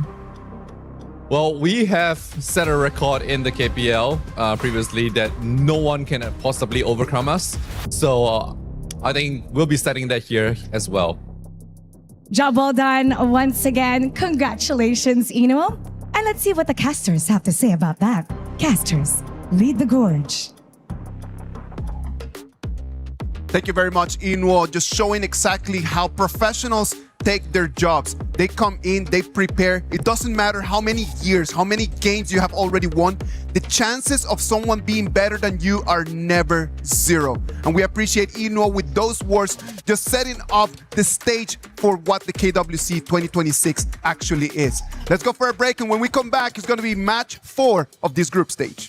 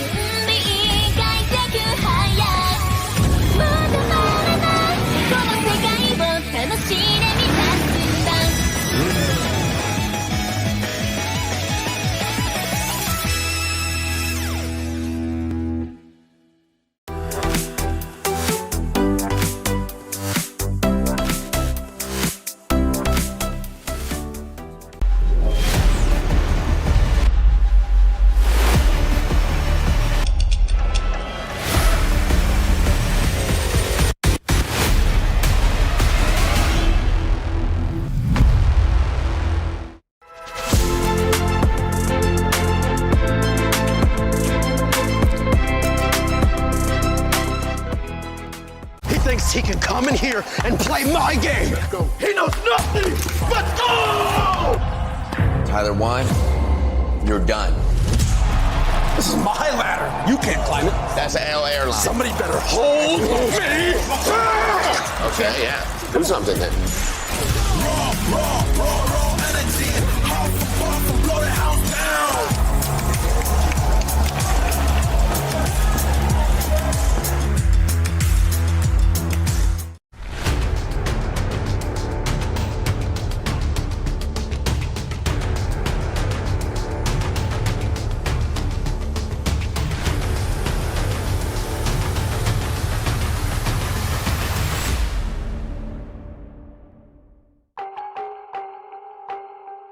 Welcome back. This is the KWC 2026 live from Paris, France. Right now, we're gonna move into our match 4 of today. It's gonna be MIBR Los Grandes are gonna be playing against Blacklist International. Holler, Blam, what can we expect of this matchup? I think we can expect a very explosive game, if anything, right? I think MIBR LOS as the #1 seed coming out of Chalk BR, a lot of expectations, right? You're the top dog in this one. Oh, yeah. On the other side, we're talking about Blacklist International. They too want to make some surprises. They've stepped up in the EWC thus far. Absolutely. I mean, they've already got an achievement for themselves. They finally beat Nongshim Red Force. Sorry. They've managed to do it. It's taken them a very long time, but it means it mattered the most. They did it when it mattered the most. They get into the group stage of KWC. But then we have them right now playing against the Chalk BR champions, man. What are some similarities that they have in terms of game style? Yeah, and I feel like Blacklist has kind of taken it to another level. There were definitely some questions, but then they were able to be aggressive, and then they fit to their play style, and it's kind of riding on Chammy1's play. There was a little bit of an interview, and they were saying, hey, Chammy1, you're making all of these plays. Why are you not rubbing it in? Why are you not celebrating and just like trash talking the other ones? And he was just like, actually, it's because we're all kind of family. Yeah. At the end of the day, I'm very sad for all my teammates. I want to make sure that we win, but unfortunately, that's not always the case where we can all just like be that #1 guy. Exactly that. Like, obviously, at the end of the day, we see obviously only the conflict that happens onto the gorge, but on that, everybody is literally so tight-knit. They basically talk to each other, they scrim with each other, they spend a lot of time with each other. So I feel like those relationships and those bonds that these players share, it's hard to sever that and separate that when you're on the gorge. Yeah, we're all brothers at the end of the day, right? It's all about the Honor of Kings, excuse me, and it's all about just like, family, right? And I think that even with the team itself, like they play like a family, but also as opponents, we're also looking at them as just, hey, we're just playing a game here. All right, so they have had like very similar experiences, right?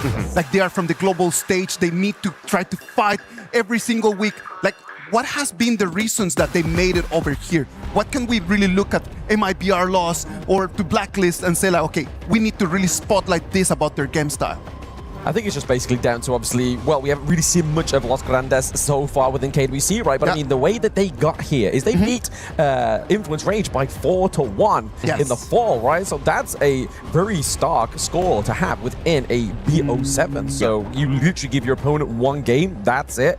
That's a scary metric for Blacklist to be looking at. Yeah, and I know that Vento right over there was a player that really just stood up in that final and had such an amazing performance. Yeah, and actually, if we're going back to just like the roots of this team, they were previously known as Loops as of last year. They formed up as LOS just going into this one. But this is a squad that's been sticking together. They've had quite some time. You talked about Vento there, Isaac, there. But Vento has been the longest standing in terms of this team and why he's gotten so many MVPs. 3 times Chalk BR champion, joined as a professional in 2023. 1 KIC and 1 KWC, but he has never been able to move out of the group stage.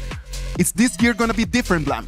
I mean, this is the thing that I've noticed in KWC, right? Like, once they get to the international stage, it's really weird, the dynamic from Chalk BR. The first seed always does worse than the second seed, which is a really, like, weird myth, but I really hope for the side of, obviously, Los Grandes, they're able to break this and even meet or potentially beat Influence Rage into the playoffs. I'm wondering if it's more because it's the Danny effect. I mean, he's usually that second place team. I think that even in this one where LOS has gotten the better of him, I think that this is also a situation where they're like, hey, maybe the international stage is a little bit nerve-wracking. The nerves are definitely there. But then Blacklist International, they started really weak at the beginning in the play-ins, right? Like, I would say that their first performance was actually really slow. But then after that, they started picking up. They really started picking up. The way that they played in the last match makes me feel like they might be able to make it out of group stage. I think that that's going to be the momentum that we've been talking about, right? I think that there were questions, and at the same time, they're like, actually, we've got all the answers for this one. We just need to play within ourselves. And when they do, they are really top level. They are top level, and they've already beaten, obviously, past KWC experience and the way their journey so far, right? Obviously, Blacklist International finally actually getting a series win for themselves, and even in from the play-ins into the group stage. So they've already kind of like beat their last year's selves, but now they've got to kind of aim for further. You can't just be like, right, okay, I'm done, I'm tapped out, we've won, right? We won ourselves. We need to go further. Of course. So I'm kind of thinking that, like, hey, they've exercised the demons that is Nongshin Red Force. Yes. I mean, that who's always gatekeeping them. Oh, yeah. But now they need to continue on. I think that the door is wide open for this team to make a potential run here. Well, like, they have had so many different things that they have shown us in these already 4 days of the KWC, right? Like, when we think about the heroes that they can actually play in here against MIBR.Loss, do you think that they have an advantage since they've already shown us some of those hero picks in the group stage? I mean, I think that both teams are at a bit of an advantage, right? Obviously, Los Granandes is able to actually be seen and know what Blacklist is like, whereas Blacklist have had their moments within Paris so far, a little bit more to adapt to local kind of time, anything like that, you know, get back onto the sleep schedule, and they've been playing as well. So they're warmed up, they're fired up, and they're going to be bringing everything they've learned in their relative group in playing stage to this moment. Yeah, and I think they've kind of ironed out some of those kinks, some of those issues that they've had, and they've had some losses that were a little bit in terms of their own mistakes here. But this is also a time when you can kind of see, like, hey, maybe the reps really helped us as opposed to kind of just standing and watching and being a little rusty in this game one here. Yeah, and I mean, to be honest, I feel like it's probably a good thing for Blacklist not to keep swapping out the subs, right? You want to make sure you're building that synergy and only really playing the sub when you really need to. If it's like a niche reason why they bring in Ismora, is it because of a pick that potentially Golden Kite isn't quite as useful on or as good on, sort of thing. So I feel like they need to be subbing in the correct situation. Yes, for sure. And for that situation, as we're going to go into the draft soon, I think that, I mean, Isaac had brought up the point that they show their picks in terms of the draft. But, I mean, we're talking just best of threes. Yeah. This is nothing at the end of the day. This is just the surface. Yeah. And then to survive this stage and to get into the playoffs where there's best of sevens, you got to have really deep hero pools. I think that this team is not going to worry about, again, just showing some of those heroes. Yeah, I mean, as soon as like the inception of Blacklist into the international stage, right, they seem to thrive further in the higher formats, right? Best of fives, best of sevens, thanks to Coach TG, right? The mastermind behind Blacklist International. So best of threes should be a doozy for them, but it always seems to be a little bit of a blunder, right? There's so many choices you can have in such a small amount of games. It kind of it gives you that illusion of choice, right? You're like, what do I go for? But I feel like going for the tanks down to the bot side of the map is something that a lot of these teams are comfortably going for, and it's something that really kind of helps you get a little bit further into the game state. Right. And I mean, these best of threes are what kind of throw a spanner in the works, right? Because it could be, there's so many different heroes available. Yes, we have global ban picks, so it's a little bit more strategic in that sense, where you're not spamming the same cheesy strategy. But I do feel like, again, anything could happen. You might have that pocket strat that's just ready and available, and I do think it's important, especially in a best of three here. It's very important, but it looks like Los Granandes are looking to go for completely counter to my argument there. They're going to go for the Diadea, just like we saw for VP in their first game. They're going to go for the Ali, obviously great counter against Ayin in lane here. Motsu as well is also a very good setup call as well.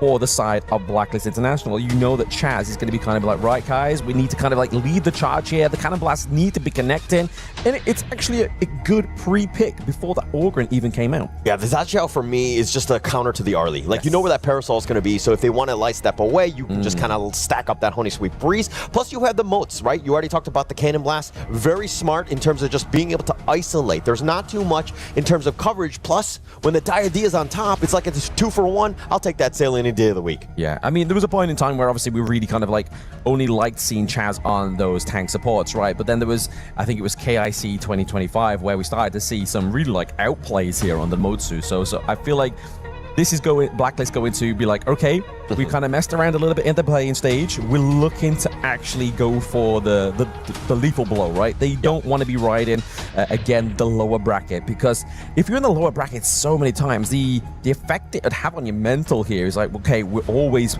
coming back down. We need to ride back up. They really want to be riding that high wave in the top side of the bracket.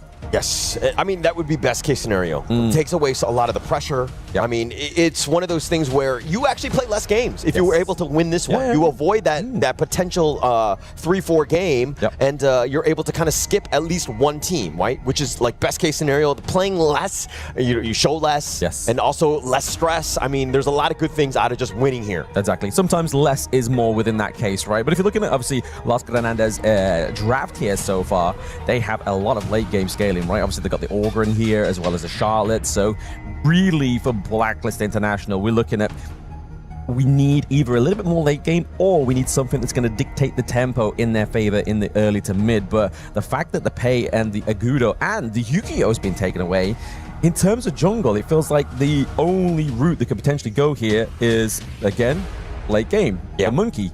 Yeah. Protecting, I mean, you got to protect the Ogren here, right? All of those picks were just like, hey, limiting Justy as much as possible. It's kind of hard because Blacklist International, they have, I would say, 3 main stars at any moment. I mean, you're seeing Golden Kite, who's really stepped up since that initial sub. Then you're talking about Justy and, of course, Chammy1, always looking there to just set the tone of this game. Yeah, Chammy1's always one to watch out for. For those, obviously, new to join in or even just kind of like glazing over the Honor of Kings experience here within EWC. Obviously, there's going to be a lot of new people on their channels checking this out as well. Chammy1 is definitely a player to be keeping your eyes on here. He gets a lot of props from a lot of his peers as well. Yeah, it's just because he has the plays that he makes are just so clutch, and the timing that it happens, they can literally win games based on his play. And it's not easy to do as a Clash later because you're setting it up, but you're also, everybody's there on the same page with you getting those kills. Yeah, you almost feel isolated, right? You're at the top side of the map, you've been forgotten about, you've basically been baby put in the corner, just making sure the plug sockets are covered though, so you're not actually doing any harm to yourself, you're just trying to make that 1v1 matchup go into your favor, and then you can influence the rest of the Gorge, right? Like you said, try and find those flanks.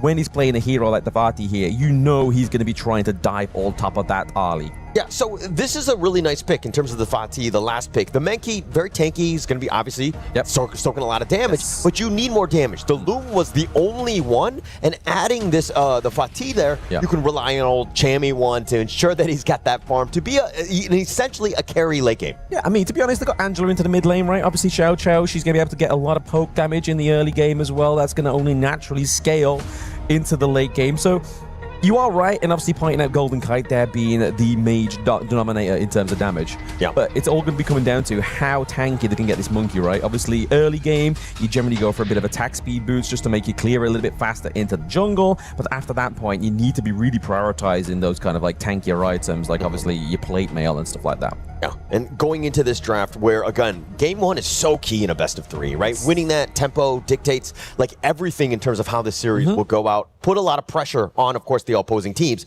So I would say going in, if we're talking about the drafts alone, they're coming out firing. And I think that both sides have really got the comfort picks, if you will. Yeah, both side lanes are looking very strong matchups here. Obviously, 1-1. Obviously, Charlotte has a little bit more harder time in the level 1 game state here against the party because obviously no dashes away, stuff like that. And then bot side of the map, obviously, Flaming Palms isn't always going to be your favorite friend because obviously you can cancel that out here with Vento's Ali. But game state into the mid lane here, they're just looking to try and feed as much gold as possible into the Ali pick to get it online a little bit faster. Yeah, and while Vento is definitely the win condition, gets a ton of MVPs on MIBR LOS's left side, but ABH is, again, when you have an Ogren, he is definitely the guy. He's going to get you to that mid game. You can only hope so, right? But I feel like there has been Ogren performances within this one where it's kind of just like, it's shied away from its true potential. Like, you aren't able to kind of soak in and do the damage because you're going in a bit too early. You're kind of taking on too much more than you can chew before your moment comes into the Gorge. But into the back line here, it's going to be Chammy with a pick off of the Vento already. This is already a scrappy game for the side of Blacklist International. Dragon completely set that one up. Nice 2-man Honey Sweet Breeze. You were not going anywhere. And once they were locked in, you knew that things were going to be rough terrible start for Vento as well as MIBR LOS as Blacklist International just got the better of them out. They did get really good better of them as well, right? But I mean, it just goes back to the point we was talking about before you get to level 4 with the Charlotte, right? Right. It becomes very hard to kind of keep yourself alive in a 1v1. When you've got a 3v1 taking place top side of the map, it's even more difficult. Yeah, and also another piece is that, you know, MIBR LOS, they kind of revolve around Freaks as well to kind of create some sort of space, and that's kind of why they were kind of putting that, you know, pressure in that top lane so that they, you know, limit Freaks as much as possible. Once Chammy1 gets going with a snowball, it's going to be very scary. Yeah, you don't want that to be taking place right now. Obviously, the kills did go over to the side of a Dragon, so obviously scaling onto the mid lane is going to be something that's scary, but a loss of the support in this early game is not too bad. The Dream Roam is coming in. It did connect. We lost signal for a moment there, but it is going to be the Blazing Brilliance that drives Just G away. Gets the takedown is ABH. Yeah, and both of these squads are like, hey, I'm here to brawl. I want to scrap as much as possible. There are kills going left and right, and the return attempt by Chammy1 and Justin from the top lane back into that river. They salvaged a little bit on this one, but I mean, getting 2 for 2, I think that both guys are going to be somewhat happy. I mean, considering only what? Chaz had died it early. Yeah, only got the takedown onto Chaz, but then obviously we did obviously see Just G get shut down as well, which is really going to put a little bit of a blunder into the tempo of Blacklist. But if you look at the gold graph, that blunder is literally not even equalized, right? Like, they're still ahead in the gold. Yeah, and this is why Blacklist International, with those games, I mean, on the stage, they're very familiar playing on there multiple times in the play-ins, and to now have to continue on, you're seeing just the amount of comfort that they have as they, again, extracted a lot of the XP and farm in their own jungle right now. Yes, I feel like, obviously, Los Granandes has to go back to their own jungle at this point in the game. Obviously, they find out that for themselves in the hardest way possible, but these early game scraps are not going into their favor. They are down by 1 kill. They are able to get these slow pickups, but unfortunately, Blacklist International are just having that extra little bit of a peak. Yeah, and this 1.3k net worth lead, I mean, going into the 4-man Tyrant, that's like a slight edge where you're just going to do a little bit more damage. So MIBR LOS, maybe they get some sort of steal as they're looking to kind of fortify at least the area around. Ooh, I mean, good heart link there away for Manuel Fraser, right? Like, he almost overextended and paid with his life. That would have been, again, a huge blunder for them because they would have lost the Destiny counter as this Tyrant now gets spawned upon the Gorge here as well. We are seeing Monkey being locked into place. Just G takes too much damage for my liking here, but he's able to get that shield back up. He's back in that passive just in order to make sure he's in fit fighting shape for the Tyrant. Yeah, Golden Kite shows up and they had a numbers advantage, 4-3, and MIBR LOS were just like, wait, we can't do this. Nobody invited him to the party. Again, once again, we're just seeing that overcommitment from Manuel Fraser, right? But I feel like he's doing what a lot of teams have been doing with the KWC. He's just trying to buy time for them to see a follow-up happen. But so far, there's a bit of a disconnection scene for the side of Los Granandes. But there is a little bit of connection happening right now into the bot side. The takedown onto Golden Kite is definitely not one to the side of Blacklist International that they want to be taking here. But ABH maybe falling a little bit too much burst damage from Chammy on the party. Yeah, and it started from like minute 2 when Vento and Golden Kite were trading blows. Vento was kind of coming out slightly ahead in terms of the XP, and then once he was stuck in MIBR LOS, they actually flanked to the bottom. He had nowhere to go, couldn't get on his Dragon, and Golden Kite going down there, a bit of a disaster for him. Yeah, very good macro play there. And they're just going to go back to their jungle, procure all the very important buffs, get their points away as well. Because what we saw from like previous series today so far is there's a difference between teams that like to just kind of like, they wait for the invitation to go into the enemy jungle, and then there's other teams that just take complete domination. They go for the early points, they go for the spike tail, they go for the fire leak without your permission, and that's where we start to see early games pretty much a loss already. But we are seeing 4 men on the top side of the map. Freaks, ABH as well. Just Chi on the wrong end of this one, but he's just looking to try and hold on to the back line here, trying to make sure Angela's not having free reign. There it is. Manuel Fraser falls down. They're going to trade Dragon as well, but it's a think inside the box that lands them in an uncomfortable position here for Los Granandes. Yeah, I mean, Joshi actually had the Dream Roam. He went right past them, and you were thinking he was in a bad spot, but the rest of the reinforcements were on the way, and they were like, we cannot take this tanky Mankey down in time, so that we had to just deal with whatever we could. So, I mean, they kind of salvaged that on that top line. Yeah, I felt that was like Peter Pan picked up apples, you know? That was very hard there, but Vento even getting takedown is definitely not what they want to be doing here. We do see, obviously, irreparable damage damage being done into the mid lane there for the side of Los Hernandez, which is obviously a great place for them to be here after they're losing so many scraps. After this, they're still behind with that gold lead. Yeah, so Vento actually getting the kill on the Golden Kite in the bottom lane. That's a little bit of confidence, and it was a little overconfidence as they were pushing into that mid lane. He was trying to make a play, but the tower just shoots you, man. You got to be careful about that aggro. Yeah, they do hurt. They do hurt indeed. Just Chi here, just playing around the Azure Gold as well, taking too much damage. It gets the execution there. It's going to be ABH with the pick-off. Can they get a little bit more? I feel like without their commander-in-chief here, Just Chi, they're just going to go back to the game state into those lanes. Yeah, you need to play a little bit more was safer in that sense. But let's talk a little bit about one here. On this Angela pick, the Blazing Brilliance, absolutely amazing in terms of taking down that Mankey. Yeah, he's tanky, but I'm just going to burn you to a crisp, and that's what they did. Justy had no outs on that one. Yeah, I mean, I've been loving this Angela pick all day, right? Obviously, we had Highline. Now we have one piloting this mid lane that generally doesn't get actually a time of day within the draft, but because, like I was saying, when Kim was on broadcast, there's so much tank meta in place. We need anti-tank potential. I feel like she is definitely one of the best heroes to be doing that. And I mean, if you're able to do that with some sort of other stuns, I mean, it's so much. And plus, she can tank a little bit on her own, so it's not the worst thing in the world here. But it looks like MIBR are going to just head on out and take the mid lane instead. Yeah, I think this is going to be the part of the stemming the bleeding, right, for the side of Blacklist International. They've got to make sure they're playing the macro a little bit better here and making sure they're not taking just so much unnecessary damage.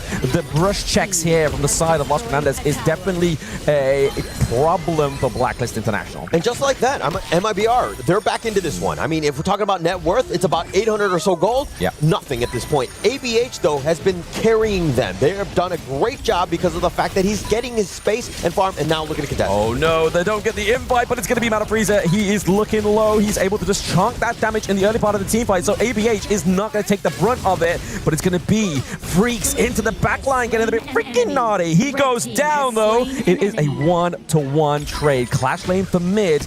That is going to be all that's said. He's going to be freaking dead. That's what's going to happen. And he went way too far. ABH was like, hey, we got to get out. I'm a little too low. I cannot continue to fight. But Freaks did not get that memo, and he went in 1 versus 4, and he got burned up. Yeah, no, he definitely took on a little bit more than he could chew within that team fight, right? Yeah. He was trying to go in, just trying to get the pressure onto Golden Kite, maybe even try and force anything from the vastness, right? Obviously, Visir here is still holding on to it, but it's at the props of Chami1. Chami1, he dives into the backline, he does the burst damage. He's kind of like the savior here for Golden Kite in these team fights. For sure. And I mean, if we're now talking about what things have happened, I mean, with that one single kill, things have again shifted back in favor of Blacklist, and now they're being aggressive. Oh, even looking at they don't have a smite. Angela here, that's the easiest steal clean there from the side of Los Hernandez. And now, is that going to be a mental boom here for the side of Blacklist International? We have 2 in the mid, 2 top side. They're just trying to make something out of a bad situation. They lose the Tyrant, but can they just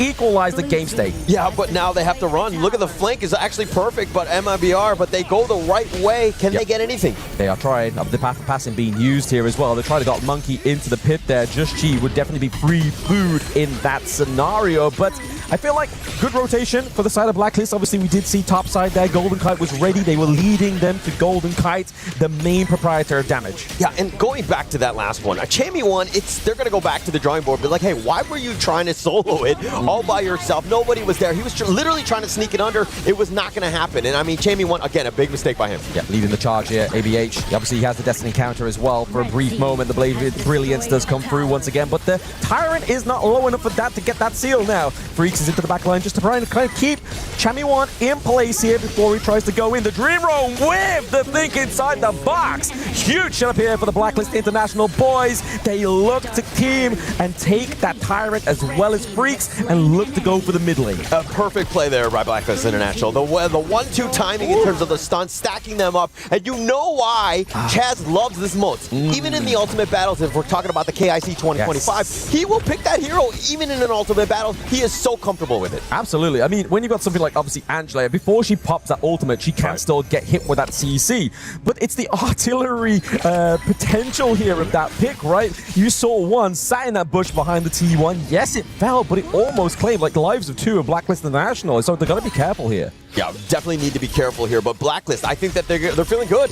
I mean, they have the lead. They understand that they have momentum. Now it's a matter of taking some of these towers down. On the other side, MIBR, LOS, they need to, again, they feel the pressure. They're trying to push something down. They're looking for some sort of gank in this mid lane. Yeah, waiting in the long bush here, just hoping that one of the members of Blacklist International kind of just stop by at the Rung pit stop. But down to the bot side here, we are seeing Freaks trying to go for a push. Golden Kite as well was heading down this way. So I feel like this is where the main target's going to be, right? You're looking towards Xiao Xiao, you're looking toward Golden Kite. You are quite a bit vulnerable within this positioning. Yeah, and the bottom T2 taken down. I mean, the top lane was pushing, so they knew, Blacklist that is, that, MIBR, LOS would be somewhere else. They were in the bottom, and now they make their way to the mid lane to kind of deal with the rotation from Blacklist International here. Yeah, the T2 top takedown was probably just a direct call and answer to the takedown down to the bot side, right? But now you see Chammy once again. He's freezing the minion wave here. That minion wave is going to caught that one up, but into the mid lane here, we do see this just trying to get the game state into the favor of Blacklist International. They do get a few hits here, a few knockups coming in. The Ride the Wind is going to be put in ABH, like Kylie Minogue spinning around. There is the Dream Realm onto the backline as well. Vento's going to be careful. The Parasol is into the middle part of the fight as well. Here for the Bastards onto the backline. It's going to be the pick-off here as well. Vento down, one down, ABH down, Man Freezer. We are in the chiller. Chammy won with an angle, completely jumping the back line, caught and catching everyone off guard. Vento thought he was safe, but they were going northwest. They need to go northeast to go back home. Unfortunately, not for them, because Chammy won was the bouncer and nobody was getting by him. I mean, look at this though. Like, Freaks is kind of like, they're keeping Freaks in place. Like, he can't recall. He's just like, guys, I really want to go back and protect the base, but they're not letting me, Mom. They're not letting me. Minion wave there, down to the bot side, looking to take the crystal as well. The burst damage from Chammy, from Golden Kite. Get game number one. Hoi, Billy Beats. Very good game there by Blacklist. And the ability to close that out, understanding that, hey, Freaks was the only guy that could have potentially saved that game, but not allowing him to recall. They were just like, no, we're going to hold you here. We're just going to, slow talk you, make sure you just stick around. Maybe you offer some tea a little bit, but he was not going back home to save the base in this one. Definitely not. He was just locked down in the end of the jungle, right? Like, that's an unfortunate situation. You literally seen game one flash before your eyes. I think that it was such a very level game. It was never just one-sided. Blacklist International, they end up taking the victory, but it was not because just MIBR just played badly. It was just like in that one fight, Chammy 1 was just superior in the 1 against 4. Chammy 1 will always find that angle. That's just why as a Clash laner, he's so good. When you're playing against him, you always have to be, keep your head on a swivel, if you will, and make sure that you don't get flanked, because that's what can happen. You could just lose a team fight and the game that instantly. Yeah, I feel like all players just need to be an owl at the point when they're playing against everyone, right? Just like 360 peripheral view, man. Like, it's hard to actually achieve. But we're going to look at, obviously, the post-game analytics. Because like Isaac was saying, right, it wasn't like a night and day difference, right? Like, this was very close. It was all about the correct pickups into the team fight.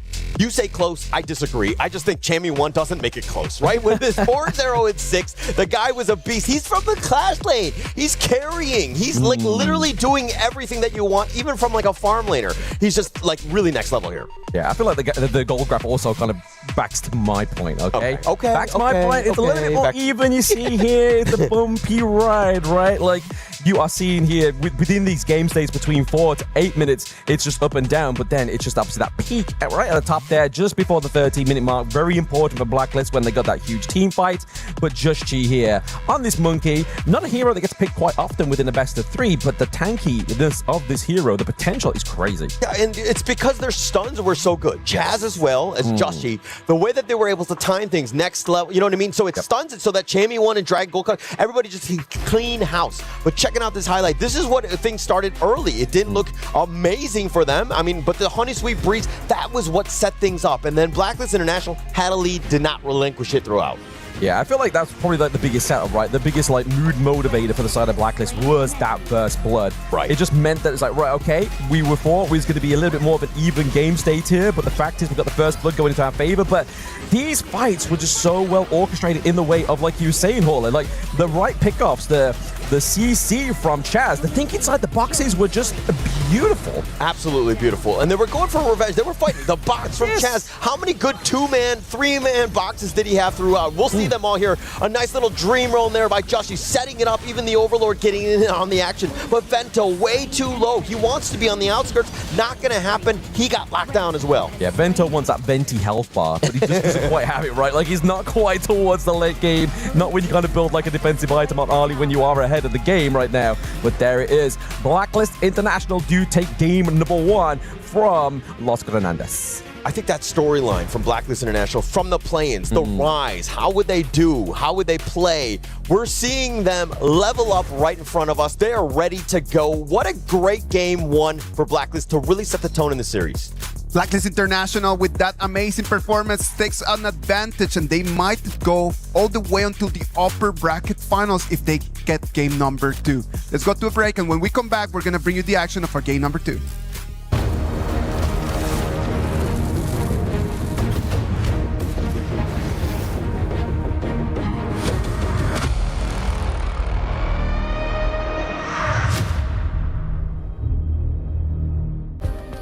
Play is in our DNA. Whenever we let it out, it becomes our superpower. Now imagine an entire city being built to supercharge it. Kadir City, powered by play. We were there. For every click, every clutch, every respawn. We were there for the years of grind, and we're here. Now, the proud founding partner of EWC, powering the biggest event in gaming, shoulder to shoulder with the world's best, making history. Greatness deserves a stage. Lenovo Legion, reach your impossible.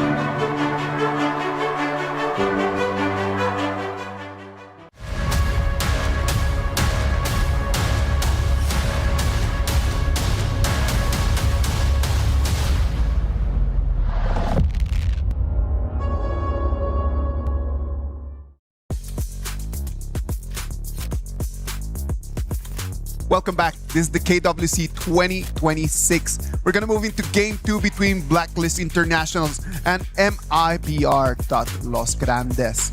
Well, let's wait and see. I am going to jump with Blam in the fact that it was a very, very, very equal, even game. I do believe, though, the Fricks and Vento kind of opened the doors for Blacklist International to take advantage of that. Sometimes they were jumping in a little bit too deep. I agree with that. I mean, I think that this is probably what you were seeing in the sense of being a little bit more competitive. I just saw Chamey won, and I was like, wait, it's not competitive, right? But I do think that those are the two that when you're talking about a team fight and how those things kind of develop, Freaks and, of course, Vento, those are the guys that need to really make things happen. It didn't seem like they were in the right spot at the right time. Oh, absolutely. I mean, you saw Chamey won in that little video there, right? He's putting the right and the left up. He's ready, man. Like, is that like just like a foreshadowing of Dharma next game, you know? Like, maybe? But, like, it was very even. Like Isaac was saying there, like Vento was able to try and maybe potentially get that victory there. I just felt like the power spike wasn't quite met as fast as possible, just because that pressure topside just really created just the fact that Los Grandes couldn't do that. You know, they weren't left alone to do that power spike and get to that level. I mean, to add on to your point, I also think that Blacklist, the way that they're understanding how to take a fight, using that vision, and they were the ones initiating on. MIBR LOS were very reactive, and that's kind of not what you want. Like, you want Ogren be the frontliner, right? He's going to provide all the vision for him, but it was the complete opposite in this game, and that's kind of a losing game in the end when you're getting constantly jumped on first. Yeah. Back to the point of obviously reactivity, right? Like, most of the time as well, with the Chalk BR, they are the kind of teams that force the reaction from the enemy team, right? So I feel like it puts them into a weird situation, kind of like, oh, we don't normally play this way. how do we overcome this? And it was just kind of just all down to the team fights and hoping that the scraps and the pickups were just going to come at the right time. Yeah, and I mean, hopefully for this one, MIBR LOS, we make a game of this one in the sense that they're able to kind of bounce back, find ways to, again, I mean, I'm not thinking that it was too much of a draft issue. It was more about execution. Like that movement place really didn't work for me. No, absolutely. I agree on that one there. But at the same time, obviously, we're looking at these two teams, right? Obviously, Mana Fraser, they didn't really use a support tank either within that one, right? Like they were just literally using the utility. Same for Blacklist. Like they still have potential. If this game goes all the distance, they still have the Lian Po, the Lapu Lapu, the Zhang Fei. Like they still have every tank on the board here. And from what we've been seeing as a bit of an arc into that support 1v1 is who can land the best ultimate, Lapu Lapu or the Zhang Fei. So I feel like this time around the boys are going to go for a little bit more of a backbone down to the bot side of the map rather than looking the backbone towards just Chi and Chami1. Yeah, I think that you'll kind of always revolve around that. Even the draft, execution, all those things. Joshi and Chami have definitely been the guys in terms of when that fight truly happens. But if we're, okay, MIBR LOS, like, again, let's just pretend like your Coach Blam, right? What do you need to tell them? Like, how did they get back into this series? For me, right, okay, so obviously something like the Organ, right? We didn't really see much invasions at level 1, which is obviously something that is one of the key factors that can help Organ just grow exponentially, especially if he's uncontested. But it just felt like that once the Organ came out, obviously Blacklist already called their bluff. They went for the Motsu, right? Like they didn't have to go for another counter for the Organ. They already had it with that one. And the fact is you weren't able to scale up and you've got so much burst damage. It was just, I feel like at that moment in point with that draft, it became much more difficult for them to actually navigate and compose a victory for themselves. But Blacklist actually gets side blue once again here, and they're going to go for the higher first pick. Yeah, I mean, this is a great hero to start off. I mean, we've seen it time and time again. We're in day 4 now. This Haya has just been completely dominant, right? I mean, the Lorien has also been one, but that's been banned. But Haya has been like next best. I think, I mean, I don't mean to predict here, but I do think that come Ultimate Battles, Haya will be one of the top picks for the mid lane. Yeah, absolutely. Into the mid lane with the Mai Shiranui as well. Obviously, we don't normally have the usual suspect within the game at the moment. Obviously, Yixing, he's not available for these teams for the Ultimate Battle. So you are right there. I feel like that is going to be the cause here. We're not going to get the Dharma Chami1 here. He does deny it for ourselves. But if you look over the side of Los Hernandez, they have gone for the Lapu Lapu like we were talking about before the draft here. The Chicha as well. Great second pick because it can be flexed into the farm or the clash lane. Yeah, and it looks like you were doing some predicting earlier with the Zhang Fei and the Lapu Lapu. Both of these teams picking both of them. Obviously, it's about execution and who gets the better of the two in terms of the ults. But the Aaron, this is a pick to kind of harass the Chicha as much as possible. They kind of like it going into the matchup, and they think that this Chicha will be in, of course, the farm lane. Yeah, I just love when we see Aaron and Chicha go up against each other. It's like one pops the ultimate, the other pops the ultimate. They're just going around just like bursting each other, just AoE damage. It's just like a fun little display of dancing to watch. But I feel like going over to Blacklist here, a bit more support for the boys. Chaz was able to land great cannon blasts. So I'm assuring, or at least having so much faith in him, that those unbridled outbursts are going to have even more of a greater impact there. Just choosing the correct moments when to go with that massive ultimate. But we see the same kind of game state here for the side of Los Hernandez. They're looking for a little bit more early game into the jungle here because Chicha has to scale up regardless of which lane she goes into. Yeah, but you're kind of, because of the fact that you have the Agudo, this is a nice little 1-2 combination with the Chicha because the range is a bit of a problem. Yeah, she does a lot of damage. She's just mow people down. But you don't want to get outclassed in terms of the range department. But the Agudo is the type where it's like, okay, if you're going to be far away or however you're going to be, this kind of protects that. So it's like a little bit of synergy, plus you have the Lapu Lapu on top with the Raging Sea. So this is kind of how this first phase of the draft, at least for MIBR LOS, is going to go. Yeah, we see bans onto the side of Blacklist International because obviously they don't have their mid lane for the Los Hernandez and they don't want to kind of be outranged or outpoked onto the higher here. But it looks like the Chuck BR team are going to go for Florentino. Freaks wants to go for a little bit more finesse, right? We saw him on the Charlotte already. He attempted it. It worked. But I feel like if you are Florentino, if you get a little bit too close to the sun, you will burn. Yeah, and another one of those AOV heroes that has had quite an impact here at the EWC Honor of Kings. But this is a hero that I think that's, we've seen it shine, we've seen it fail. Yes. We've kind of, we have, again, it's not enough data in terms of where this hero truly is. But I do know in my own ranked games, this hero has been utterly dominating. And I dare I say, I kind of don't like it because of that. Yeah, exactly. It's a hard one to maneuver, right? It's very sort of flashy, highly mobile.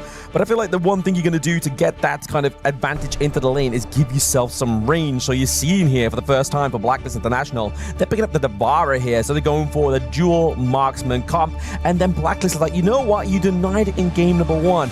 We wanted a fast game state into the jungle. We're going to pick up the Ukiyo Tachibana here. So if there ever is a game 3 and pay falls through, it's going to be hard to counter that pay. But we're now looking for that important mid-lane pick here for the side of Los Granandes, because obviously Chicha has now obviously shown its identity. It's going to be into the jungle, the farm lane here.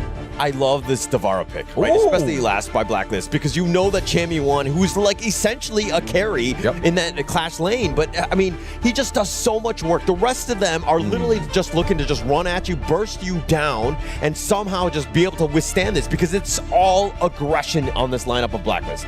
You see that one's literally gone for another artillery style mid lane hero, right? Like he's just gone from Angela, he's now gone to the Ganon Mo, which I remember all the way back from Season 1 Invitational. Like this was his hero. Like he was able to set himself up, position himself so well into the team fights that those couple blades were always landing and always hitting super hard. And obviously the passive Ganon Mo, you're going to be looking to get as much assist as possible to gain that extra ability power.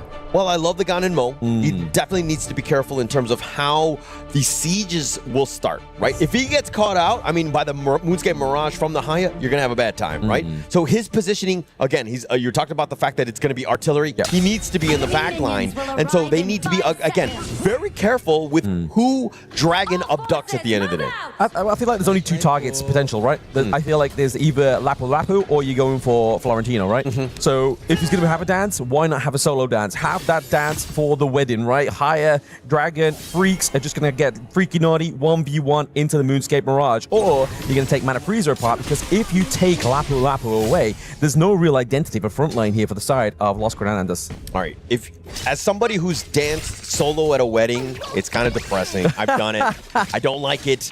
Hopefully they don't need to do that here, and they're able to tango with their teammates, of course, here. It definitely takes 2 to tango, right? You need that extra set of feet, but you don't want to be going with 2 left feet here as well. But you do see actually one with a very aggressive rotation here just to try and commit and take this neutral camp away from the side of Blacklist International. It does look like they're able to get the point there as well, so well played for them for that invade.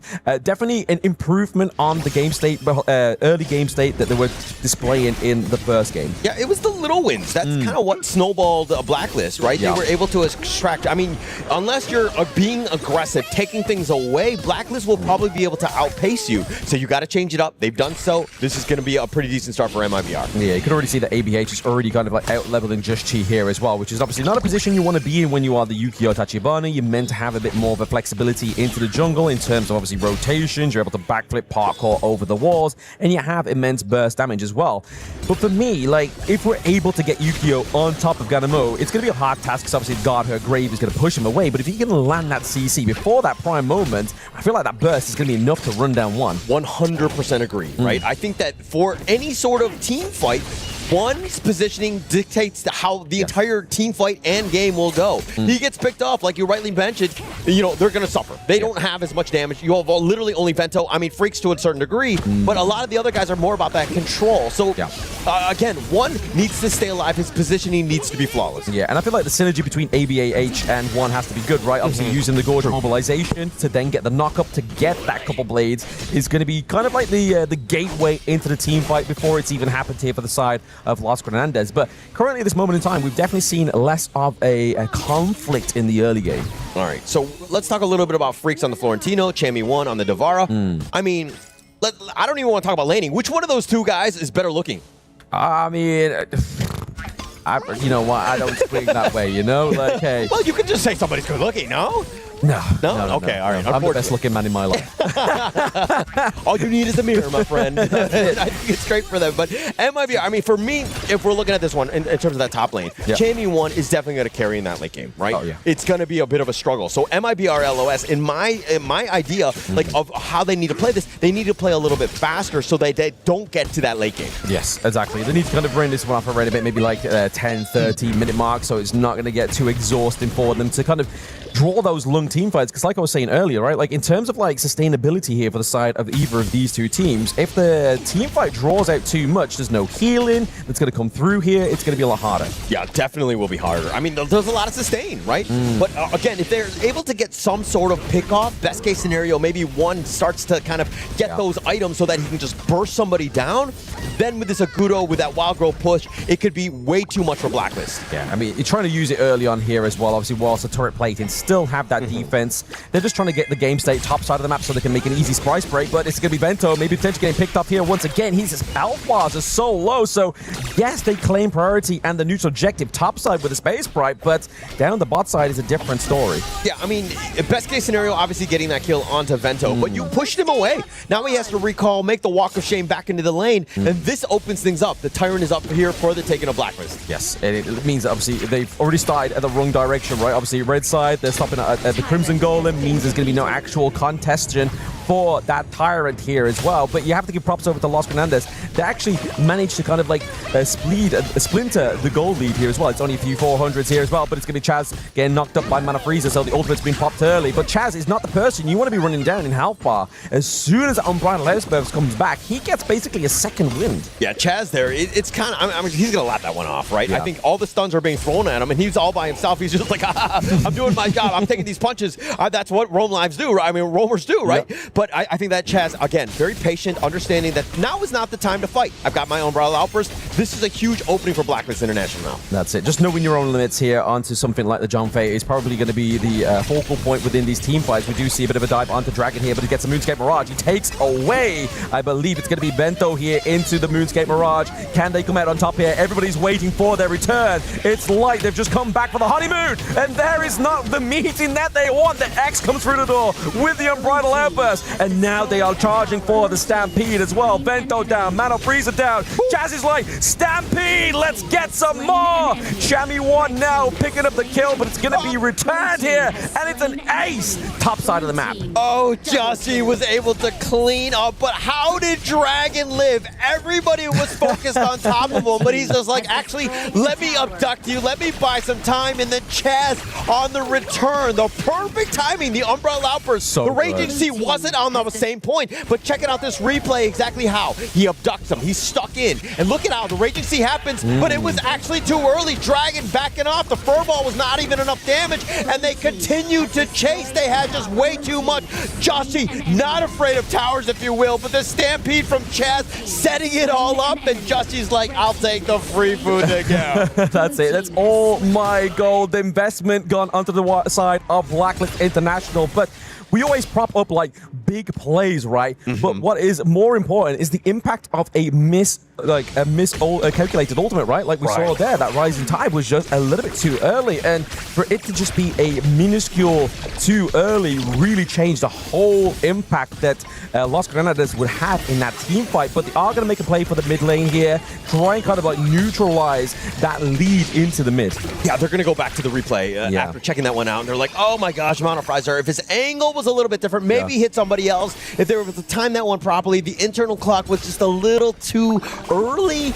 I mean, that doesn't really always happen, but man, if he does that, that changes the complete dynamic of that team fight. It's a different time zone. It's the French air, right? Like, you got a whiff of a baguette. You're like, oh, that smells good. Oh, yeah, I meant to press my ultimate. No, sorry, guys. Sorry for that one. We'll make up that play later on, but I feel like it's already getting a little bit too late here for the side of Los Grandes. They are behind by around about 4k gold at this moment in time.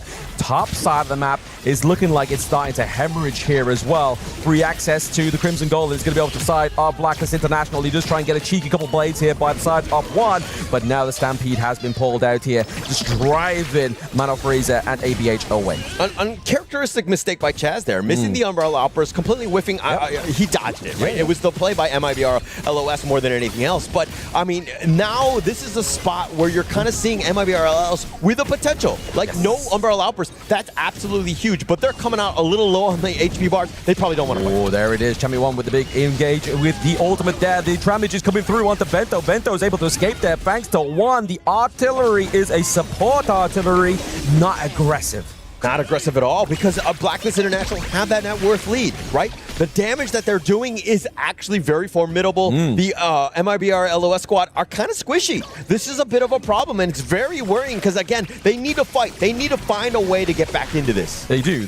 I mean, I feel like they've kind of lost any kind of like sense of game sense in this one, right? Agreed. Obviously, that big blunder top side of the map maybe would have been enough to just kind of be like, right, guys, we just need to reset. Like, unfortunate, we have to just accept our fate here. We can make him try and go for a turnaround, but where could that turnaround really come from? I mean, it's going to be even tougher. I mean, this Tyrant here being picked up, Dragon abducting people left and right. I mean, Mano Freezer, he just wants his teammates. He wants to just go back home. How dare he? How dare he, like a UFO, take somebody in the middle of the night, right? Obviously, I was having a good dream there. I was having a good dream. Mano Freezer is now having a nightmare. It is nightmare fuel for the side of Las Granadas. They don't have their tank. They don't have their main engage. They're really hoping that ABH is able to get that Gorge mobilization for a setup. But it's going to be a very hard setup for them indeed. I mean, Dragon, he's 0-0-3 in terms of the KDA, but the amount of the kills that he's able to contribute to the team based off of that Mirage has just been immaculate this one. Oh, absolutely. I mean, we've seen some questionable higher performances so far within KWC, right? But this one's definitely making me feel like, okay, I have faith in this pick once again. And the thing is, like, he doesn't really have that much itemization. He has the Twilight, obviously, for the Magic Pen, but also the Venomous Staff for the anti-heal. There's no real kind of like big items like the Savant's Wrap, right? Yeah, you were talking about bad Hayas. I am one where I kidnapped the wrong person. I was like, oh no, I'm stuck with a terrible killer and I have no chance on this one. But MIBR, LOS, again, they kind of need to navigate around this all. They need to work around it. And there's two big ones, especially with Chaz there as well. I feel like it'd be an interesting mechanic if you could just abduct your teammates, you know? Like, he's just by accident, like, yo, sup? He's got some free time in this Mirage here. Wouldn't be the greatest in terms of team fight, but we are seeing this, obviously, masterclass here from Dragon on the higher.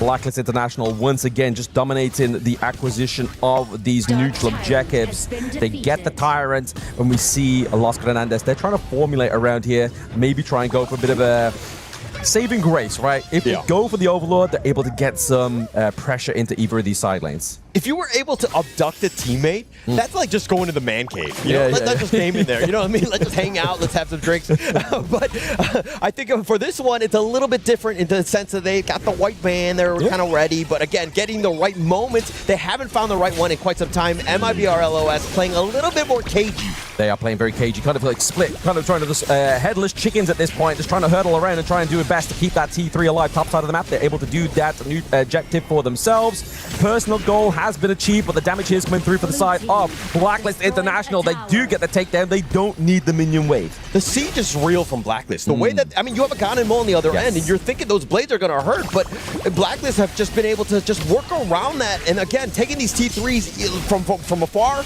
and, you know, just damaging them down whenever they want. Yes, the poke there. Just trying to push them away on the side of Blacklist International from the Chicha, from one, just being artilleries within their own respect. I feel like that's the only thing that's really creating them space at this point is the fact they have a little bit of a long-range poke that's going to do damage onto the squishier sides of Blacklist International. But when you look, there's an XP advantage in most lanes. There's a gold lead that's kind of like going on towards around about 7K. It's very hard at 11 minutes to get that back. The lead is absolutely real. Yes. They're pushing in all three lanes. And MIBR, LOS not going in. No, they're not going in there. Chaz is just trying to take enough damage before he procs that ultimate there, but ABH is looking a bit too low to be in the front line as well.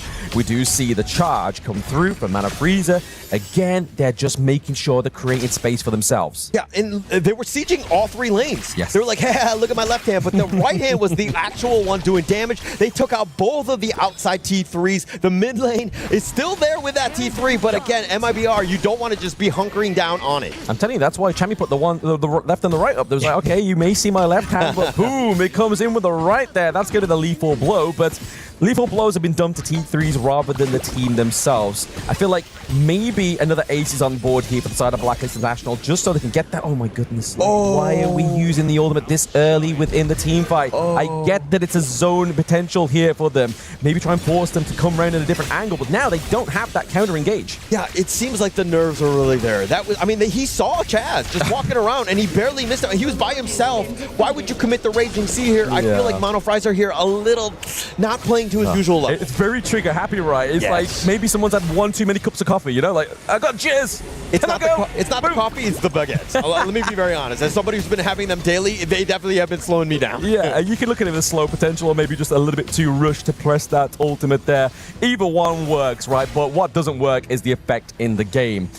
Right now, Blacklist International all have 3 lanes kind of charging towards the base here as well. Vanguards as well as a Shadow Vanguard just behind them. We do have Chaz still with the ultimate. He is now back up to full health bars as well. He could really do some damage here. Top side of the map, Freaks is trying to keep them away. Bot side here as well. Good measure of health here for the side of Los Hernandez. They do want to keep into this one. It's going to be into the back line. Chami there. He does burst away. Pushes Mana Freezer to the back line. There goes your front line into the back. Not where they should be in that position in there. Blacklist International, they get 2 takedowns for 1 there. Golden Kite does fall down. Blacklist as they ride the upper bracket into Group A. I don't want to hurt a dude that's already on the ground, but Mono Fries, even in that last fight, misses the Raging Sea yet again. They were just completely dodging it. Blacklist International were just too elusive, too next level to really kind of, to concede any sort of small win to MIBR LOS in this one. No, I feel like it's a really clean series here for Blacklist International. I mean, like we said, first game, there always seems a little bit more of an oomph from both teams, right? They want to come at this one with a 50-50 stance. But then when you lose a game and it's so close, it's hard to reset even for the best of players. Yeah, definitely. And just really well played by Blacklist International. They're just kind of finding that groove. I think the play-ins had done more for them because they've created this momentum. They had a couple mistakes early in the play-ins, but if you're thinking about it, it's non-consequential at this point because they're finding that groove. Blacklist International is going to move into the upper bracket. Congratulations to them. The PKL 3rd place. They come in here as a 3rd place, and right now they're in the upper bracket. They are going to be facing AG.AL in the next game in the afternoon. So about that, I think that they could be happy, and they're like, but not too happy, right? Yeah, I know. That could be a tough one for them. In front of them, MIBR lost. We will still be seeing them, but they're going to have to play against Team Vitality for a ticket just to kind of like stay going in the tournament.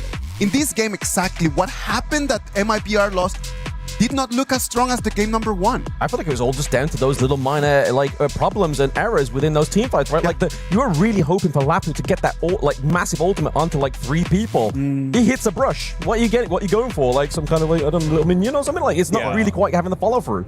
I mean, Mono Fries has definitely made some mistakes. Yes. But let's at the end of the day, this is still a team game. We're reporting everyone and not just Mono Fries at the end of the day. But I think that it was kind of like that initiation of when you're going in, Mono Fries was like a little impatient at times, kind of using that Raging Sea a little willy-nilly. I feel like you need to let your Agudo, Gon, and Moat kind of tenderize people, set things up so that everybody groups up, and then you go in.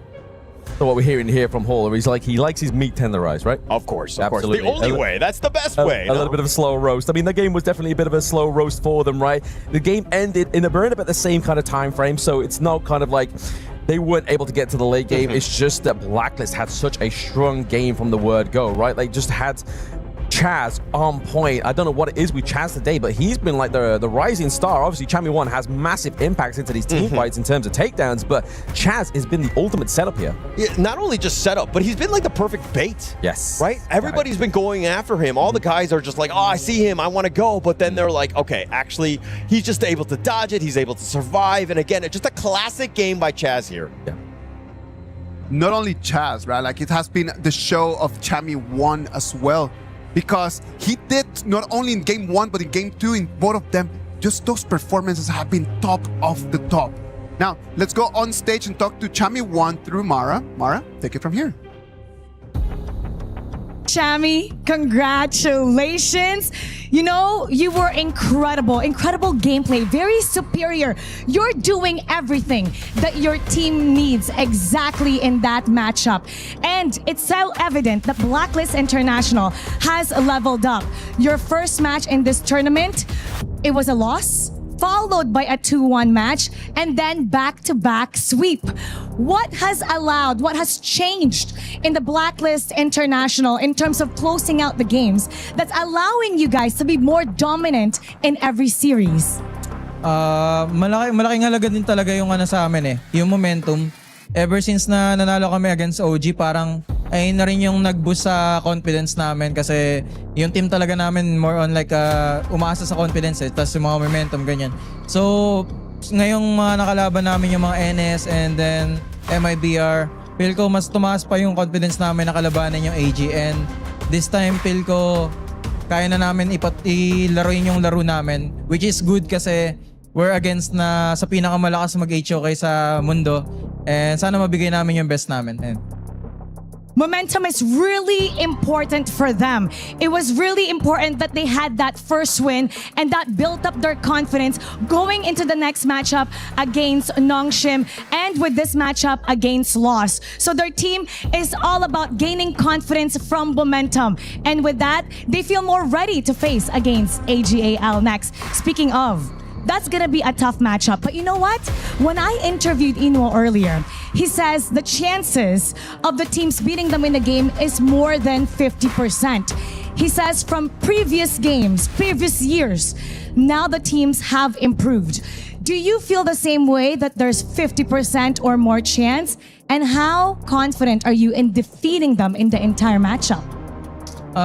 For me, siguro less than siguro 50% kasi nire-respect din namin talaga sila as a whole, and feel ko sobrang humble lang din ni kasi ayun nga, binibigyan nila ng chance yung mga global teams na matalo sila ganyan.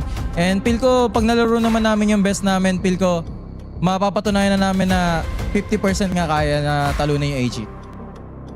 He feels, to be honest, that it's going to be less than 50%. He gives respect to Inuo that now he's giving more credit to the other teams and he's being very humble. Thank you, Inuo. But he feels that now with what they've been showing, they are ready to face them, and it might be close to 50%. Now give a shout out to everybody that's watching, because for sure they want to hear from you. Invite them for that support, because definitely you will need it for the next matchup against AG.AL.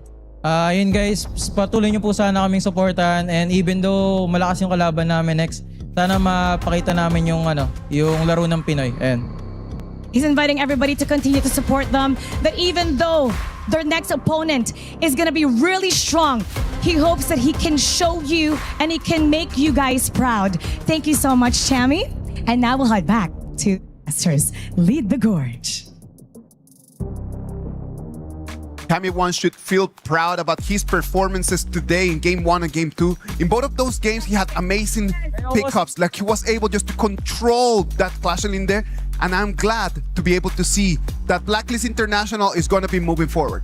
Yeah, I'm actually happy for them too. I think that Blacklist International have deserved this one. I mean, they were able to outclass today. I think that they were very happy with that performance, but they're not out of the woods yet. Let's be very honest. Absolutely not out of the woods, but back to the point, obviously, that Isaac was making earlier. They're the third seed going in. There seems to be a little bit of a traction here with the third seeds, right? Obviously, Rocky Esports was able to topple the first seed of MKL, and now we're starting to see the third seed of PKL actually rise to the occasion here at KWC 2026 to further that positioning that they were unfortunate exit of KC 2025.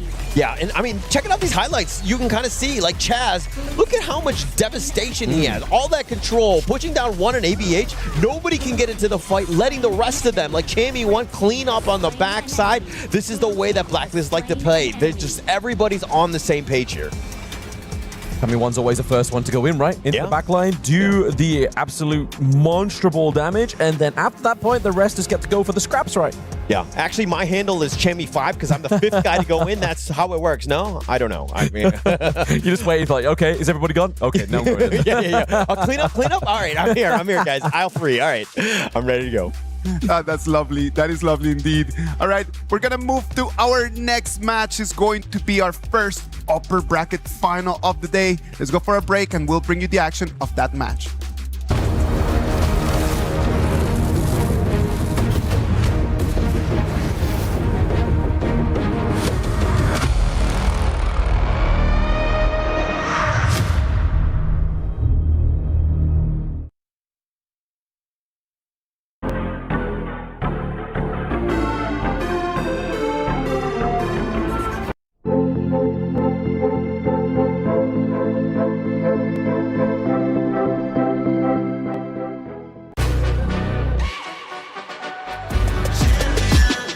This ain't no regular thing. I came for the ring, you know what I mean.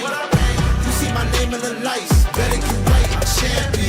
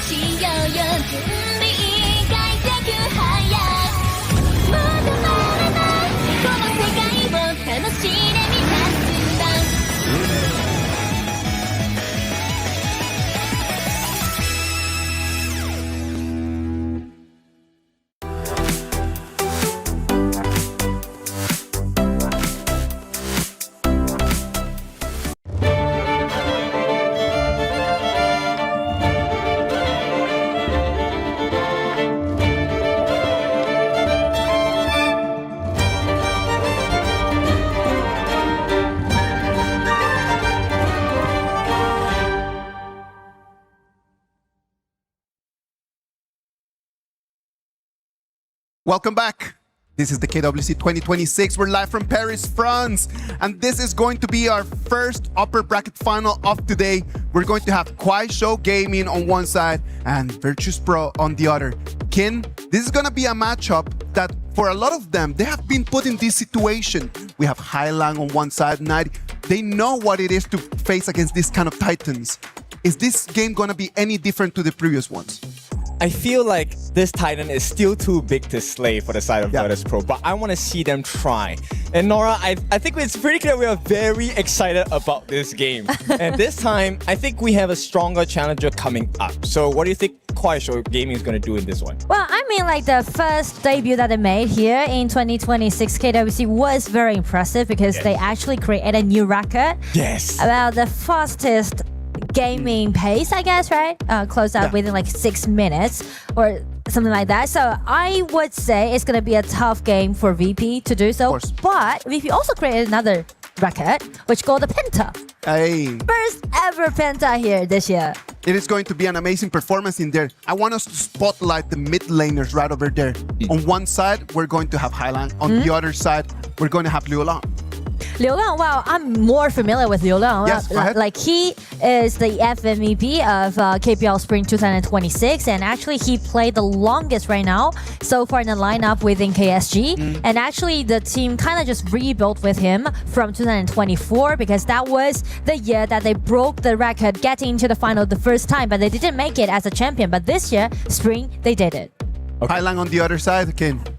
Not as decorated, I'm so sorry, but Highlang was responsible for their first place finish in KML as well. They are a very strong team, so VP definitely has a lot of flavors in store.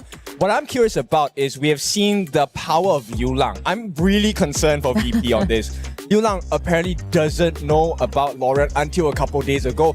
Learned it in such great fashion, showed us what Lorian is in the hands of KSG. So you talk about the Lorian, right? So let's just dive into that. Like, what are the hero picks right over there in the mid lane for this exact matchup? I will highlight three. First, it's going to be Haya, definitely, Lorian, and Mai.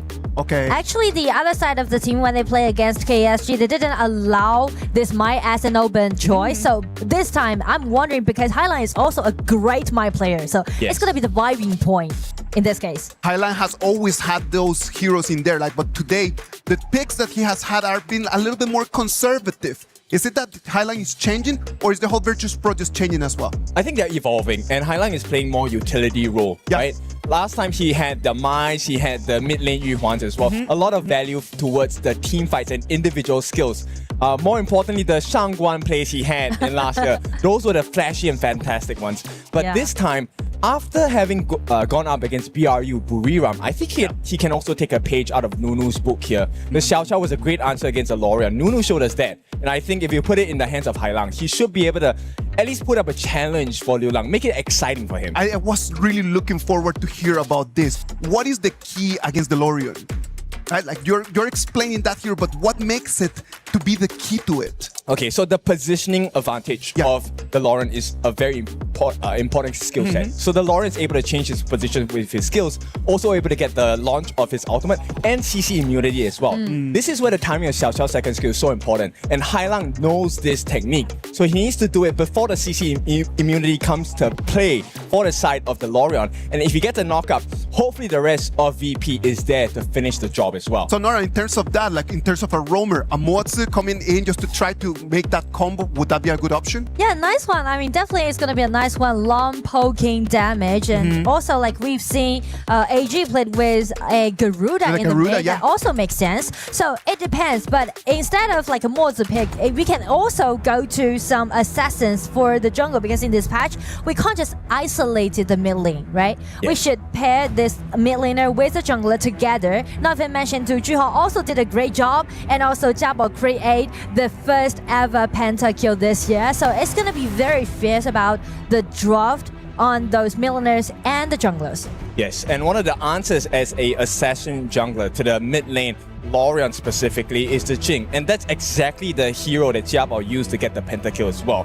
The Jing coming into play, super dive, that's one of the answers you can have against a Lorion in the mid. But the second part is also long range. Garuda, like you mentioned, was one of the great answers they have. Just poke them down before the actual fight even happens. Yeah.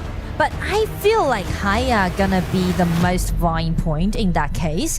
And also for the top laners, we are looking at Silence, the top laner on the side of KSG. He is a great laning player, and as I mentioned, both side lanes on the side of KSG, actually the player just made their debut in 2026, but the first season that they made their debut, they got the championship. So you can see like the mechanics and also the potential that both side laner has on the side of KSG. They set a very high standard. And for Virtus Pro as well, I think I'm going to toot the horn of 90 for a little bit. 90 did impress us for many months with KML as well. His signature heals include the Dharma, which he has showcased just now. Great synergy with Jiabao, which is kind of nice to see, but the Fatih is also a great answer. But my concern here is Silence has played a god like the Vara. I'm so scared of that guy.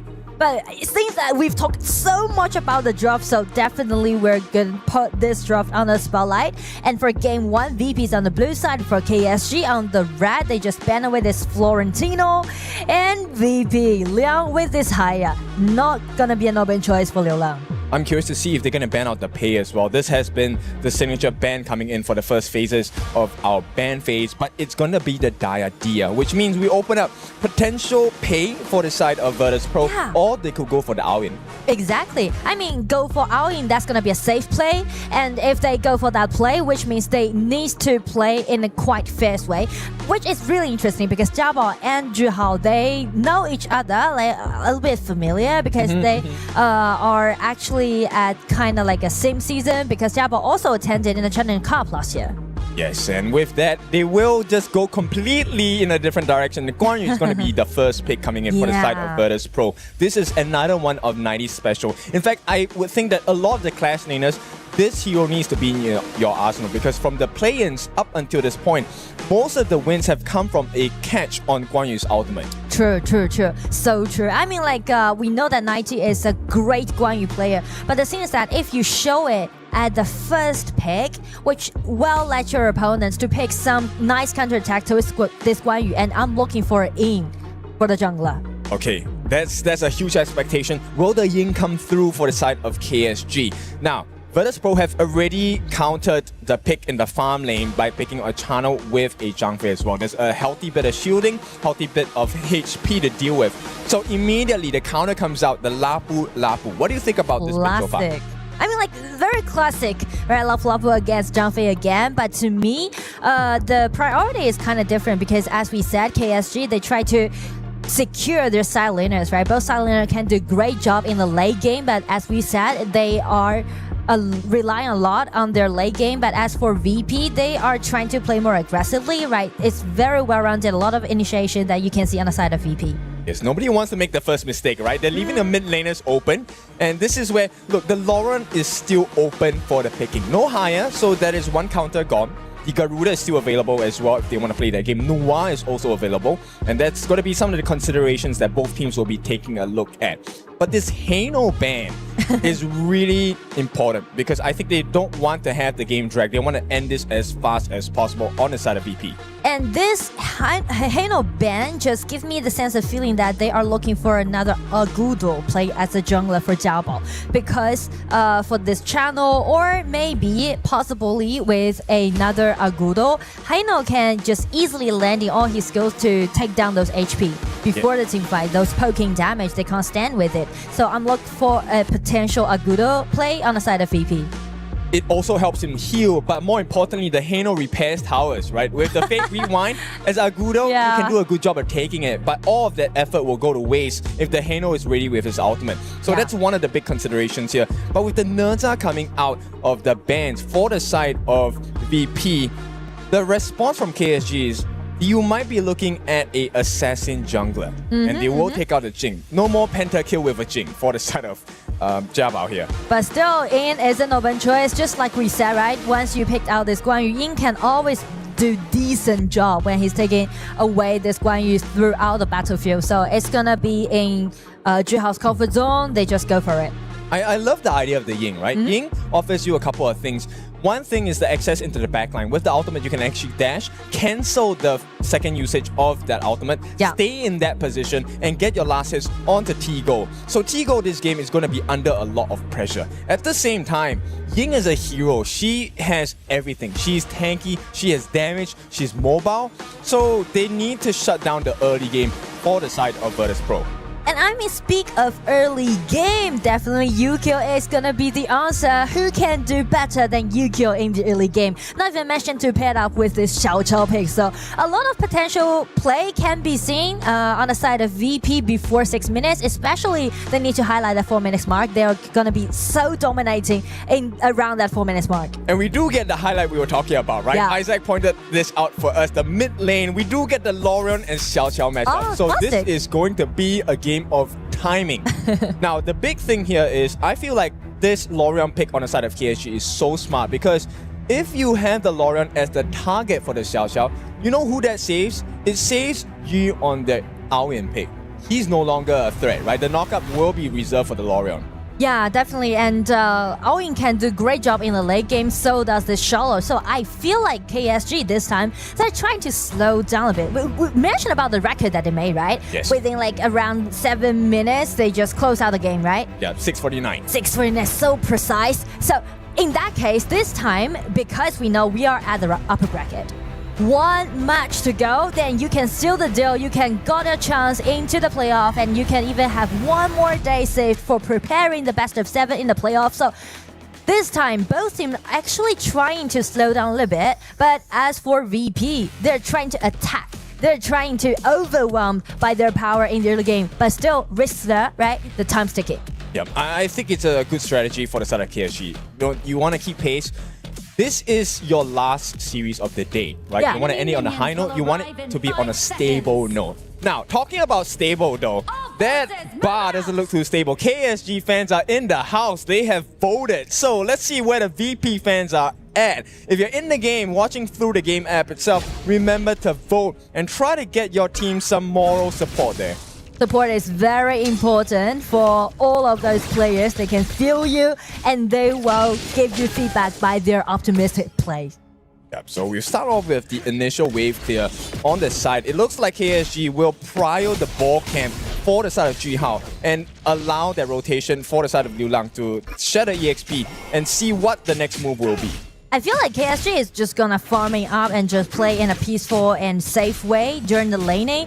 But as for VP, we should put Yukio, put Jiabao under the spotlight because he needs to accelerate his pace and also because of Xiao Chao's rotation, allowing them to make a lot of things happen at the side lanes. Yeah, but Hailang has other ideas, right? He's kind of trying to speed up the farm for Tigo. I think they're putting a lot of promise on Tigo. Tigo did play well in the previous series against VRU, but is it really the best choice to give T-Gold a better lead rather than Jiabao? I mean, since they're picking out this channel can do a great counter attack towards Aoying in the early phase, so I feel like they're trying to secure that priority at the bottom. Yeah, because it's completely two different styles of play, right? Yeah. On the side of VP, Hailang wants to get T-Gold ahead, but for the rest of KSG, this is all about Ji-Hao. Let's get this Ying up to date. And that's the reason why they're sending Ji-Hao to the mid several times and trying to share the gold, gaining from the waves, which can let Ji-Hao possibly have a gold lead around 4 minutes or to 6 minutes. Okay, it's a very small thing, but take a look at what the VP players are doing. For our new players of HOK, the members don't last hit the creeps down here. They actually save it so that Jiabao is actually able to use the Primal Portal, TP down, and get that EXP. But here's the kicker, it's a little bit difficult because they're slower on the side of VP. Yes. But as long as they just guarantee their winning lanes on both side lanes, I think they will do good. And also they're presetting for the 4 minutes mark, so everything just went as both teams wish so far. Yeah, we'll take a look at how this is going to work out, right? Right now, I think the very clear game plan from the side of Virtus.pro is, look, this Ying on our end is a little bit too comfortable. We need him to burn his infinite vastness before the 4 minute mark. We want him to use his flash as well. That's true. They just need to play safe and save their skills for the 4 minutes mark. We need to get prepared because when the first fight actually happens, it's going to be an explosive one because they want everyone to throw everything. We're already at the 3 minute mark down here. I feel like with the ulti already, they are trying to make something happen on the top side of the match. You can see like people are moving in groups and trying to gaining for those little monsters and for the teleportation actually. Base sprite is going to be very important as well. It's extra gold is not the biggest gold, but it's something important for EXP and gold. Flash from Hailang. They're going to give it a try. It's going to be Guan Yu stepping in, but another controllability possibly dealt by Liu Lang, just backslash it. Yeah, Silence was kind of lucky there. I mean, this is a Charlotte able to use the anti-CC immunity from his skills as well to get out of danger. But you against T-Gold, this 1v1, I don't think there's going to be an ending for this unless T-Gold really wants to overcommit. He doesn't have his ultimate anyway at this point. They're just doing their lanings at the bottom, but since you kills here, they're cutting the wave because 10 seconds to go with the 4 minutes mark. It's good, right? You want him to be under pressure, but here comes the catch from LF. Lopo is just doing some testing. They're doing those tradings.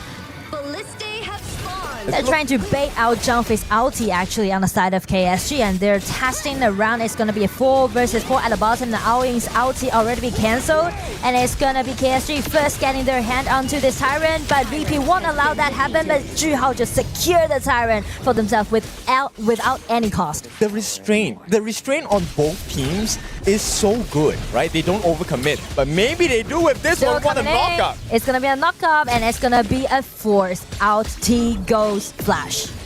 That's a good one. That's 120 seconds without flash. So T-Gold, he has to play extremely safe, while both the farm laners have not necessarily fallen. This is where the slightest of differences will change the game. And KSG having this first Tyrant buff, they get a slightly faster wave clear. They could also possibly win the team fight if VP makes a mistake here. And also because of the growth for both composition is kind of different, so I would say the Tyrant in favor of KSG is kind of just led them to win the upper hand in the early game, because it's totally acceptable for them to just, you know, give up all those resources and just farm up. It's going to be a knockup, and it's going to be burst out damage coming out from Jiabao. Nice try, but the burst out damage is not sufficient. But another dashing in just forced out the flash, and it's going to be Lapu flash in. It's going to be first blood. Goes all the way to Ji-Hao. Here comes this Guan Yu just trying to get in, but everyone just play around with this roll reel. This one hurts. It's just one kill, but it's onto Jiabao. He is the jungler. He's supposed to set the pace for the team.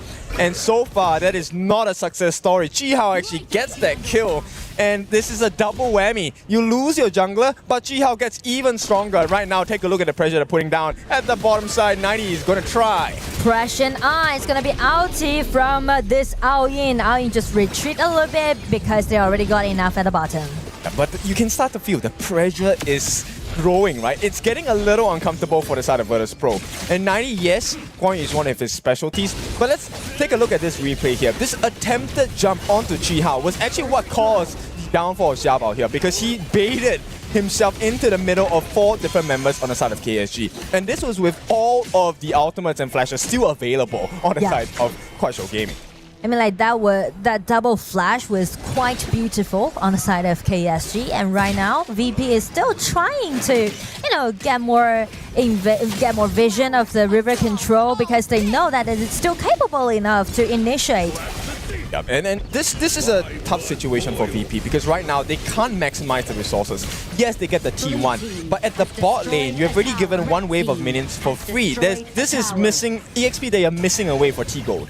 Not even mentioned to they're actually concentrating, pushing on the top side of the map, but they just neglect that Yu is doing his own good time. It's going to be jump his ulti being forced out. It's going to be some skill trade. KSG is doing it quite peaceful way, but it's going to be an ambush on the side of VP, but it's going to be a counter attack coming out from KSG. Not even gonna take 1 step back. They're trying to make the tower dive available. It's going to be Liu Lang flash in. Nice gank on the top side of the map. They didn't get Xiaobao, but the damage has been done. Take a look at the T1 at the top. This is free for taking. KSG have the game almost fully in their control. And step by step, this T1 will be the last one standing in the middle. So VP, they need to find a solution. But at this point, I don't see any. I mean, like, maybe the only thing that they can do is trying to let Guan Yu to do the splat push, because as we can see, when they confront KSG, the damage dealt is not that sufficient, and they're just pushing with those minions and easily take the tier 1 tower down. Alright guys, I want you to pay attention to how KSG is using the skills, right? A lot of us, when we play the game, we're new. We are looking for the kills. Okay, that ultimate means we need to win a fight. But KSG is using it as a deterrent, pushing them back. And this allows them the backdoor defense to be removed, get the T1, and suddenly the map gets so much darker for VP. And also, like, small details I want to break into is that you can see VP try several times at the bottom side, right? Try to get you killed. But with this Ao-Yin's ulti, you just play defensively but safely. Yeah, but and that's the thing. They can't even force out the flash. They just make him take to the skies. He flies away. Meanwhile, KSG is already doing something else on the map. They have to commit 5 different members on the side of VP to go up here. VP tried to make some trade happen, but the only person in front of them is this Lapu Lapu, strong enough, just standing there. They're waiting for In, they're waiting for this Zhi-Hao coming at the back. It's gonna be Guan Yu suffered a lot, but with this ulti just trying to push back Zhi-Hao, but Zhi-Hao with the immunity that he had, he can easily just daft him around. Yeah, but he can't even do anything at this point. Zhi-Hao is so tanky. He's level 13. He is about a level ahead of 90. And that's a problem at this point. They are so far behind. And I'm not just talking about the EXP. The gold is about 2,000. Doesn't seem like the biggest. But look at the results. They can't fight against Zhi-Hao. I mean, like, definitely the goal difference is not that significant, but the thing is that the layers that they put, how they're gonna use all their skills, right, in a quite, how am I gonna put this? Like, in a decent way. You need to make sure that every skills would be put in a proper way and accurately, precisely landing on the target that you want. Yes, and that's going to be a difficult choice, right? Because right now, KSG is playing a tag team role. Okay, LFF, you're going to go in the front, you're going to take the skill hits from first person, second person from VP. Once you're done tag out, okay, next one, Zhi-Hao comes in, tanks more damage. And by the time the fight actually starts, KSG still has everything and you're nothing left to play with. And it is going to be even more important when we're mentioning about this 10 minutes mark. The dragon right now is over there and VP is trying to contest with KSG. 4 versus 4. Some testing, wandering around, and it's gonna be KSG landing their first end, getting in, it's gonna be double knock up, it's gonna be Silence who suffered being put into silence on the side of VP, but Yu with Ao-Yin got a double kill and just fly back. It's gonna be Guan Yu getting in, take 2 people get control, but the burst out damage isn't that enough for them to take the kill down. They can't do anything at this point. KSG are just slightly ahead, but this slight difference is making life so hard to deal with. VP, we talked about Tigo being put under pressure. He can't play the game. And KSG, after this Shadow Tyrant take, they will be fully in control of the Gorge. It's all about the rhythm, about how you're gonna do your team fight, right? You can't just put all your money in one shot, one kick. You need to make sure that you save enough. It's all about the coordination with your teammates, right? You need to communicate when you're doing so. Yeah, this was a nice attempt from Tigo, but his positioning just a little bit too close. They had the counter prepared with the Zhang Fei Unbridled Outburst, but when Yu is pushing you around, and he was also providing vision onto 90 for the team, KSG knew exactly what to do and what options to explore. And you know what? For all the help that he gave the team, he was rewarded with a couple of kills. Beautiful work. He's pretty much playing as an assassin, actually. Okay, the Riverside is going to be Ying. 4 members both got controlled. It's going to be crucial crowd control, and they're just diving in. Dashing is going to be only Zhang Fei surviving, but will he make it? KSG members still on their way. Guan Yu also being taken extremely low by Silence on the top. So it's going to be a 0-3 trade. Yeah, we talked about 120 seconds, and some people find that to be a very short time. And it truly is, because at this point, KSG is at the first potential win of this game. Now he's going to try his best to buy some time, but Clue, he doesn't have his ultimate. He can't do anything here. And no one can actually clear the waves on the top. So game 1 again goes over to KSG. Showing you what it's like to play with true class and knowing how far you can push your advantage. Beautiful work from the side of Quaisho Gaming. And especially you mentioned about the aggression that KSG has. This is a team typically trying to play in an aggressive way. They also do the same thing back in KPL. So definitely this time they are showing that if you want to play aggressively, if you're looking for the head-to-head team fight, how we're gonna do it. It's like kind of like a textbook play for And that's game so 1. beautiful, right? Because then we can start analyzing that KSG has always been known as a team that they like to fight. They're very aggressive. It has been always part of their DNA, and right now they just showed us exactly how it is like done right now. Yeah, so this is how they did in game 1. I feel like they're not in a rush. You can see the composure there, right? And also, once they just prioritize this Aoi and Shallow at the side lane, you just want to play it safe. I just love the way that Quaisho Gaming has shown us in this game, because if you take a look at the way they play this game, they show you the different formats you can use it, right? Skills don't necessarily mean you have to finish the team fight. It can be used as a deterrence just to push your opponents away, because this game is a game of territory. You need to get the turrets, you need to get the crystal. So why do we need to fight? We just need to push you back. Exactly, and I mean, like, they are doing great in the laning, and also do you remember that one? Like, they take the tier 1 tower so easily after they got 1 kill around maybe like 6 or 7 minutes, I guess. Right at the bottom there. It's just that, right? It's just like the little cues. There's just like one little piece in the whole dominoes that falls apart, and then everything else just crushes following. It's beautiful because it's kind of like making bakery happen, right?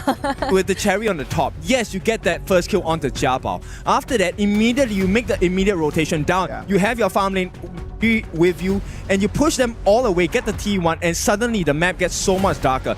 And the teamfight participation on the side of Virtus Pro, almost everyone was 100%. They were not allowed to farm. They had to find a way to get back in the game, but it just caused them more misery. And that's the team fight we are just talking about, right? After this, KSG got a really nice kill upon AG.AL and just take that tier 1 tower down. And it's about a backslash on the top side of the map. They're even trying to make the tower dive available, but AG.AL just escape away. Yep, and at that point, it's a very curious thing because AG.AL actually had the level lead against G-Hao, but this is what it means to play in a team, right? The rest of KSG, look at the follow-up, opening up, making sure that the important members who are able to deal the damage have the space to do so. Meanwhile, the tanks are soaking all the different options of skills available from the side of VP. Once you run out of options, run out of gas, you can't run. It's all for KSG's taking here. And I mean, like, the last team fight, Liu Lang used his skill 3, dash in, got 3 members, got control. I feel like, even though it's kind of new hero to him, but the potential and also the effort that he had allowing him already use Valor as one of his signature heroes. It doesn't feel like it is new to him, right? Yeah. Like the way that he's playing is just showing like he's been playing this hero already for a very long time. Right now, it is KSG a 1-0 advantage on top of Virtus Pro. Let's go to a break and we come back with the decider.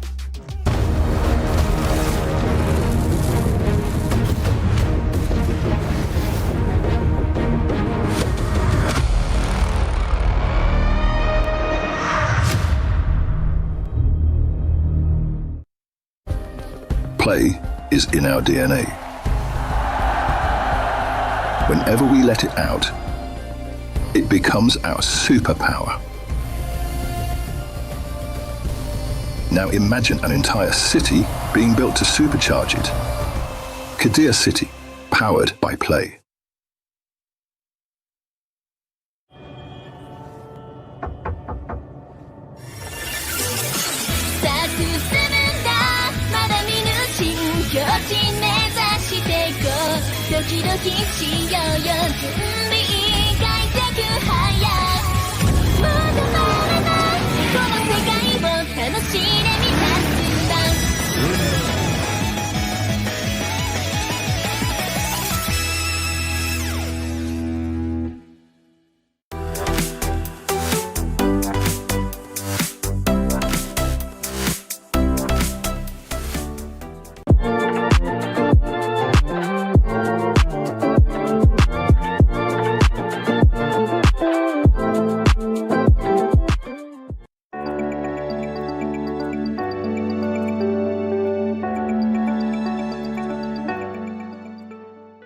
He can come in here and play my game. He knows nothing but go! Tyler Wine, you're done. Raw energy. Half and blow the house down.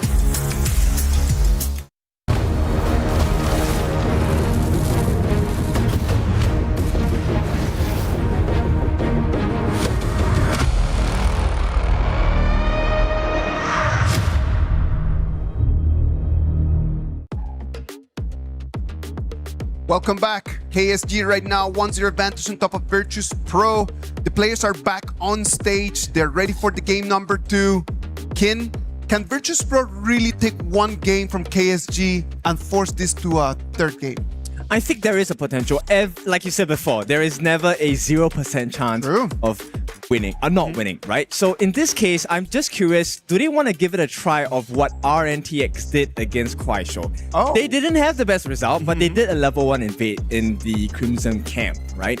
I feel like VP can pull that off because, you know, I mean, Ji-Hao is a very strong jungler, but let's give Jabao a little bit of confidence. Maybe give that try. Oh, come on, like Jabao has seen the top level of competition, right? Like he's been around for a long time, right, Nora?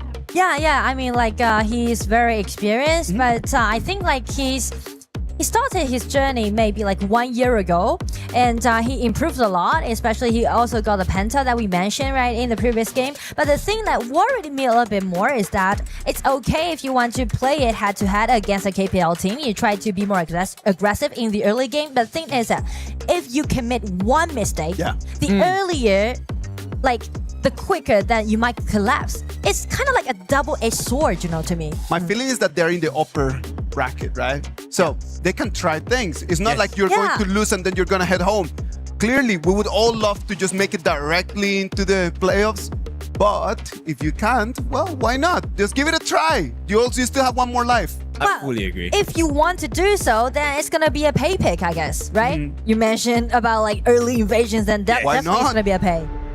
If it's not banned, of course. I mean, so far, what we've seen is all the different teams, they know about the potential of an early game skirmish, early game invasion. Pei is definitely one of those heroes that we're considering, and they have definitely banned that out. And I think KSG is paying a lot of respects to Jabao as well. They've taken out the Jing previous game. I believe in this second game, where it's Series Point, they will do it again. Well, if Jin is not available and Pei, I don't know if they want to ban away it or not, then only little hero allowing him to do so, like early invasion in this patch. So what if they just trying to gain that Haya in the mid or Mai in the mid and try to gain some priority in the mid lane? I think that's a good idea. Haya definitely is one of the heroes that every team will prio, right? Because Haya's wave play is so fast. At the same time, I'm wondering if they will actually entertain the thought of a utility role. So instead of big tanks, let's go for the Diadeas. Let's go for the okay, maybe not Yaria, but Dolia, right? Dolia Yangjin combination, stuff like that. But that is one thing that's up for discussion. And right off the bat, Lorion as well as the Ogren are going to be taken out from the side of KSG. And also the idea you just mentioned, right? So KSG on the blue side, they took away this Ogren. That is a really interesting pick. I feel like maybe they're looking for some flowborn tank or like Zhang Fei in that way, or they just took this play. Okay, the pay is going to be the prior pick here. KSG. Did Virtus Pro make a mistake by not banning the pay? I mean, you're giving it to Ji-Hao, and Ji-Hao is a guy with a lot of accolades, so this is going to be scary. Now, why is Ogren banned? Because one of the weaknesses of a pay pick is if he can't out-damage you, have too much health and sustain, pay loses his value over time. So you want to have him shining within the first 6-7 minutes, even towards the mid game, and hopefully end the game by that. That's the picture perfect scenario of picking a pay. And as an answer to the power pike that KSG has in the early game is gonna be Jing with Lapu Lapu with Mai. That is so powerful. Okay, they're pulling out all the stops here. These are the signature picks. At least number one for our jungler on the side of Virtus Pro Xiaobao. And then we also have Hailang coming in with his signature Mai. These performances from the professional leagues up into international stages, they have been verified. They are proof. So, but is it strong enough to go up against KSG? Yeah, definitely. So I'm looking for a lot of skirmishes in the early game, and also maybe a level 1 invasion on the side of VP. Who knows? But the only thing that I can assure you guys is that they will definitely play in a more proactive way. I mean, there's so many things that could go either way, right? Right off the bat, Liu Lang on the Xiao Xiao. Much better wave clear than the Mai. Yeah. But in the early parts of the game, Mai is like a fighting machine. She can help you fight in the skirmishes, right? So I want to see what kind of decision. Does KSG agree to VP's invitation where they say, look, I want to invade level 1 probably. Do you want to allow me the buff, or are we going to fight over it, right? Yeah, I feel like it's gonna be hard to do so, especially if they just trying to take another Byron on the top, because Byron is still available for both teams, which is really, I mean, like OP hero, I guess, in this patch. So as VP is on the red side, if KSG didn't just ban away this Byron, they might just go for that Byron pick. Yeah, I think Byron fits in both of these compositions here, right? On the side of KSG, you already have one tank you can't not pay attention to, which is the Zhang Fei. And with the Byron adding on, there's going to be 2 big targets you need to take care of, and probably get past the wall of these 2 members before you even can access the backline of Yu, or maybe even try to get Liu Lang and Ji-Hao. But on the other side, you have a Lapu Lapu whose passive already gives you extra magical and physical defense. So Byron definitely makes a lot of sense here. T-Gold, this is his specialty. When he was playing in the professional league, I don't think he has shown the best quality yet with his early. I want to see if he can make it work here. I mean, best confidence, that's what you need, right? Yeah. Best confidence for this fresh pentakill Jin for Xiaobao and Mai for Hailang, and also Arlie that you mentioned for T-Gold. So they are seeking for like self-performance in this game too. Yes, and you know what? I'm super curious. We consider a Davara here for Silent. Davara is possible, I guess, because they might trying to highlight their laning phase, or maybe like a safe Byron pick. I mean, both are available. It just depends on them. It does happen. So the Byron will go into the hands of KSG. Now, this is a very meaty lineup. And also, pretty good early game as well to Xiao Xiao the Pei, as well as the Consort Yu. Consort Yu is one of those farm laners where if you go up against her, it's not going to be very fun. When she uses her second skill, she has physical immunity, and that's a lot of time bought and a lot of free damage she can get onto you. And Juicy, here is a small technique that KSG is doing right now, because not either this Aoyin pick or this Consort Yu pick just allowing you to farm peacefully by himself at the bottom, right? So you can see a lot of members can just concentrating building up those winning links on the top and just let you to play defensively. He can take care of himself with this second ability that you just mentioned, and also a nice counter attack with this early. So I would say if they're looking for some skirmishes, it's gonna be the top lane.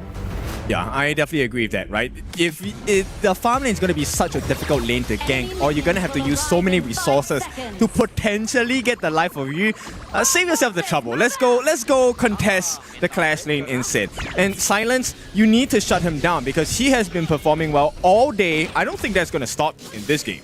Exactly, and I still remember his performance back in KPL with this Byron, especially this hero with Pure Sky, and also upgrade to level 12. It's kind of like a mid hero, but also doing well during the laning. Yep, and right off the bat, KSG, game number 1, they wanted to take it nice and slow, stable gameplay. This time, they want to rush the timer a little bit, right? So straight off the bat, Jihao is already in his own jungle, clearing off his camps, and the pressure is still in the farm lane for the moment. But once we get to the clash lane, I'm curious how this will play out. And just check the HP bar on the clash lane, right? Before it was like a 1-1 HP trade, and Silence already won the upper hand. 90 being takes extremely low, and with the help of Highland, they're trying to guard more monsters on the top side of the map. Yep, and still, it's not looking too good for the side of Virtus Pro. They do get that mid lane wave in priority for Jiabao. Make sure that he gets a little bit of an EXP boost. But he goes against G. This matchup, oh, nice sidestep. If he is able to win that 1v1 skill matchup, this is not going to look good for T-Gold. Especially, you mentioned about the power pack, about this early pick, right? You need to unleash the potential of early, but how you're going to do that if you're just being restricted at the bottom? Yeah, so many skills to be able to stop her or give you an advantage. They will try. It's going to be a skirmish just happening right now, right here in the mid lane. It's going to be Jiabao taking the first hand and taking the first blood. Exactly what you want to see. So they get that first blood from Liu Lang. This goes in the hands of Jiabao as well. So a decent start for the side of VP. Now, can they find more? It's gonna be a flash, try to avoid the second ability, but Glue coming in again. Yu just helping himself get away from it. But you see, this game, this is the first blood that we've seen a non-KPL team played so far in KWC, right? Okay, so are we gonna give them the 10k now or no? Not yet. I mean, but a good start for VP. I mean, right? Especially like the kill is given over to Jiabao. Yeah. Okay. I mean that's a good start to the game, right? The knockup as well. You can start to see why numbers advantage matters, and when the skills have been used already. This is where it's the perfect time, right? There was no more knockout from Liu Lang. There was no flash available for Liu Lang as well. This is why you want to burn these common spells. This is why you want to let them use the skills first before you start a fight. That's true. And as for KSG, things will get better after Zhang Fei just upgrade to level 4, because it allowing them to push back with the ulti that Zhang Fei has. So definitely they will be more, I would say, alarmed when they are playing against Jiabao's team. Yeah, I think at this point, it really comes down to the synergy of the team, right? Can you follow up the stun so that the potential of escape is gone? Right now, it's going to be a 2v1 on the side of Silence, but he's fine. It's a Byron. And this is just a distraction play so that he gets to stay in lane so that VP can rotate first. And since they're rotating to the red buff side, they're trying to bait out Zhang Fei's ulti, but still holding it. Because we are reaching to the 4 minutes mark, they're looking for this Concert Yu without any flash, but Yu with his positioning, he just dodged that first hand, so it's gonna be a very decent movement. The timing as well, right? Making sure that he uses his ultimate to perfect stance. It's gonna be flash, it's gonna be Byron, it's gonna be Silence. Again, winning him the upper hand on the top. Yep, and you were talking about this. Yu is holding himself very well. 1v3. Very well, actually. He doesn't care. I mean, like 3 versus 1, still a flash, decent movement, just dodge the flash in, played by this Highland, and with the help with Xiao Chao just getting in, get a nice kill upon this Highland, it's gonna be a 1-1 trade, even though that you just fell up, but still, like KSG just holding it. Yeah, it doesn't really matter to them, right? They've gotten a trade, a T1 at the top for free in exchange. Okay, not really free. They had to get the life of you as well. Yes, here comes Pei again. It's gonna be a 2-1 again, same place, same spot, and it's gonna be Pei just dashing in and claim him a really clean kill. Yep, Jiabao is gonna try on Silence. Let's get that. It's gonna be the skill 2, but Halo so confident about his skill 1. Okay, there is some fight back from the side of VP at this point, and they're keeping the gold differential close. This movement here, Hailang felt confident to be able to take the 1v1, but the help came in just on time. Liu Lang, together with his roam as well, LFF, manages to save some time and protect the T1. So, that was great. Now, T-Gold, he sees an opportunity, gets that T1 at the top as well for free. TP from Hailang coming down. They need to trade this T1 at the bottom. I feel like countless skirmishes are actually happening right now in the battlefield. Everyone is looking for initiative, but just check the goal difference. It's actually quite even for this time, and even a equalized kills, 3 versus 3. Yep, here we go. Oh, dash, let's try. 2 people get control, but it's gonna be pushed back. Ulti from Zhang Fei, letting them to take that early down. Very overzealous effort on the side of Tigo. He was hoping that the ultimate from Clue on the Lapu Lapu was able to stop the rest of the support from KSG. Unfortunately, due to the first skill push from LFF, it went completely out of line. And this is where KSG got the punish onto Tigo. And also with the ulti, if the ulti of Zhang Fei is available, it just opened a wide, open a door for them to push back. Yep, and this is where the return is going to be big. They won't be looking for any kills at this point. They wanted to push them back, get the T1 in the mid, because right now, it is going to be another fight. It's gonna be some trader trying to get their hands on this Zhang Fei without any ulti. It's gonna be a nice try, but it's gonna be Jabo just getting in, get more kills. It's gonna be a 2-3 trade, and he's still going out, taking that pay down. You just trying to make some consolation effort happen, but Silence with this double kill helped them to buy more time instead. With VP, everything just went so chaotic, and we haven't even reaching the 7 minutes. Yeah, it is so difficult. They now have a slight advantage. It's so hard to play this game. T-Gold has fallen the once in this game. Yu as well, but Yu has 2 kills to make up for that slight misplay at the start of the game. This was a nice attempt here.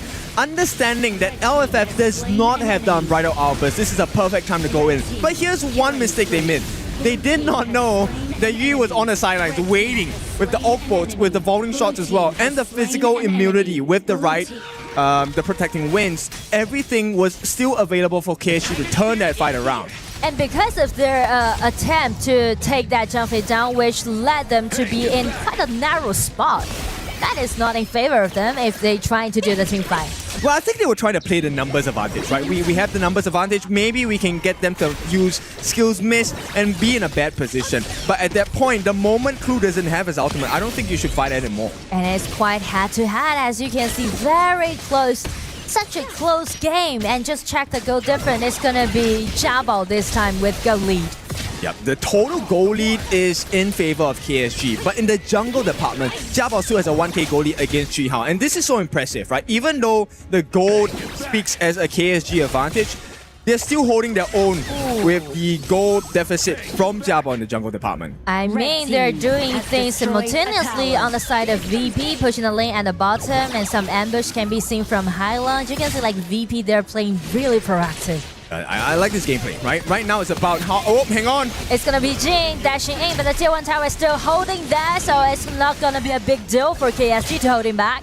How do they do this? Did you see the knockout from Liu Lang? In the middle of Jia Bao's dash in the mirror domain, he actually caught the Jing and knocked him up. This makes life so difficult. By right, if we're just talking about numbers, Jia Bao is 4-1 and 2. He should be dominating in this point, but KSG are holding him at bay. Yeah, they're trying to bait out Jing's ulti, and as you can see, Jabo is playing really aggressively, so once he saw any opponents which he encountered, he just instantly break out his ulti. But I feel like that could be something that will punish Virtus Pro though. If he goes a little too aggressive and the team is not there to back him up, they might find themselves in a 4v5 situation, and with 60 seconds left on the clock before the Shadow variance, I don't think this is the kind of mistake you want to make if you're on VP. I totally agree with you, especially all goal difference right now is putting on Jabo's team.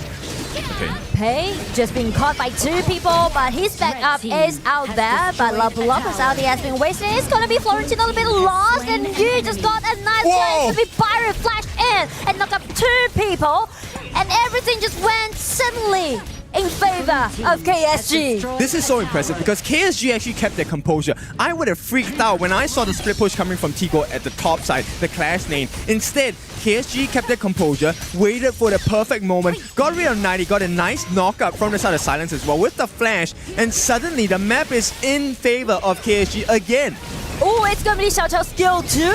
Knock out 2 people. It's gonna be Zhang Fei coming up against him. but VP take one step back. It's gonna be 10 minutes mark jumping without his ulti. Is it going to be a choice for VP? Try to contest his mid-G, but he was guarded by the silence. Knock up, nice one. It's gonna be good, got in, but it just instantly killed by KSG. Yep, they forgot. Yes, Jiabao has the advantage, but it's just you, Jiabao, not the rest of the team. Ambush, it's gonna be 1-1 solo, but with the Splendid and also the flash, Lola just escaped from that scary ambush. What a play. I mean, take a look at this. How many calculations are KSG players making at the same time? They seem to have an answer for everything. I mean, like, they're ready for every possibility that they might encounter in the mid-game, but here comes Jiabao. He's kind of like a surprise, but keeping the composure. KSG is not in panic. Just play around with this Yu. He's already got a killing spree. So many lessons in this one. Normally, when that happens, when the Jin comes in, okay, let's talk about this moment first. Silence, very well done. All he did was buy time for the team. They got Clue. Clue was a perk, right, at this point. But T-Gold, he was so confident they had an opening that he jumped in. And it's bait by Liu Lang. Splendor at the last sliver of life. You know they will try to go for the kill there. And I mean, speak of last-ditch effort, I feel like KSG is trying to close out the game. They're pushing very, very hard. They're pressuring on the top side of the map. VP facing a great danger on the side of KSG. If they take a fight within the next 20 to 30 seconds, VP will lose every single one. Clue does not have a flash for another 15 seconds. Hailang does not have a flash for 20 seconds. They can't aggress, they can't defend properly. This is scary for Virtus Pro. And I mean, like, Byron with the flash getting in just got a really nice kill upon this early. Without early, the damage down isn't there, and it's gonna be jumping, break out his ulti. It's gonna be Pei getting in, get knocked up, but no one can ever stop this Yu. This concert is just dominating the game. Yep, and all of this for the pressure that he tanked for the team. In the laning phase, he was in 1v3 situations. Right now, it's the same, but Yu says, bring 3 at a time, I can take them all. I mean, like, he's so, like, he's not like a hater, you know, because, like, you're putting such a suffering laning phase. It's gonna be a solo on the side of KSG, and everything just went so optimistic to KSG right now. Yep, and it's, look, Hailang out for 30 seconds. This means 30 seconds, 4v5 situation. Jiabao has lost his lead already. I mean, sure, he has 1,000 in terms of gold, but team play-wise, he has nothing to offer anymore. He can't even 1v1 Yu. And I mean, like, since both teams are playing in such an explosive way, so actually, the more patience that you have, the more advantage that you may got. And that's the reason why Concert Yu is just playing with composure with a 5-1-6 KDA so far. That was crazy. Yu's Oak-Bolts, the first skill, is hurting more than health bars. It's hurting the feelings on the side of Virtus Pro as well. They can't do anything here. It seems like VP, they're gonna be a little bit painful how you're gonna guard with this Byron, just use his skill too. Fearlessly, it's gonna be Lapu ulti breaking out, but Blessing with the skill too. You just survived again and just flash out, playing around with you. It's gonna be a victory, goes over to KSG. Double kill and guarding the Vanguards. They aced VP and then take the victory. Beautiful work coming in from Kuaishou Gaming. VP, they tried they did, but it's not enough as Kuaishou Gaming moves on towards the top 8 position. Well deserved. But I do enjoy the matchup just happened, right? Yes. Because it showed the power, the understanding the pure mechanics of KSG, but at the same time, you can see how fearlessly that VP was play against KSG. I like it because you can see the gap, but you can also understand why there is a specific gap, right? The way and the time that they use the skills. This is what they're missing on the global teams for now. Kuaishou Gaming is going to move into the top 8. They came in today, 2 victories, straight up just ticket into the best 8 teams in our game. And also, it will give them more time to prepare for the best of 7 in playoffs, so that's gonna be a huge advantage on KSG. And we didn't actually get to see a lot of the heroes that they could actually show, right? Yeah. So they just played 2 games. They played 4 games today, 2 matches, and then everyone is just like, well, did we get to see anything from KSG that we could take notes on? I mean, not much changes in the drafts of the 2 series, but we got to see more and more micro plays, which I really love. They're showing you how to take one hero and use all the different functions of that particular composition.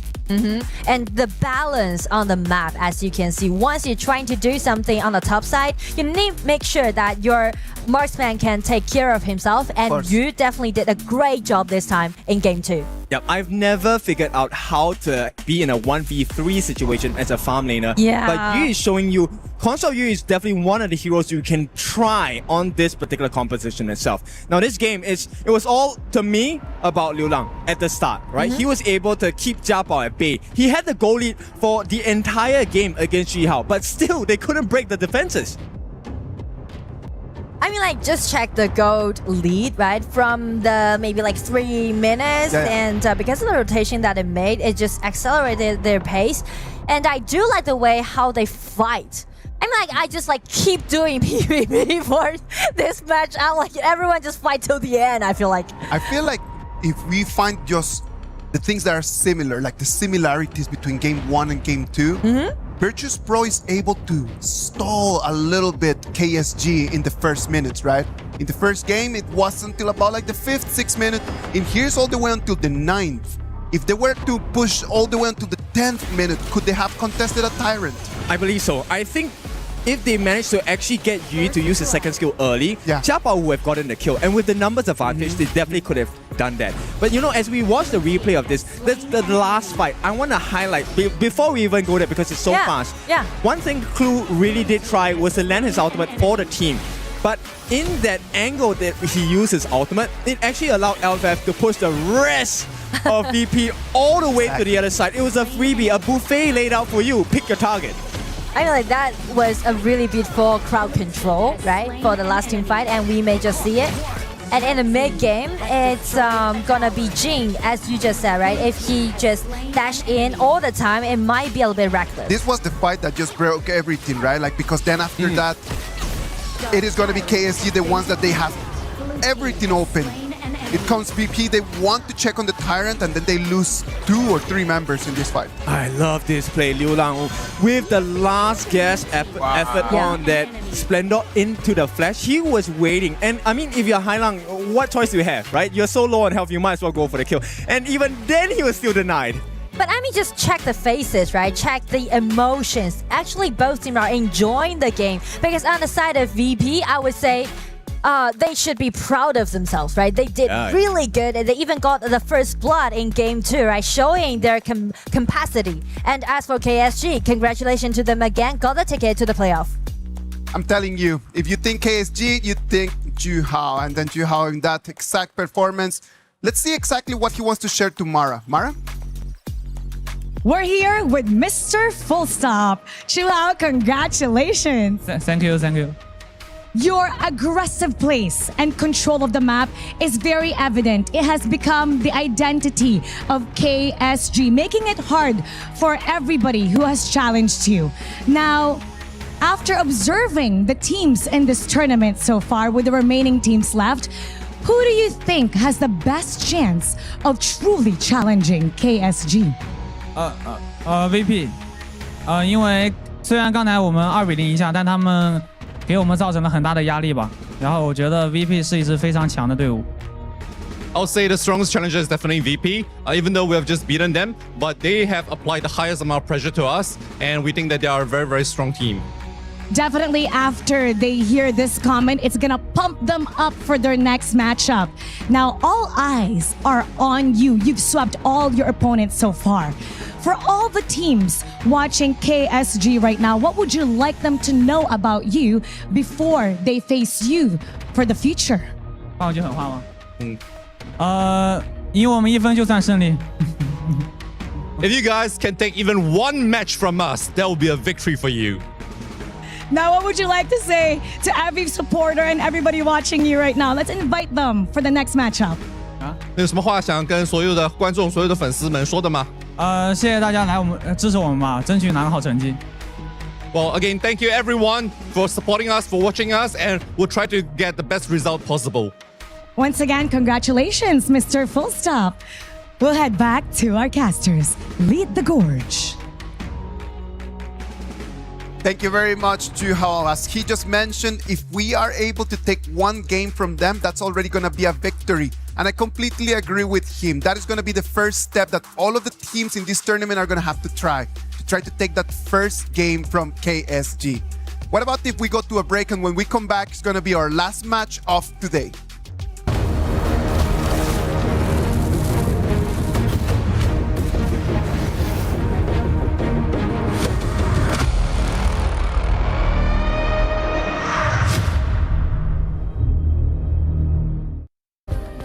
Play is in our DNA.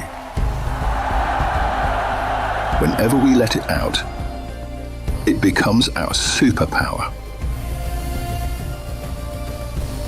Now imagine an entire city being built to supercharge it. Kadir City, powered by play.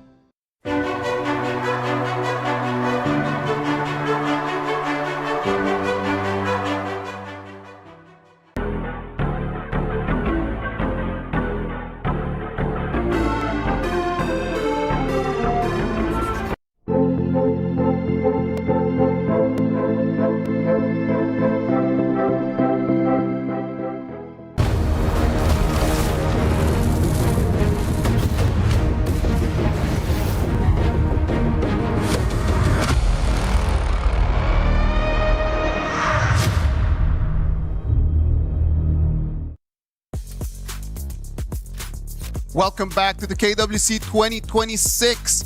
We're going to jump into our match number 6 of today. It's going to have AG.AL, the title defenders, against Blacklist International. Holler, Blacklist International, they're in a great momentum. They've been building momentum since they lost, and then they just start winning. Can they continue the streak right now? I hope so. I mean, I just actually ran into them just as they were getting ready for this game. They seem a little peppy, right? I think that there's a little bit of, with the confidence that they've had throughout this entire series thus far. I mean, throughout today as well, they've kind of, trying to keep things very positive, if you will. I think positive is the right word, right? When you're pacing yourself into such a strong opponent like the title defender of AG.AL, positivity brings you a long way. You want to measure yourself how far you can actually go for with one of the, I would say, tournament favorites. Well, tournament favorites, they are indeed, right? Everybody just was here today checking on what KSG was going to show, what AG.AL was going to show. And in this match between AG.AL and Blacklist International, they're going to keep just showing us little by little, piece by piece, the plan that they have set to take the crown again. Yeah, so actually AG.AL have played less games throughout. I mean, because we've seen Blacklist through the play-in, so they've kind of exposed some of the meta and types of the drafts that they like. But I think that it's only to their benefit. They've had a lot of reps, and obviously the teams have not been to the same level of AG.AL. But right now, again, it's about having the momentum, being positive, of ensuring just like, hey, we can do this. We can definitely do it, right? We're talking about Global here and PKL's third seed. They defy all odds coming in towards the play-ins here, and they qualify into this specific group stage against AG.AL. And if you were to measure it, yes, odds are still in favor of AG.AL, but who doesn't like a Cinderella story from these sort of competitions? Everybody does love a Cinderella story. Everybody's rooting over there for the dark horse. AG.AL, Ranzoi, Inuo, Sheng, and Shuai. From these 5 in the previous match, Holler, who did you like the best? I mean, for me, all the roads lead through Inuo, right? Yeah. His ability to make plays, he's always so consistent as a farm laner. One of my favorite players to watch. I mean, he's had so much history as well in Honor of Kings. He is definitely the guy to watch. And it goes back to the conversation as well during their first initial series. He whipped out the Baiti farm lane first of our entirety of the global tournament, and he managed to pull it off because at the end of the day, yes, it's a star coming in for the show, but the 4 remaining players are also the stars supporting the team roster as well. Yeah, I also like the fact that even in the interviews, he was very humble. he's just like, oh, what are the chances of the other teams? He's just like, actually, it's about 50-50, right? I think the global teams have actually leveled up, and I think he respects that as well. So even moving forward, to see exactly like, you know, a man of his stature to be like, hey, actually, we're kind of close in this and very humble, I think that speaks volumes of him. I do believe that that is one of the pillars to what AG.AL's success has been in the last years. Just understanding that you just need to get better and better at the little things, right? Like as long as you are working on those little things and you can keep that gap, that advantage is always going to exist. And these sort of advantages, right? When you look into Blacklist International's draft itself, we have seen a lot of these plays that's being carried on by Chaz and also Chammy1. You give them the enabler list, like the Dharma, like the Dangfei or the Monsters, for example, right? Yes. They will set things up for you. We've seen that in the series that they played just now, but coming in for this specific matchup between Blacklist International and AG.AL, my eyes are on that clash lane. Ron and Chammy1. Well, Chammy1 played really well in the previous game, right? Like we had a lot of highlights coming in from the side, just running into the back lane. I don't think AG.AL is going to give him that same setup for him to really be able to shine. Yeah. So it's going to depend a lot on the first 1 or 2 minutes and what he can do against Ran. Yeah, I think that he just had such a highlight reel in terms of the games that he's played already that, again, AG.AL are like, we're not going to allow that. We're going to take away his space, not let Chammy1 catch us off guard on the flanks. We're going to be very careful. And I think that it's more about respect at this stage. Respect in the game and respect before the game in the form of the draft. I think drafting is really important. If either of these clash lanes can get a comfortable matchup, or at the very least, find a way in lane swapping and making the hell out of their lives miserable, then maybe, just maybe, you can crack open that 1v1 matchup. Yeah, and also turning that 1v1 matchup into a bit of an advantage, right? I think that Blacklist, they've had a lot of success because they've been aggressive. They've been taking the fights, initiating when they want, and other teams have not really been able to respond in kind. I think that if you start just trying to build an advantage over there for Chammy1, it means that the rotations need to start pushing into the clash lane. Is Golden Kite gonna be able just to take the 1v1 in there and then survive though? You gotta, I mean, I have full respect in, you know, Golden Kite. I think that he's his ability to play in the farm lane is gonna be very, you know, it's about consistency. Of course. I think that for this one, it's gonna be important that he just sticks to the lane, gets his farm, and just doesn't get, you know, frazzled by the fact that he's going up against Inoa. And I think that when we understand about competitive gaming, it's about trade-offs. You cannot win in every single lane. You cannot win with every single player or any single hero. So you need to understand, if I'm going to push into one side, I'm going to be losing some other. Sagi, where do you think that Blacklist needs to start pushing to? Pushing, maybe I'm not going to mention the side lanes. I still feel that the core trinity coming in from both teams, you have the jungle, mid, and roam. All right. Whoever controls mid lane controls where to move first and controls how you attack the jungle of the enemy team. So you're gonna put like all of your money in just saying, whoever that cleans the way faster and starts rotating without getting caught is gonna have the key to success. Perfecto. I think that's the #1 way of playing Honor of Kings. Whoever controls that mid lane, you get so much control of what you want to do next. You can either step back, defend, step back and cause pressure by removing yourself the vision from the map, and then it puts pressure on the side lanes like, oh, I have this winning matchup, but I don't see where the enemy mid and roam are on the map. Yeah, but now it looks like the draft one is getting underway. Players are kind of getting ready for this one. I mean, if we're looking from the side of TG at this point, I think that, you know, going in, like, what sort of drafts are you going to look to pick as Blacklist, knowing that you've kind of shown your hand already? I think, in a way that we can think about this, global teams, they don't have the perfect mastery in terms of map movement or macro. So, what do you want to do? You can mimic what VP did just now. Yes, they still lost to KSG in a 0-2 fashion, but Game 2 was very tight, neck and neck to the 10th minute mark. Right. You want to throw them off the momentum by drafting aggressive team fight skirmish compositions. Yeah, agree with that. And I think that even going back to that last series, I mean, most of the global teams have been kind of doing pretty well in the first 5 minutes. Normally, like, in previous EWCs, sometimes it hasn't been as fortunate for them and they've been kind of blown out, but I think that we've been way more competitive and being able to kind of take the fight. Once that macro play, as you were talking about, those kick in, then it kind of changes the dynamic of the game. Because in the end of the day, right, if you can outfight your opponent and cause disruption in their map movement, their macro, then it really puts off the usual setting that they are used to. It's like, okay, I want to do A, and then when A comes, it's B. But if the team fight erupts during your process from A to B, it sort of disrupts the momentum. You're like, oh, wait, this is not my usual. I'm kind of uncomfortable with this. Yeah, and I think that Blacklist has done a good job of making sure that they're playing their game, right? The A to B that you're talking about has been disrupted for the opposing squad, but can they disrupt AG.AL here? That's the exciting part that I'm looking forward to right now. But before we jump in towards that here, let's start off with the pick and bans coming in for our upper bracket finals of Group A. Straight off the bat, we see quick bans from Florentino and Liang removed from the pool, with Coach TG still looking for the second ban after that long removal. Yeah, a little bit of attacking with the Yunuo, if you will, making sure that he doesn't get some of his favorite heroes, if you will. But I think going in, I mean, if you're picking second, you're on the red side as Blacklist International, like what sort of 1-2 combination, because you're not going to get first pick, are you looking to pick here? Potentially something like the Lorian Zhangfei +1 farm lane. These are really, really good in towards this patch. Like, okay, you get the pay. Yeah. Potentially we see like Ukyo Tachibana that Just has such a perfect performance on.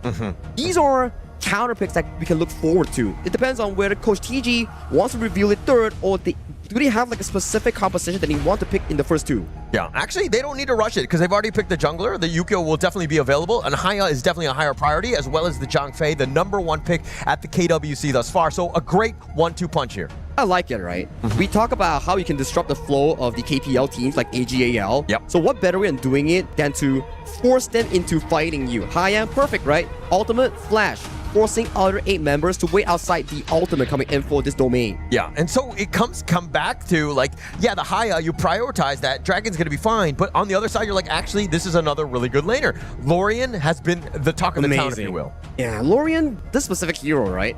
His ability to push is kind of mediocre. Yeah. But his ability to poke you and find big trade-offs or pickoffs has been amazing. That's why I think Lorian has had one of the highest pick rates thus far in our tournament. It's definitely picked up quite a bit. I think we need to check the stats at where it was. It wasn't like the top 10 going in, I mean, from the play-ins on, but I think that it's definitely had the rise. It's been in almost every series today because of the amount of power that it brings. Yeah, and then we have to jump in towards the second phase, right? You have the mid, roam, jungle. The 3v3 that we mentioned, locked in for both teams here. And thus far, I think the fighting power in the early game is pretty 50-50, especially you have the Ukyo countering the pay, but in terms of trade-offs in that 2v2, it's really skill dependent coming in for both mid roams. Yeah, for sure. I mean, but what isn't skill dependent in this matchup, right? Both of these guys, both of these squads, like, I mean, the level of play that we're gonna see, I'm expecting very high. Look, Blacklist has not gone up against AG.AL. Correct. This is looking to be an underdog story, if anything. But I think with momentum and the possibility of continuing on with the play that they've had, this might be good for them. And do you remember one of the interviews that have asked Just what level of jungle has he achieved throughout the years? Yeah. One of the comments said that, okay, maybe he's ready for a higher level now. He's one of the best PKL Philippines jungle. So coming towards this tournament, you are against AG Zoe. This KWC 2025 FMVP, and he's also FMVP for the skin Ogren here. So it's a very big milestone if Just is able to not only match Zoe in the jungle department, but also maybe out jungle him. Yeah, and I do hope that Justy's not paying it. I mean, he already knows all of the awards and accolades that Zoe has, but I think that for him, he needs to just be like, it's me versus him. Doesn't matter who they are, I need to rise up and have that confidence. Confidence is such a key marker here coming in for this Blacklist International squad. Let's jump a bit back into the pick and bans here. We do see the Charlotte that's being locked in, and for the evolution of Blacklist International's draft, they've been putting more and more focus towards Chami1, and especially in picking him counter picks in those final phases. I think that's very smart. He's shown time and time again he has the ability to carry. You give him a hero like the Fatih here, that's going to be their last pick. It really kind of alleviates a lot of the pressure so that the farm laner like Golden Kite doesn't have to carry and do everything. I mean, that's true, right? Like, if you have like more choices on the board, and if Golden Kite suddenly gets caught off, you still have like a supplementary carry coming in for your specific lineup in making sure that, hey, it's still okay. We still have Chami1. But if you look towards the side of AG.AL, who are you really giving the edge to in terms of these two specific drafts? I mean, you can never really count out, Zoe's pay, right? I mean, it was the first pick. They were looking to go high tempo, really set the tone, just kind of control and dominate the game. I mean, I don't know if Blacklist's lineup, I mean, when you have the Yuko, you have the proper counter picks, if they're able to kind of out-macro them in the jungle. That's a very good point, right? We saw from the previous game where Zankyu picked up the Ukyo Tachibana into the same matchup of the pay. Yes, it's a counter, but what AG.AL did was they immediately was like, okay, we're not fighting you. We're just gonna out-rotate you, out-macro you, and look for the jungle invasion, then convert that jungle invasion into side lane pressure here.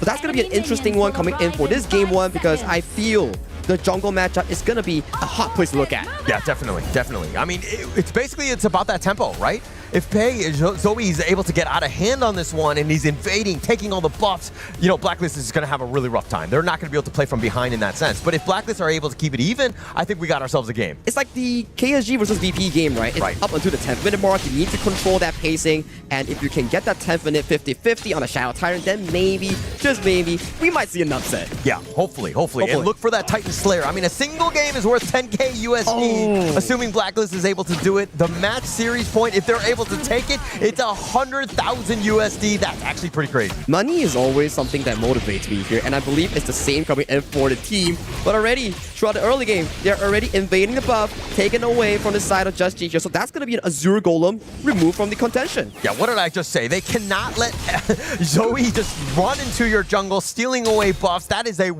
terrible start to this game. Oh, they're doing their own same thing here, coming in for the invade.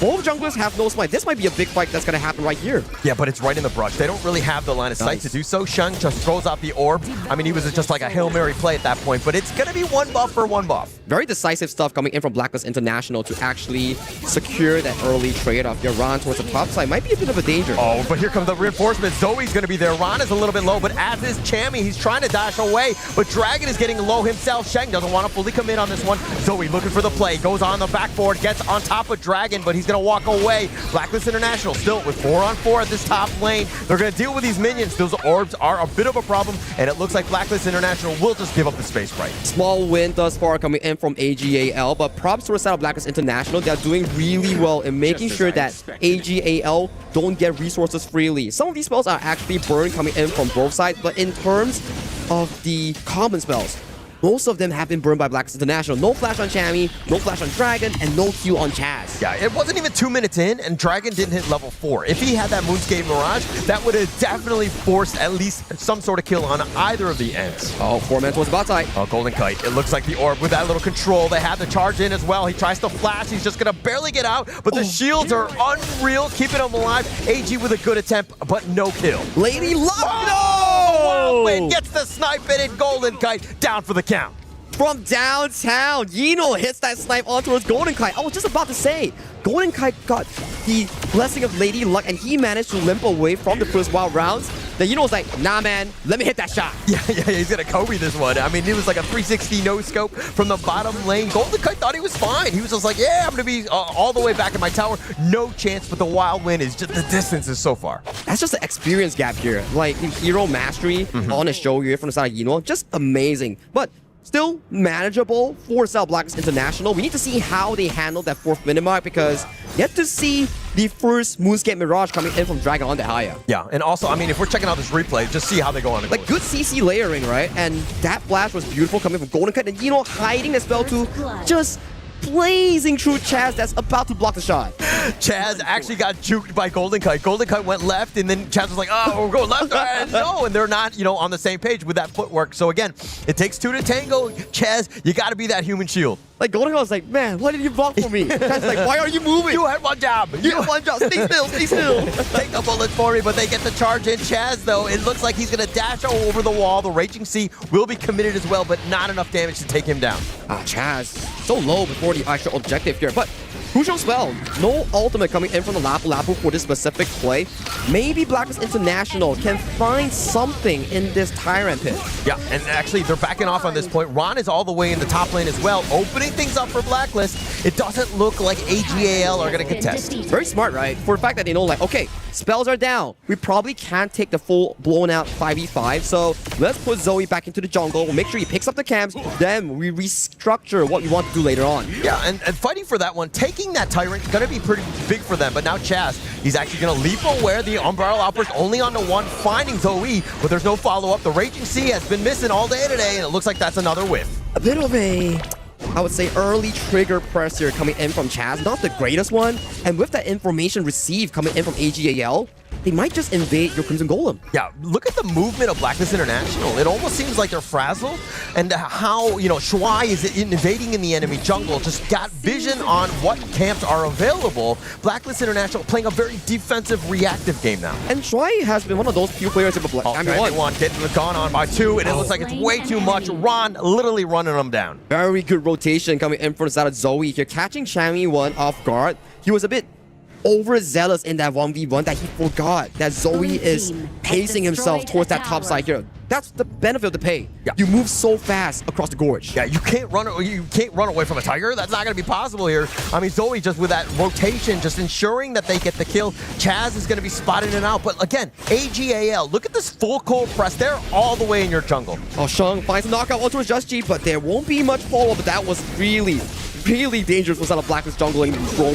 Yeah, he took quite a bit. I mean, this orb from Sheng's Lorien is going to be a bit of a problem here, but the Overlord they're thinking about it, but I think Blacklist International have eyes on this as well.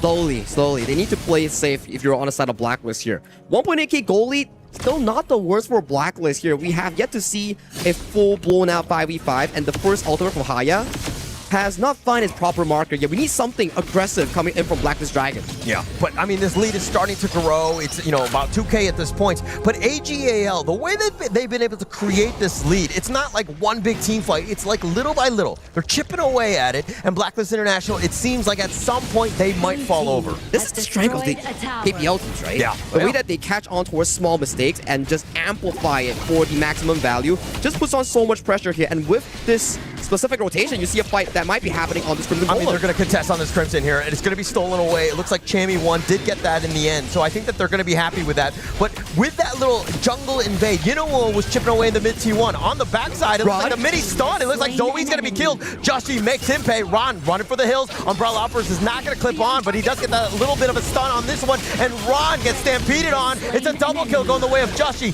Lorien is going to get stuck into the Mirage. He's going to be kidnapped, if you will, coming out of this one. Blacklist International are going to be angry as they have 4 members waiting for this one, and it looks like it's just going to be Shuai. Maybe he goes for Dragon. It's not going to find it. Uncharacteristic mistake coming in from AG.AL and Justy, finding a really good counter engage on towards both Zoe and Ron, punishing for their over-aggression, and that is quick 3 kills going into the pockets of Blacklist jungle, and this is what we talked about. Yeah. Justy being the player that they need to step up. Yeah, and actually this is the perfect hero for him, Yukio. It counters exactly what this Pei wants to do. As Pei, Zoe goes on the golden cut. He's not able to get away from Bruce Lee, and here's the teleport, but Zoe is already out of the building. Very good timing coming in from Zoe. You'll be thinking that, hey, this guy is probably farming Crimson Golem, but why is he here all of a sudden here? And Golden Kite did not have flash due to that previous fight. So it's a really good catch nonetheless. And let's take a look at a replay here. Umbrella Alpers misses, but after that play on towards Golden Kite that he has baited out,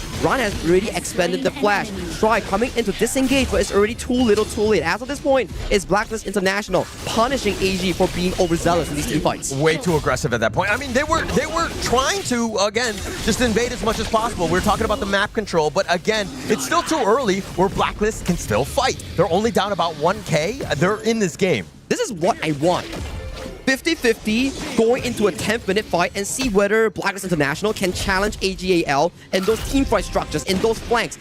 So if they actually can, maybe they can topple that dominance that AG.AL showed in their previous series. Yeah, and I don't want to get the cart ahead of the horse, but the objectives are falling on the side of Blacklist. That's the biggest piece. They're not looking to fight. You were talking about the style that they bring all the way from the KPL. It's slow, patient, and what you're seeing right now, it's all about these structures. Control is still over to the side of AG.AL. At the very least, we do see Blacklist International. They are on more of a defending end by mid lane. Yeah, the Tyrant. The rate you see, that will actually connect. Chaz, though, he gets knocked up, and it looks like Dragon throws the Mirage out, goes for the right target, and it looks like he's going to be locking him in. Chaz is a little bit low as well, but off to the side, who comes out of the Mirage, is going to be down for the count. But Dragon, he will be killed. Ron is doing a little bit of revenge, finding Justy. He's trying to dash away, but Chaz is too low. Justy gets picked off as well. The flash away from Chami1, and it looks like Golden Cut and Chami1 will go back to the fountain. Everybody is going for Yino, but no one is looking at Ron. Ron just goes in, picks up every single kill with those flash gradations here. And this is a crucial timer.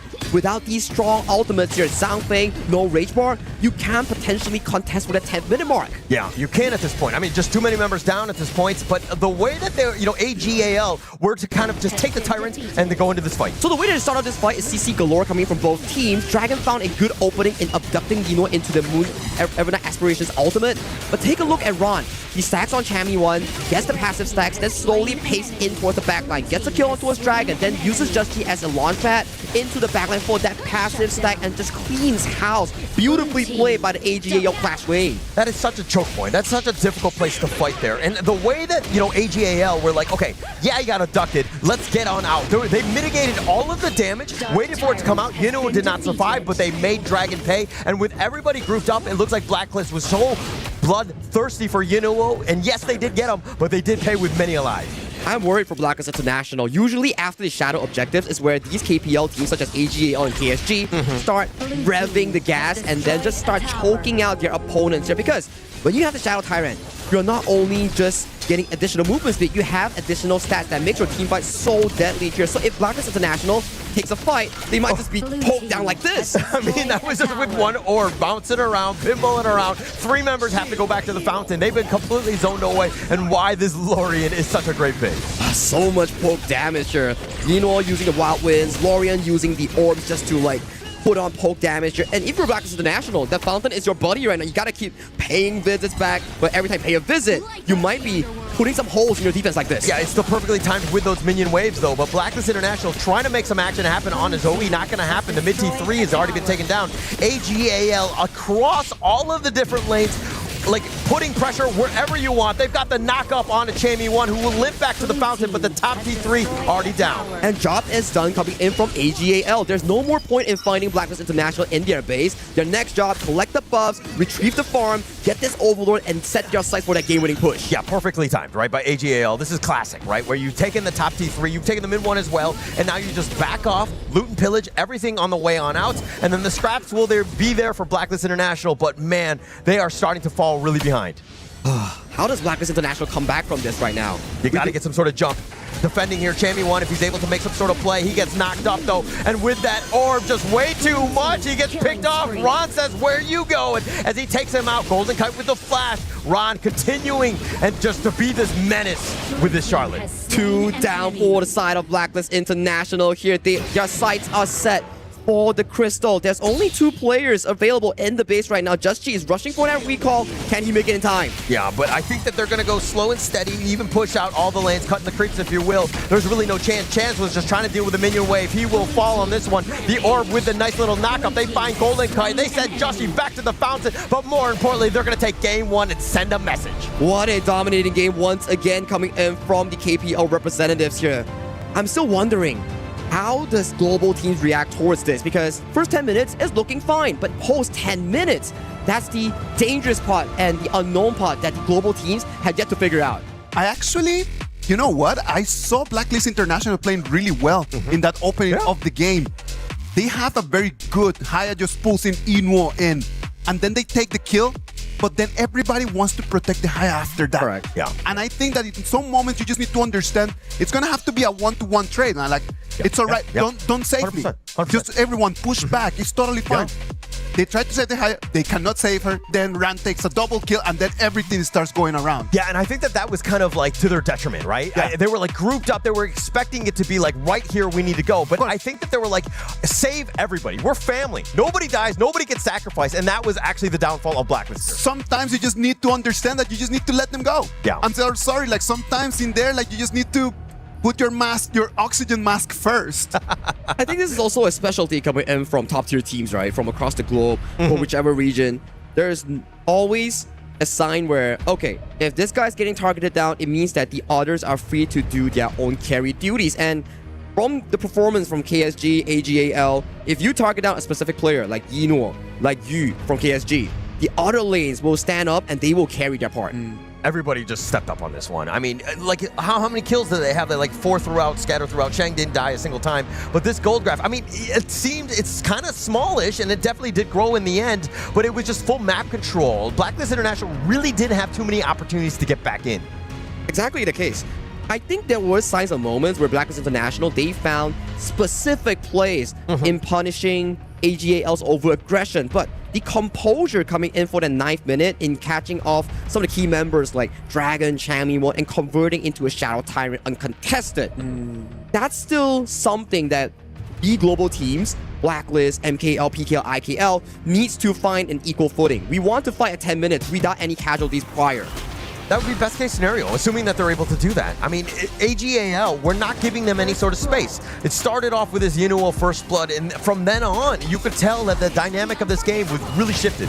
And these are the few moments, yes, early game wasn't the best Super Blacklist International, but there are still signs of mistakes coming from AG.AL that Blacklist caught onto. It's just that after that, what comes next is this specific moment that Isaac was talking about. Yes, Dragon finds Yinuo, removes Yinuo from the fight, but at 9 minutes mark, it's still not Yinuo's power spike right now. Ron stacks up, half the damage, he's coming in, just jumps. Yeah. And he gets everyone. I think they also had trust issues in the sense that, like, does Dragon have enough to kill Yinuo, right? In the Mirage, and they were like, okay, we got to make sure that we actually do it. But they were all grouped up. We do not need to be holding hands and singing Kumbaya together. And after that play itself, you're like, okay, the dream of fighting at the Tyrant 5v5 shattered because you already lost 4 members, and it forced you into a position where every single time that AG.AL pushes into your jungle, do you want to fight or do you want to give up more farm for them to snowball? And in the end, this happened. AG.AL takes a clean game 1. And Sagi, you just mentioned it, right? The key is to be able to get to 10 minutes. Correct. With a very equal goal. Get there with equal gold and let's see what we can do, man. Like maybe in that Tyrant fight, if we just toss everything that we have, maybe we can win it. Yeah. But you need to get to the 10 minutes. It's never easy, right? They were like, they know the same timer, and they're like, okay, we're not going to let them get to 10 minutes in that sense. We will be aggressive and just, again, with that control. All right. AG.AL takes a 1-0 advantage. Right now, we're going for a break, and then we'll see if Blacklist International can learn from their mistakes and take one game from the title defenders.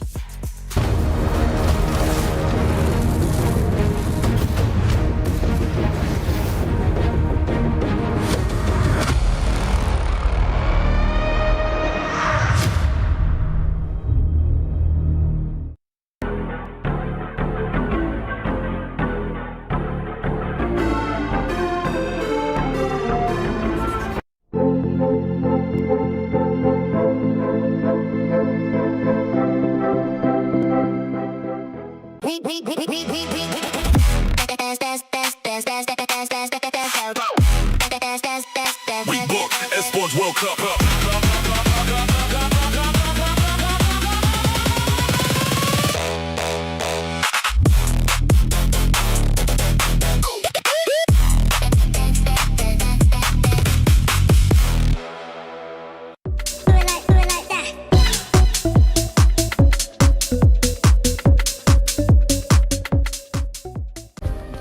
Play is in our DNA.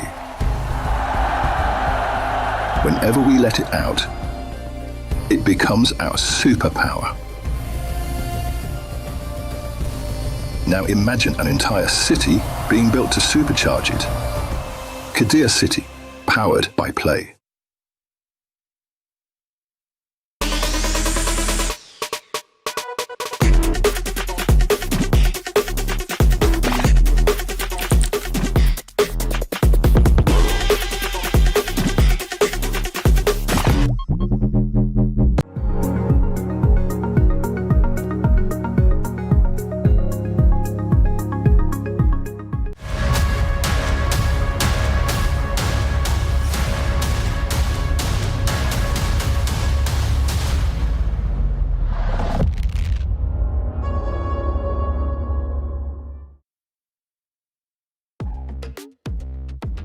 Welcome back. This is the KWC 2026 AG.AL 1-0 advantage on top of the PKL. Third place Blacklist International. In the previous match, Sagi, when they were playing against Team Vitality, we talked about like how AG.AL were the creators of this gold sharing strategy, right? Is that going to be the key for them to be able to beat everyone in front of them? I think throughout the years, yes, 2024 to 2025, AG.AL has used that specific strategy, and a lot of teams has been learning for them and trying to decode that specific strategy here. Hence, we've seen a very long legacy of like, 7 grand final wins in a row from AG.AL. But recent years, more teams have started to adapt towards that strategy, and I think you will need something more if you want to conquer the entire championship, especially when you have strong opponents going in as the main contender at AG.AL and also Kuaishou Gaming. Yeah. I think that in the beginning, like you always think about like the 4 minutes Tyrant just being like such a critical piece that you need to go and take. But this time AG.AL just let Blacklist International take that Tyrant, like it's totally fine. I do not need that buff right now. They're okay with going with equal goal till the 8th, 9th minute. Yeah, I mean, they were looking for more for jungle rotations, you know, more for Zoe in this one. I think that they were willing to sacrifice that. They didn't want to risk it to potentially get somebody killed and to lose that Tyrant in the end. So I think that it was more of like a judgment call of just like where they were across the map. And to add on towards that, right, I think in recent years, especially evolution of how you want to play the first 4 minutes, last time it's like, okay, 4 minutes, guys, it's time to fight 5v5 right now. But nowadays, it's like, guys, are we at our power spike?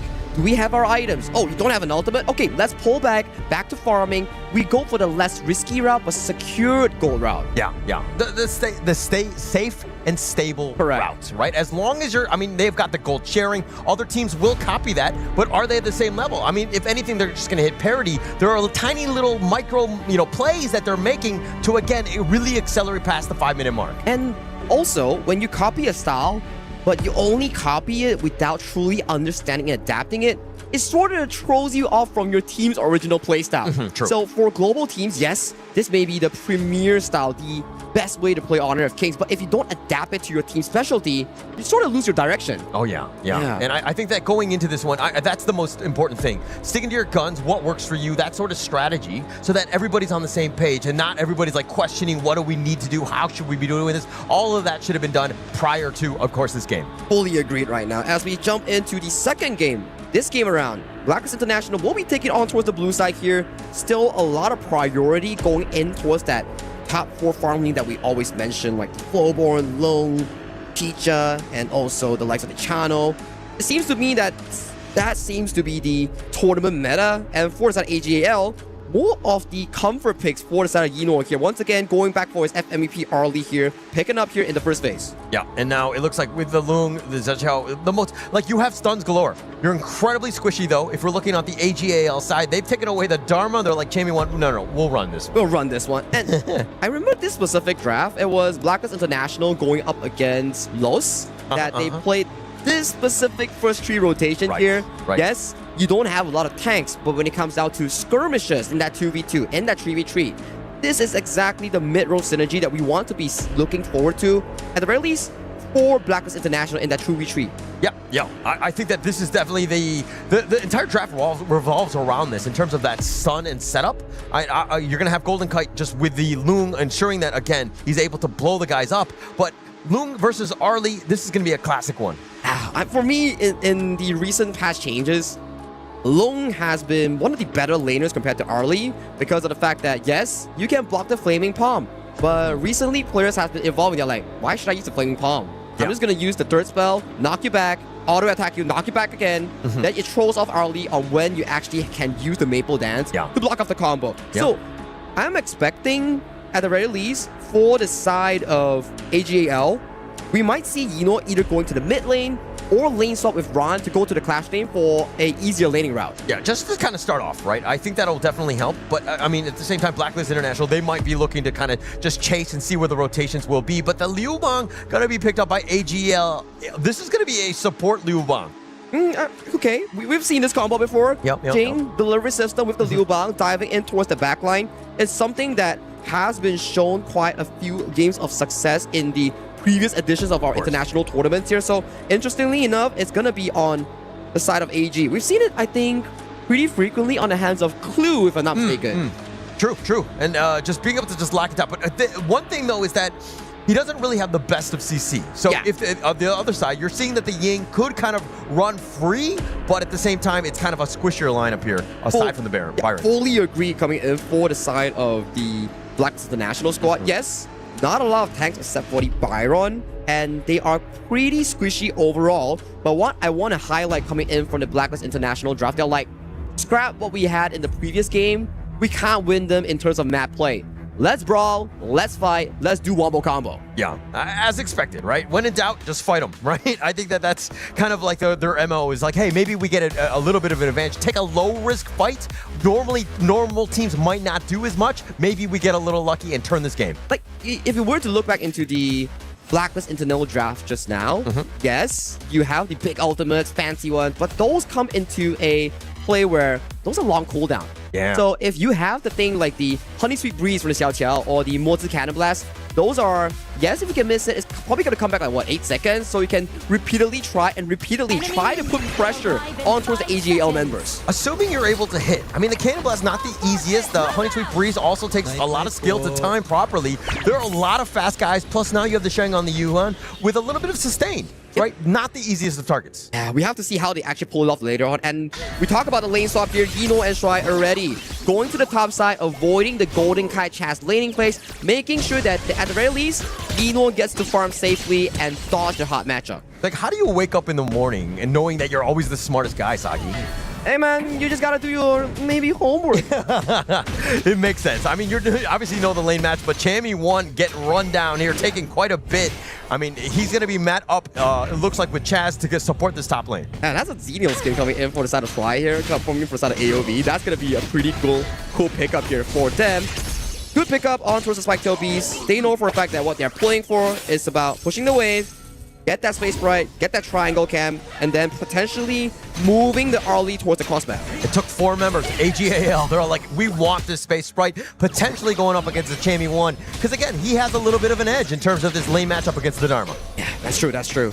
And I kind of like it, right? That Ron is like, okay, I'm 2v1. Let me just farm the jungle camps that Zoe doesn't have time to do so because Zoe is too busy farming the minions across the map. Yeah.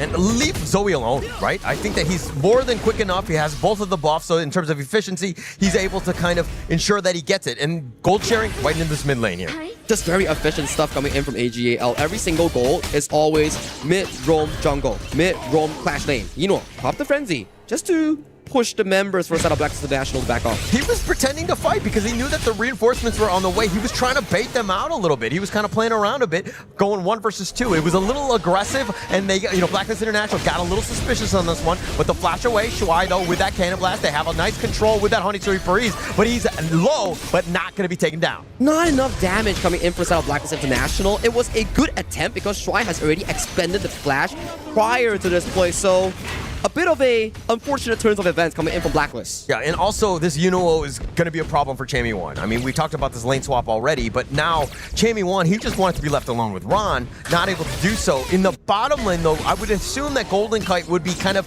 exerting pressure onto the Ron here. Well, Ron is just having a field day, right? He's like, okay, let me just shove the wave, move to jungle camps, and Golden Kite, he can't potentially solo kill me because Long works on skill rotation basis, and with the Dharma, you get to farm pretty safely with your spell to healing. Yeah, and Golden Kite was left alone, so he's already level 4 at this point, so in case they do jump him and they're not able to stack the stuns, he will be able to get on his dragon. But it looks like the Pheasant right now was stolen away, so again, the rotations, yeah, they're not getting kills, but they're getting value. Okay, my question to you. Blacklist, yes. Poke, prod, find opportunities, then maybe we can win the team fight. What about AG.AL? I think you just play your game. You just put forward pressure on, make them rotate to you, take everything. Like, it looks like Chammy1 can't even get into the lane. They've quickly taken that out with the gold sharing, and now they're going to move around. Very efficient gameplay, right? Very efficient. Yeah, very just fast, making sure everything. that we get gold. It's like, no. I don't want anything with Chammy1. I just want to farm here, find Honey Sweet Breeze. Yeah, Honey Sweet Breeze only onto 1. They don't want to dive into that because especially Shuai as well as Zoe were just waiting for like, hey, you want to go on him? Let's go.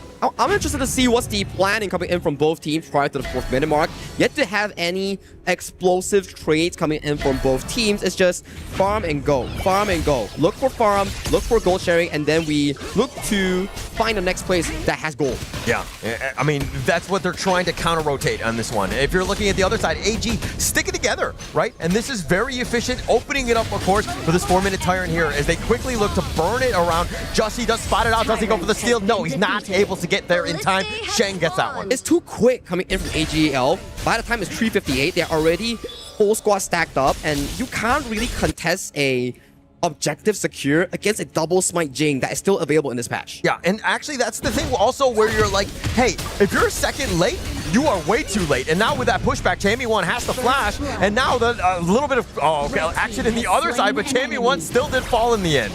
Oh, well, it was 1-for-1 trade, right? And towards the top side for Chammy1. In bottom side, nice ultimate coming in from Shy, but Yuno getting dive on. Oh, Golden Kite wants to go for the Flaming Palm, and it looks like Yuno dodging around. He gets on his dragon, but Yuno will fall. Shuai is still there under the tower. Golden Kite is low himself, but it doesn't look like Shuai has enough to do anything. Good trade thus far.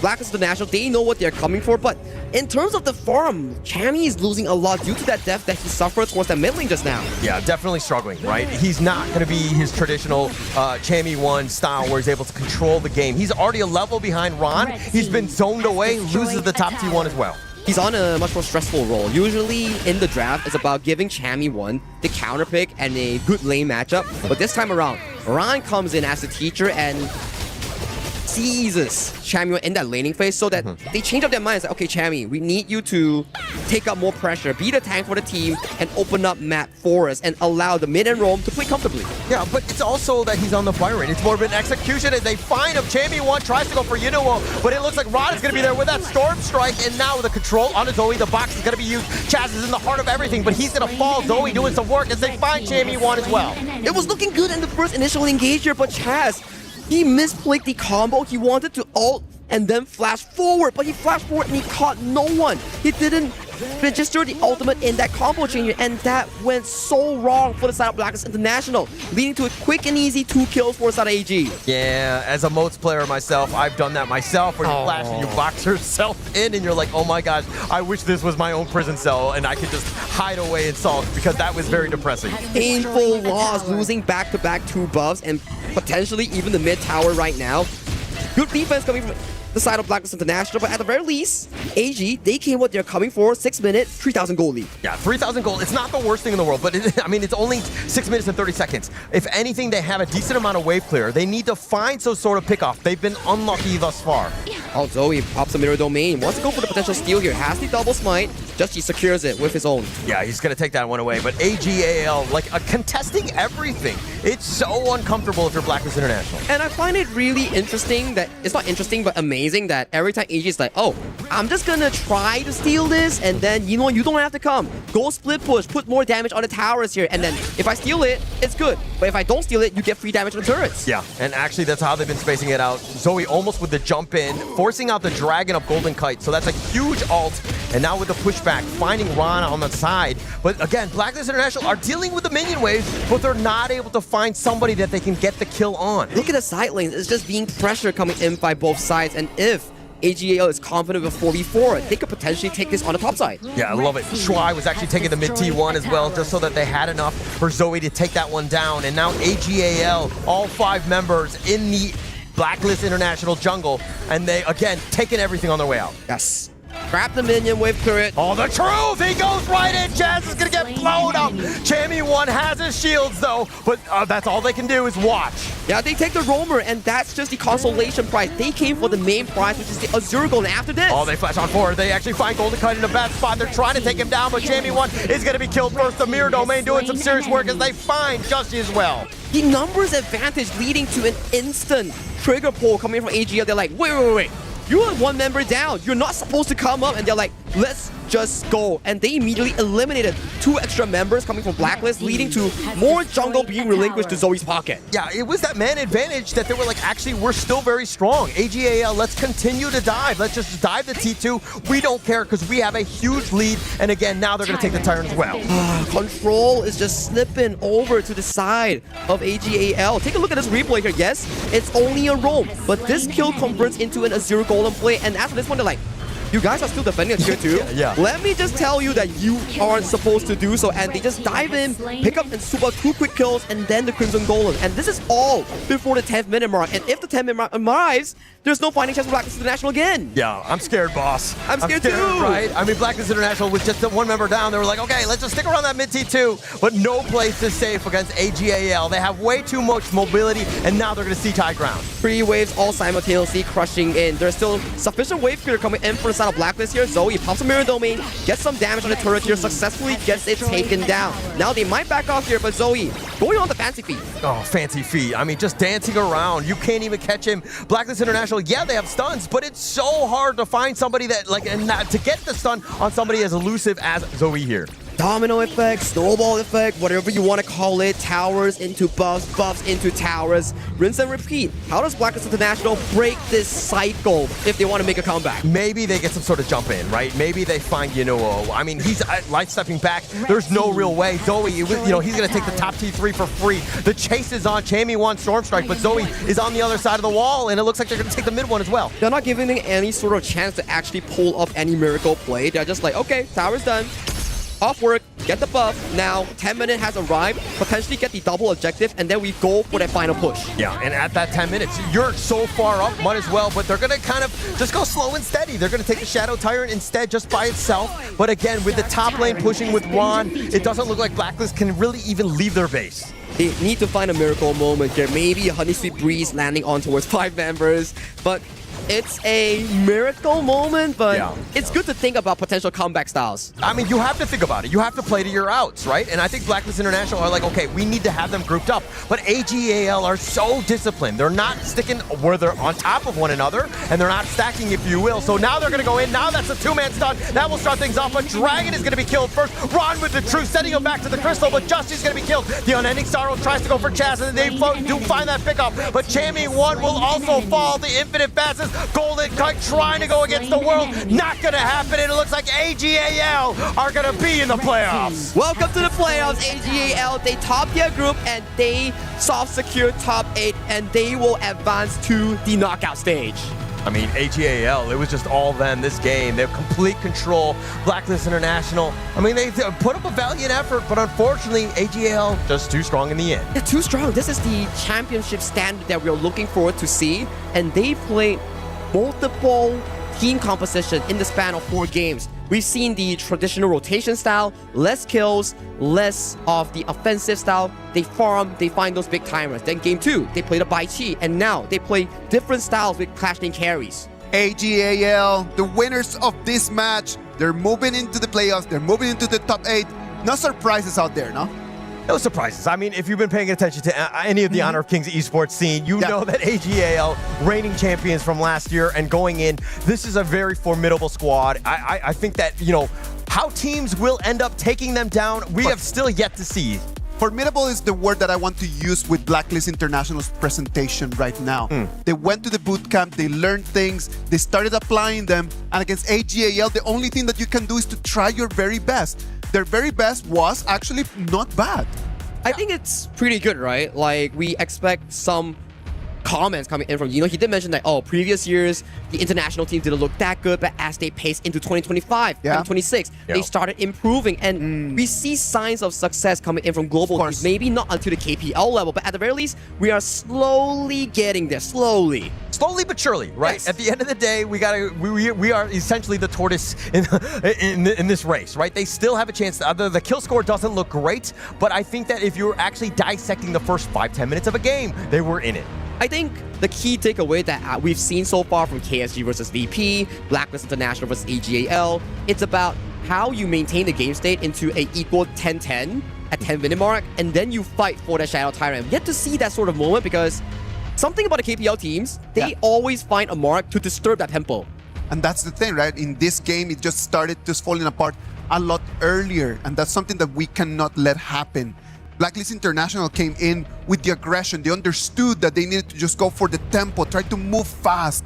But when you have Zoe on that Jing in front of you, how do you even try to invade? Yeah, and over the past 4 days, we've seen Blacklist International many a times, but it didn't seem like the team that we've been watching them, right? It seemed like that they were completely shaken up. The confidence was definitely not as high as normal. It seemed like, again, Chammy 1 wasn't playing his normal game here too. I agree, but there are still signs of aggression here. They're like, okay, we found you, we punished I love you. That one. At the very least, they are trading aggressively in the crossmap, but these are the moments that says the Micro comes in towards mine here. Chammy finding a beautiful two-man knockup, but Ron flashes away towards safety, and then Chaz with a crucial misplay. That could have been a game changer if he found the ultimate flash. But I don't know if it was definitely a mistake in the end because he whiffed. But it was like AG.AL knew it was coming and they just dispersed. Like they were like, okay, social distancing, let's go. And everybody was on the same page with that. And this is the crazy part. They're like, hey, you're 4 people. I'm coming in.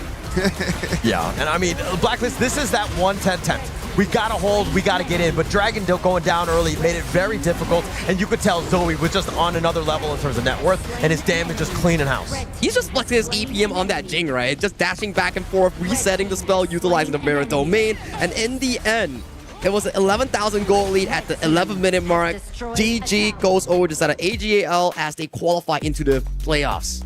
AG.AL, amazing performance by them. Mara is right over there with Sean, the mid laner from AG.AL. He's going to share with us a little bit of his thoughts.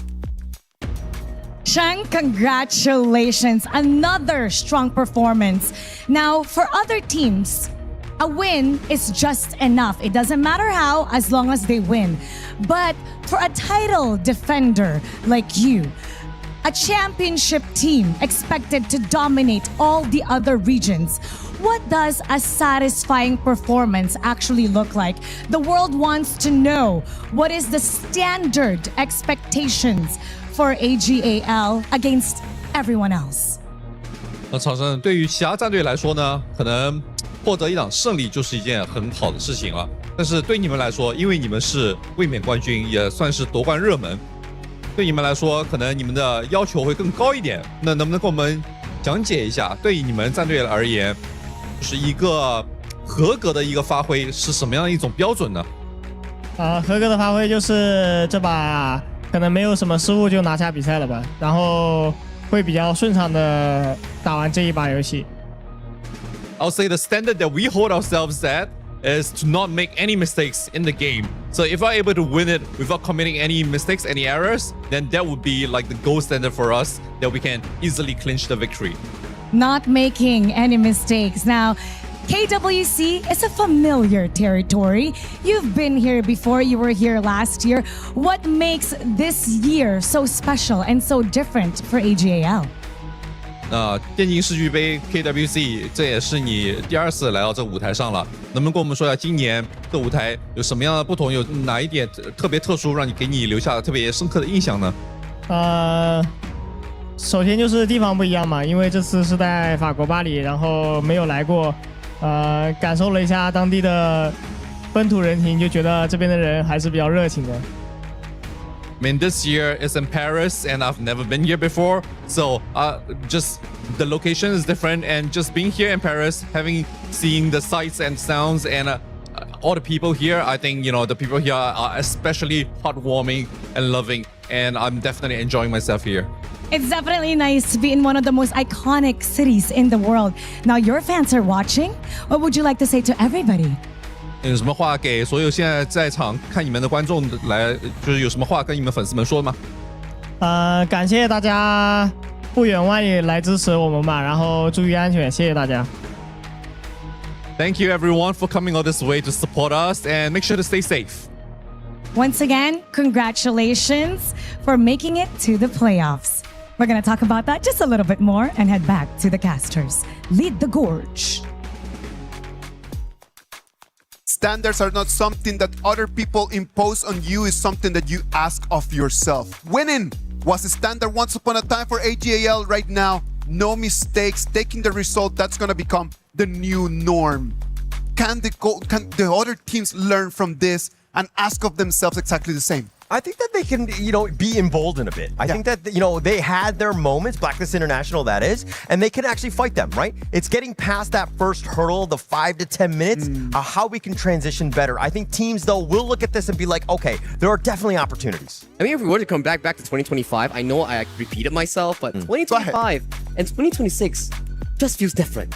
It feels different. Teams has been catching up. True. And then teams has been going towards boot camps that's set up by HOK Esports, and that just shows how much teams are actually willing to actively grow in the HOK Esports scene. If you love something, you're gonna work hard to be the best at it. Exactly what the other teams are just looking at it right now. They look at AG.AL, they see how good they are, and they're like, you know what? Let's try to apply some of those things, some of those characteristics into our daily job. What about if we look at the bracket so we know exactly how the tournament is moving forward? The group stages right now, the first rounds are all done. All of the upper brackets have finished. And then there, the Group A, AG.AL is going to be the first team advancing to the playoffs. Yeah, what a great day. I mean, for Group A, I mean, we just saw AG.AL steamroll. There were definitely some moments. It was a little bit close, as we talked about here, but congratulations to AG.AL as they move on. But now we go into the elimination matches. Yeah. It's going to be Team Vitality, MIBR, and Loss. And this is always an interesting one to look out for because MIBR Loss and Team Vitality or the IKL Chalk BR teams, they don't have much of beef against each other, but it's just so that every KWC, you see one IKL team and one Chalk BR team fighting for their lives. Yeah, always, right? It's always about that drama. I mean, normally these two teams don't have that, but I feel like we need to engineer it as we go into Group B here. Those matches are going to happen on the next days. Group B, on the other hand, well, Rock Esports yesterday already took their ticket to the playoffs. It's going to be one of the teams that they're going to make it into the top 8. Yeah, and this is the interesting part, right? We all thought that Aurora Gaming was gonna win it clean 2-1 and then advance as the first seed. But now you have ROC Esports as the first seed.